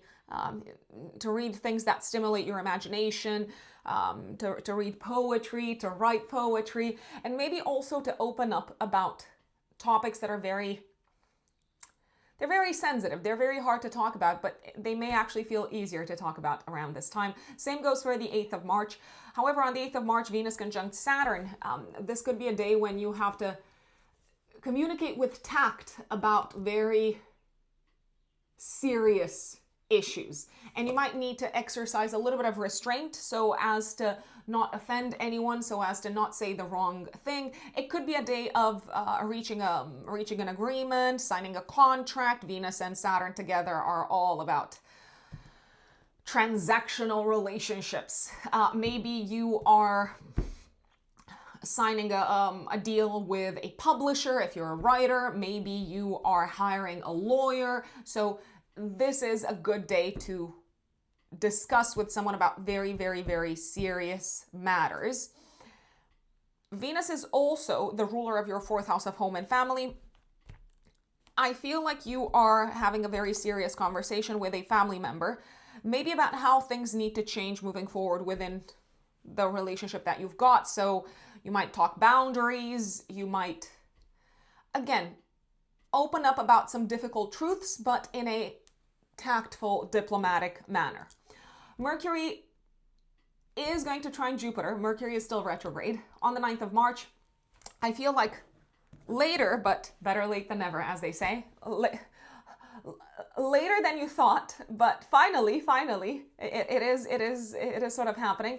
An issue at work is getting resolved. If you were waiting to hear news regarding a new project, a new job, regarding some sort of growth opportunity in the workspace, you are finally hearing good news. If you were waiting to hear news about maybe getting a raise, I gotta say, pretty much from the 3rd until the 10th of March, that can very, very well happen. 11th of March, Jupiter goes direct in Cancer in your 6th house of health and day-to-day work. So if you've been experiencing any frustrations or delays when it comes to work being slow, or when it comes to things not taking off as quickly as you thought they would take off, no more with Jupiter in direct all the way until the end of June. 15th of March, Mercury retrograde conjuncts Mars. This is also active day before, day after. I mean, overall, this conjunction is in a nice aspect to Jupiter, but still, we have a Mercury-Mars conjunction. So what does that mean? You might be very quick to say things that are hurtful. You might be very quick to feel offended. You might be very quick to say something that can potentially offend someone else, even if it's coming from a good place. My recommendation would be to be a tiny little bit more reserved with your words, because I repeat, they may not necessarily land in the best way possible. There is a possibility of a misunderstanding connected with money, connected maybe with I don't know, like a bill, a receipt or something, and you might be super quick to flag that. I would recommend being extra attentive when it comes to anything that you are being charged for, because you might be charged the wrong amount. For example. But you're probably going to be quick to notice. So alas, Mercury is also the ruler of your 5th house. I feel like you could have a very heated debate, a very heated conversation, maybe with a child or with a loved one. It could be a romantic partner in general, around different values that you've got. It could possibly escalate into an argument, but it doesn't have to. It doesn't have to, as long as you keep an eye on the bigger picture. 18th of March, Venus squares Jupiter. I mean, overall, this is a lovely energy. I'm not going to lie. But it could be that you are trying to say exactly what someone wants to hear, especially when it comes to work, work-related matters. Maybe you're saying the exact things that a client wants to hear, okay? Maybe you're also saying the exact same things that a friend wants to hear, but you don't actually believe them, okay? So you are maybe quick to try to please them and to be accommodating, but will that create extra work for you? And do you actually want to do that extra work? I don't know. I don't think so. You're not normally the people pleaser, Aquarius. I will say this, but around this day, you might feel 18th of March, maybe day before, day after, you might feel like you are trying to be the people pleaser, and ask yourselves, why?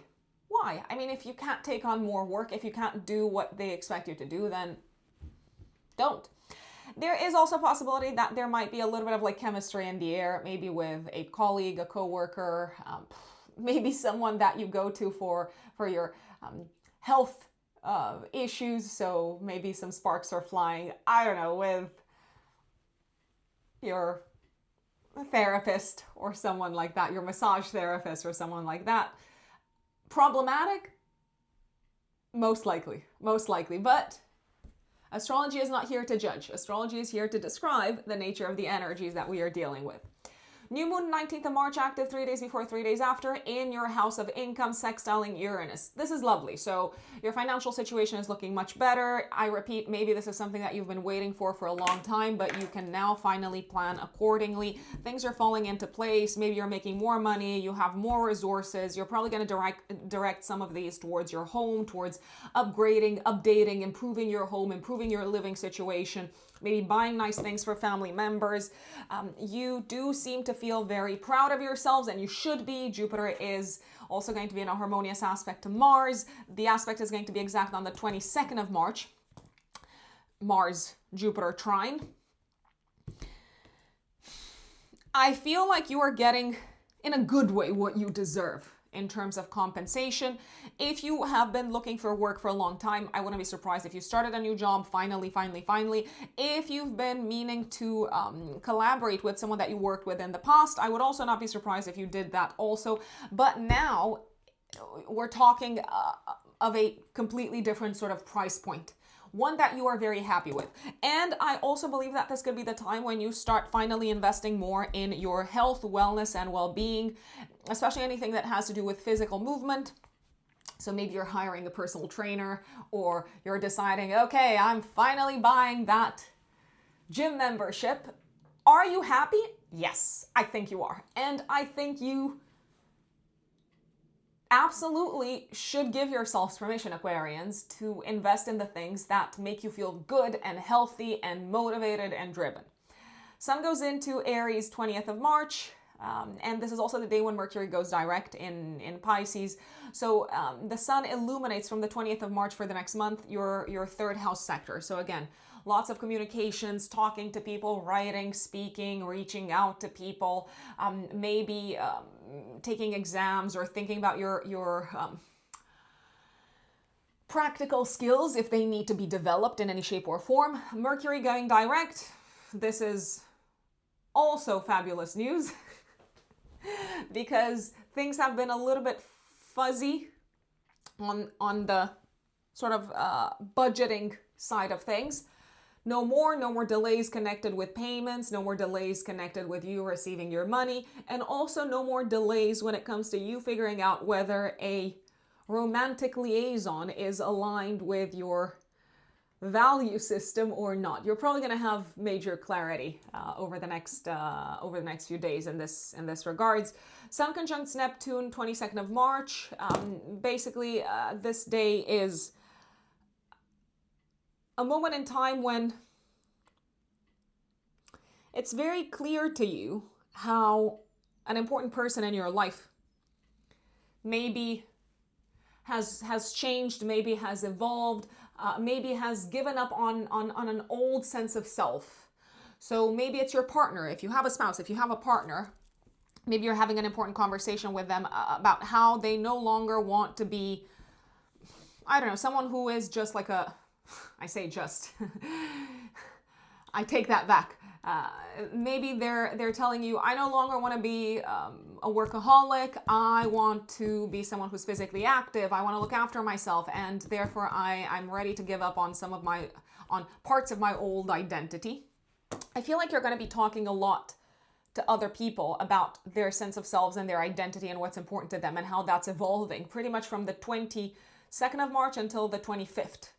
On the 25th is when the Sun conjuncts Saturn in your third house. This could be a time when you're talking about your duties and responsibilities, as well as the other person's duties and responsibilities. So your duties and responsibilities towards someone, and they are also acknowledging, hey, this is what you're doing for me. This is what I'm going to be doing for you. So 25th of March, day before, day after, could actually be a great day to sign contracts, to reach an agreement on the professional side of things. It is a very serious thing. It's a long-term thing. It requires a long-term commitment. It requires the defining of very, very clear parameters in terms of how this is going to function. And I think it is important to have the conversation about anything or everything that could go wrong at the beginning, any potential difficulties at the beginning, so that you do not bump into them further down the line. I did want to mention though, 22nd of March, day before, day after, and is when Mars is trining Jupiter. If you feel like taking the lead, if you feel like taking the initiative when it comes to reaching out to someone who's been a little bit slow in responding to you, I would say go for it, do it, because maybe they've been waiting on you to do this all along.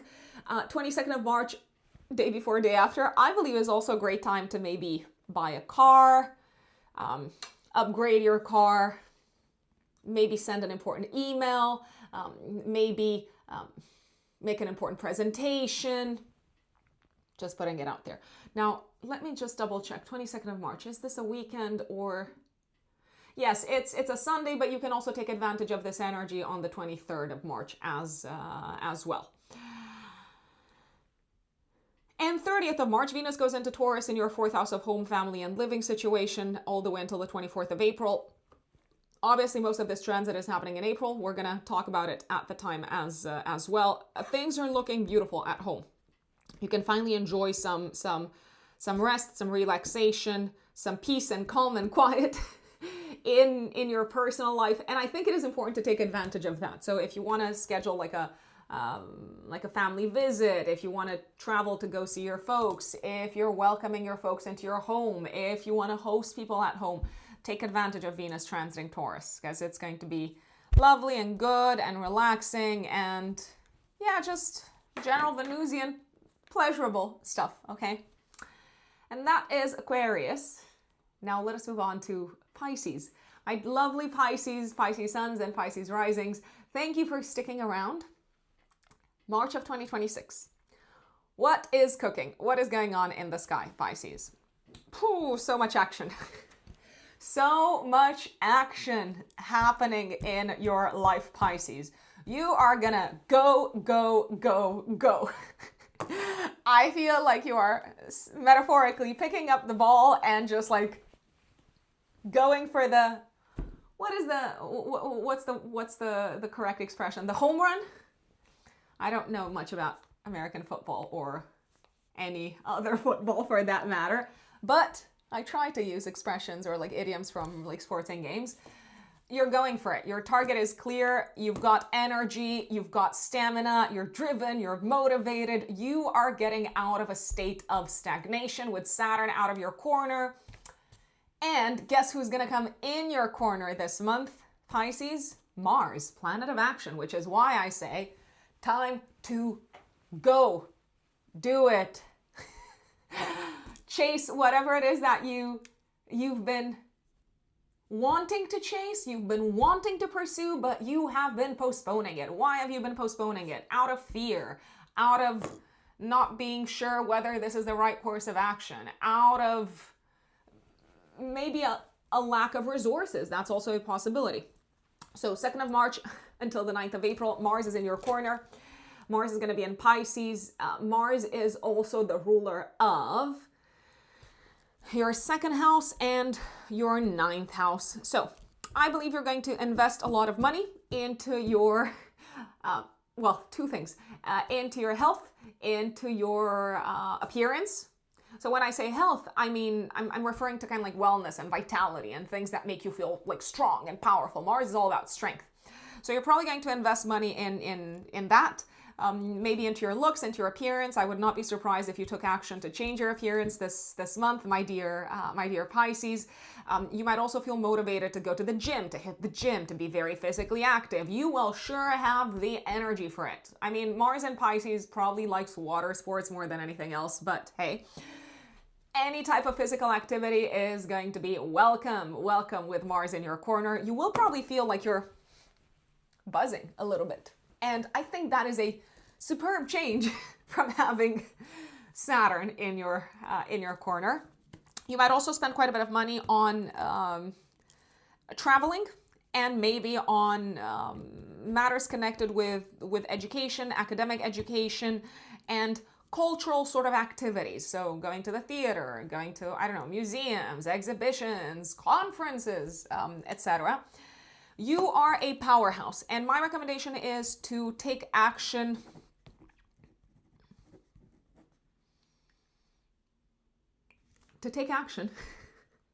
without necessarily waiting on other people. I know that sounds like a weird thing to say, but sometimes you just have to focus, you just have to do you, okay? My dear Pisces. Mercury is still going to be retrograde. Mercury is the ruler of your 7th house of relationships, interactions with others. Mercury is still going to be retrograde until the 20th of March. So maybe other people are not yet sure. What do they want? Where do they want to go? What is it that they want to do next? So it's going to be up to you to be the one that makes the decisions. The good news is that Mars is very good at making decisions. Speaking of decisions, though, there may be a little bit of an argument Maybe you think one thing, an important person in your life, such as a partner, a life partner, a business partner, has a totally different opinion, especially around the 15th of March, give or take a day before, a day after. Sit down, talk it through. Do not take offense. Do not feel insulted if they say something that doesn't land the way that you wanted it to land. Maybe they use a word that is very triggering to you. Maybe they trigger you in general with their style and approach and their way of communicating. But I don't believe they're doing that out of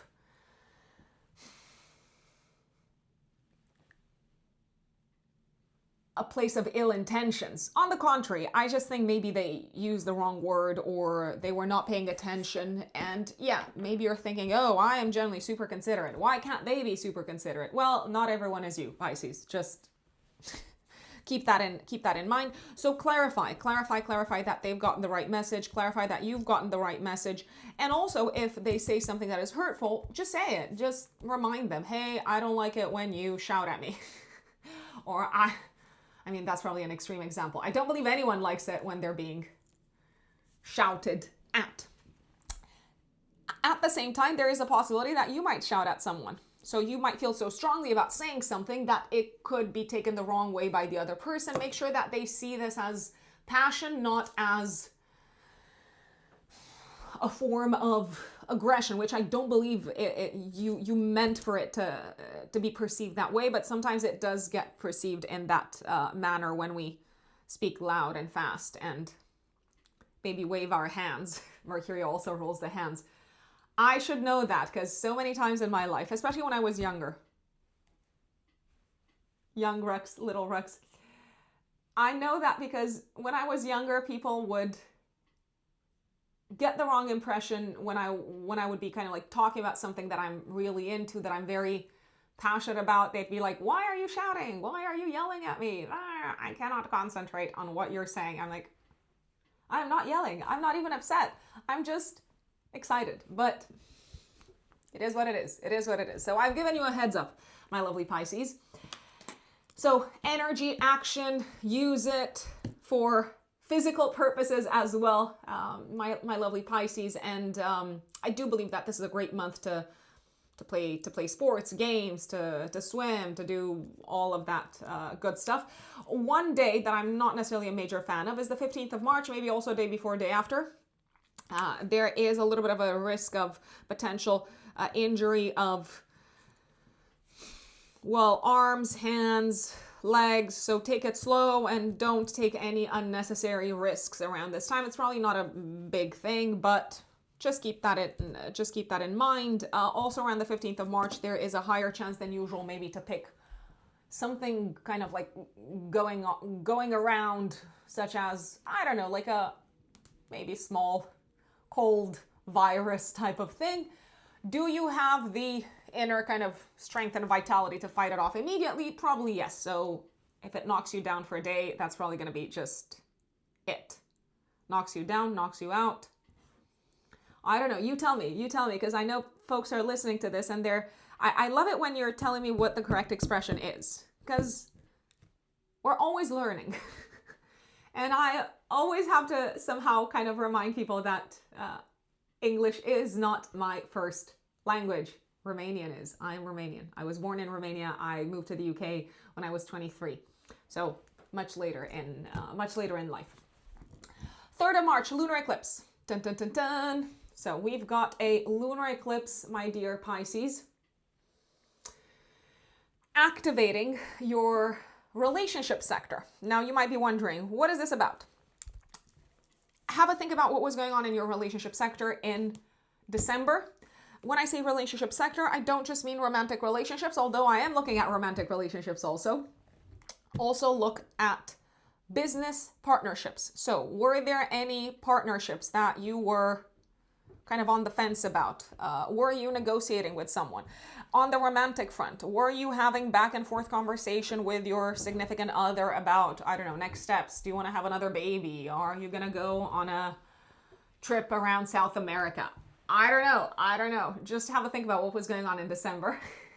because it looks like it is reaching a culminating point. A decision is being made. A final outcome is materializing around this time. There is a possibility that some Pisces ascendants might take a relationship to the next level, such as decide, I repeat, to have another baby or move countries, relocate, or whatnot.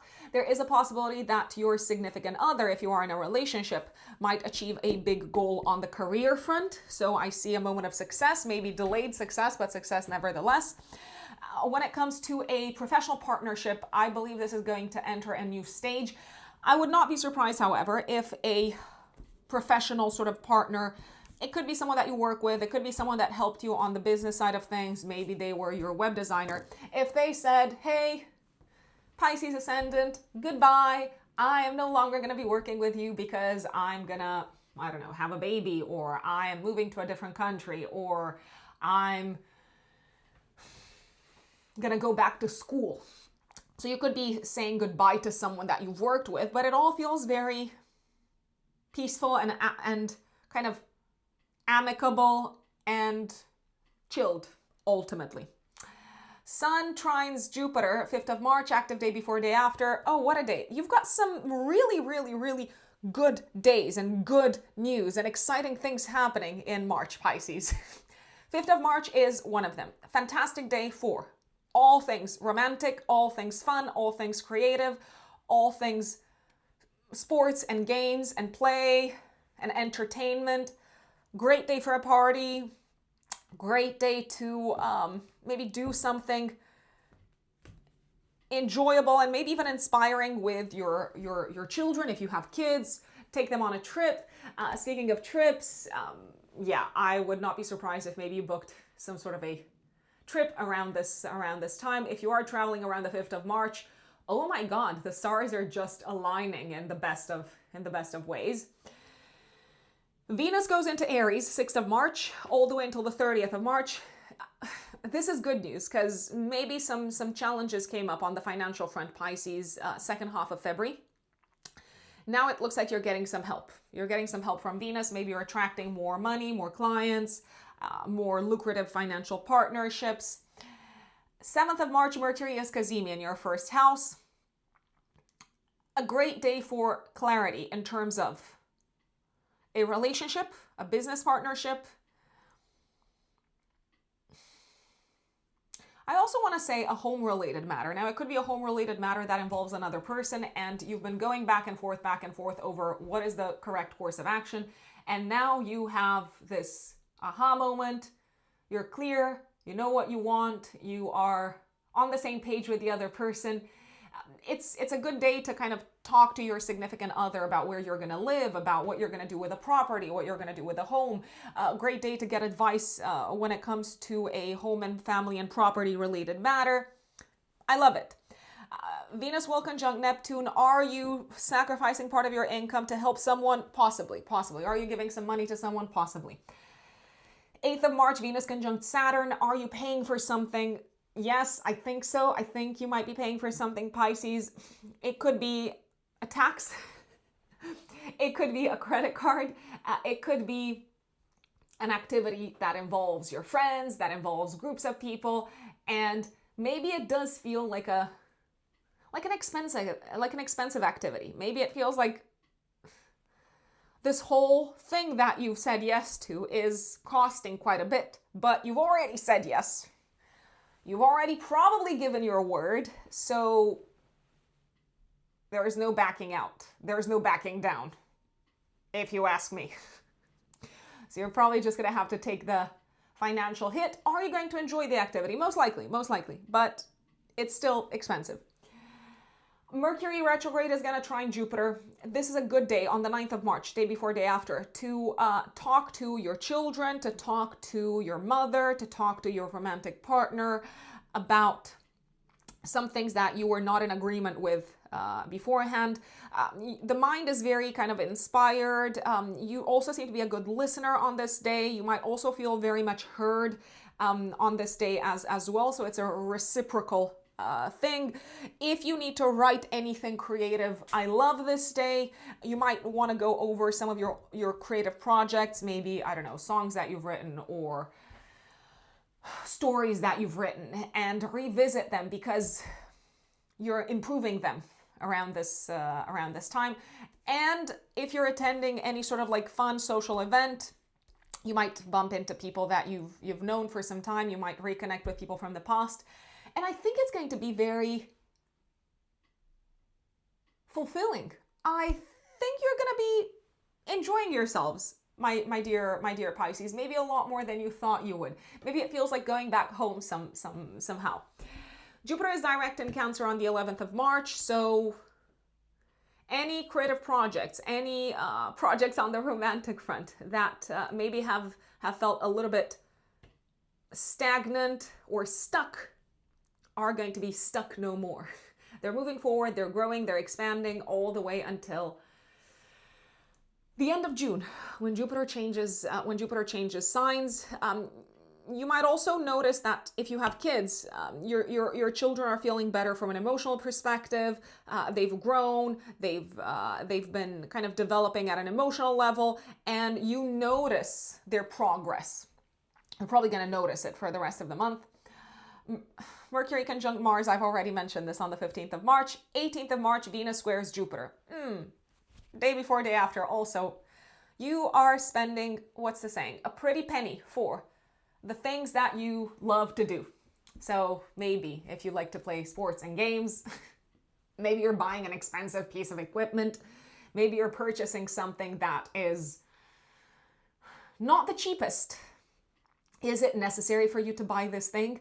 I don't think so. I think it's a luxury. I think it's a nice to have. But who am I to tell you what to spend your money on? I also believe you're being very generous with someone that you love.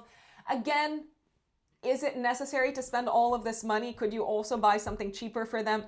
You could, but are you cheap? No, generally not. Pisces are very generous. And Pisces ascendants as well. I mean, obviously it depends on where your Jupiter is placed, but at this point in time with Jupiter being exalted in Cancer, you might be feeling super generous and you might be kind of like quick to spend and quick to give and quick to share. And hey, maybe that's what life is all about. But is your budget going to take a bit of a hit? And should you be maybe thinking about saving and budgeting a little bit better over the next couple of years? Yes, because you've got Saturn in your house of income. So just putting things into perspective. New Moon in Pisces, 19th of March, sextiling Uranus. You are going full speed ahead, my dear Pisces. You're going for the win. You are reinventing yourselves. You're going after what you want. You are feeling re-energized. You are feeling hopeful. You are feeling revitalized, and you are showing up in the world in new ways. I believe you are embarking on a new life journey in some shape or form. It could have something to do with your passions, your hobbies, sports and games, your romantic life. It could have something to do with children. Some of you might be announcing to the world, hey, I am pregnant. And the world's like, oh, you've been keeping that from us. But alas, here you are sharing the good news with the world. You're going through an identity reset that's been a long time in the making, and it feels so freeing and so liberating to finally just go for it. Just go for it. You are not lacking courage. You are not lacking inspiration. And dare I say, the greater benefic, good fortune is also on your side with Jupiter being in Cancer. So to me, it's a no-brainer. Whatever you want to do next, go ahead, do it. This is a big new beginning for you on a personal level, Pisces. Sun goes into Aries 20th of March, and for the next month, your focus is very much probably going to be on money. I'm just going to say it. And you might also spend quite a bit of money on health-related matters, which is something that I have already mentioned. I also believe that you can attract more money because the Sun is bringing life force and vitality. You can attract more money, more sources of income into your life over the next month. Mercury goes direct 20th of March. No more challenges in communication with family members, partners, and no more confusion in terms of what you want, and no more feeling misunderstood. Also, Sun conjuncts Neptune 22nd of March. Again, are you how are you going to play this, my dear Pisces? I think you can play this in like a couple of ways. Are you maybe going to sacrifice an existing source of income in order to go for something bigger? Something that is more aligned with your ideals? Possibly. Are you dreaming big when it comes to money and finances? Yes. Are you feeling much more courageous and much more confident in what you're bringing to the table in the workspace? Also yes. But do be careful, because Neptune can also bring an element of illusion and delusion. So do not be delusional about what you're capable of actually doing, especially in the workplace. There's only one of you, and there's so much time in the day, and there's only so much that you can bring to the table. Is this also a good day to maybe 22nd of March, day before, day after, to pay for something for someone else, to be generous with your resources? Yes, I will say so. Even if you do some charity, I'd say that this is a good day to do that. Mars is going to be exactly trining Jupiter 22nd of March, active day before, day after. I feel like you're this crusader on a mission, and this is fabulous. This is fabulous energy for all things romantic, all things creative, all things career driven, all things entrepreneurial, all things travel related. If you're looking to kick off a new thing, a new project professionally, or I want to say romantically, I feel like I said this many times during this forecast to you Pisces. Just do it. Just do it. Just go. This is it. This is your time. Use the momentum. 25th of March, active day before, day after, Sun conjunct Saturn. You are probably going to be very aware of your financial limitations, and you're probably making a long-term commitment to someone from a financial perspective. You're maybe setting some long-term goals financially. You're very aware of how you need to organize, reorganize, set limits to your budget, to your expenses, and you might also be very clear on what it is that you need to do to grow in order to rise up to the occasion that has been presented to you maybe from a professional perspective. What it is that you still need to work on. What skills do you still need to develop? Maybe they're leadership skills, management skills, decision-making skills. You're seeing that very, very clearly around this time. And 30th of March, Venus goes into Taurus, third house, all the way until the end, last week of April, actually. Communication is going to be very enjoyable. Interactions with others, very smooth, very easy. You're going to have a way with words. It's going to be very easy for you to present things, to talk about anything and everything. You are going to be a persuasion machine. And relationships with cousins, siblings, neighbors, colleagues are going to go really nicely and smoothly. For those of you who are looking to buy a car or to upgrade your car, to improve it in some shape or form, I don't know, repaint it or anything like that, 30th of March until the end of April, last week of April, 24th of April, is the time to do so. That is Pisces. Folks, I want to thank you once again for tuning in for your monthly horoscope.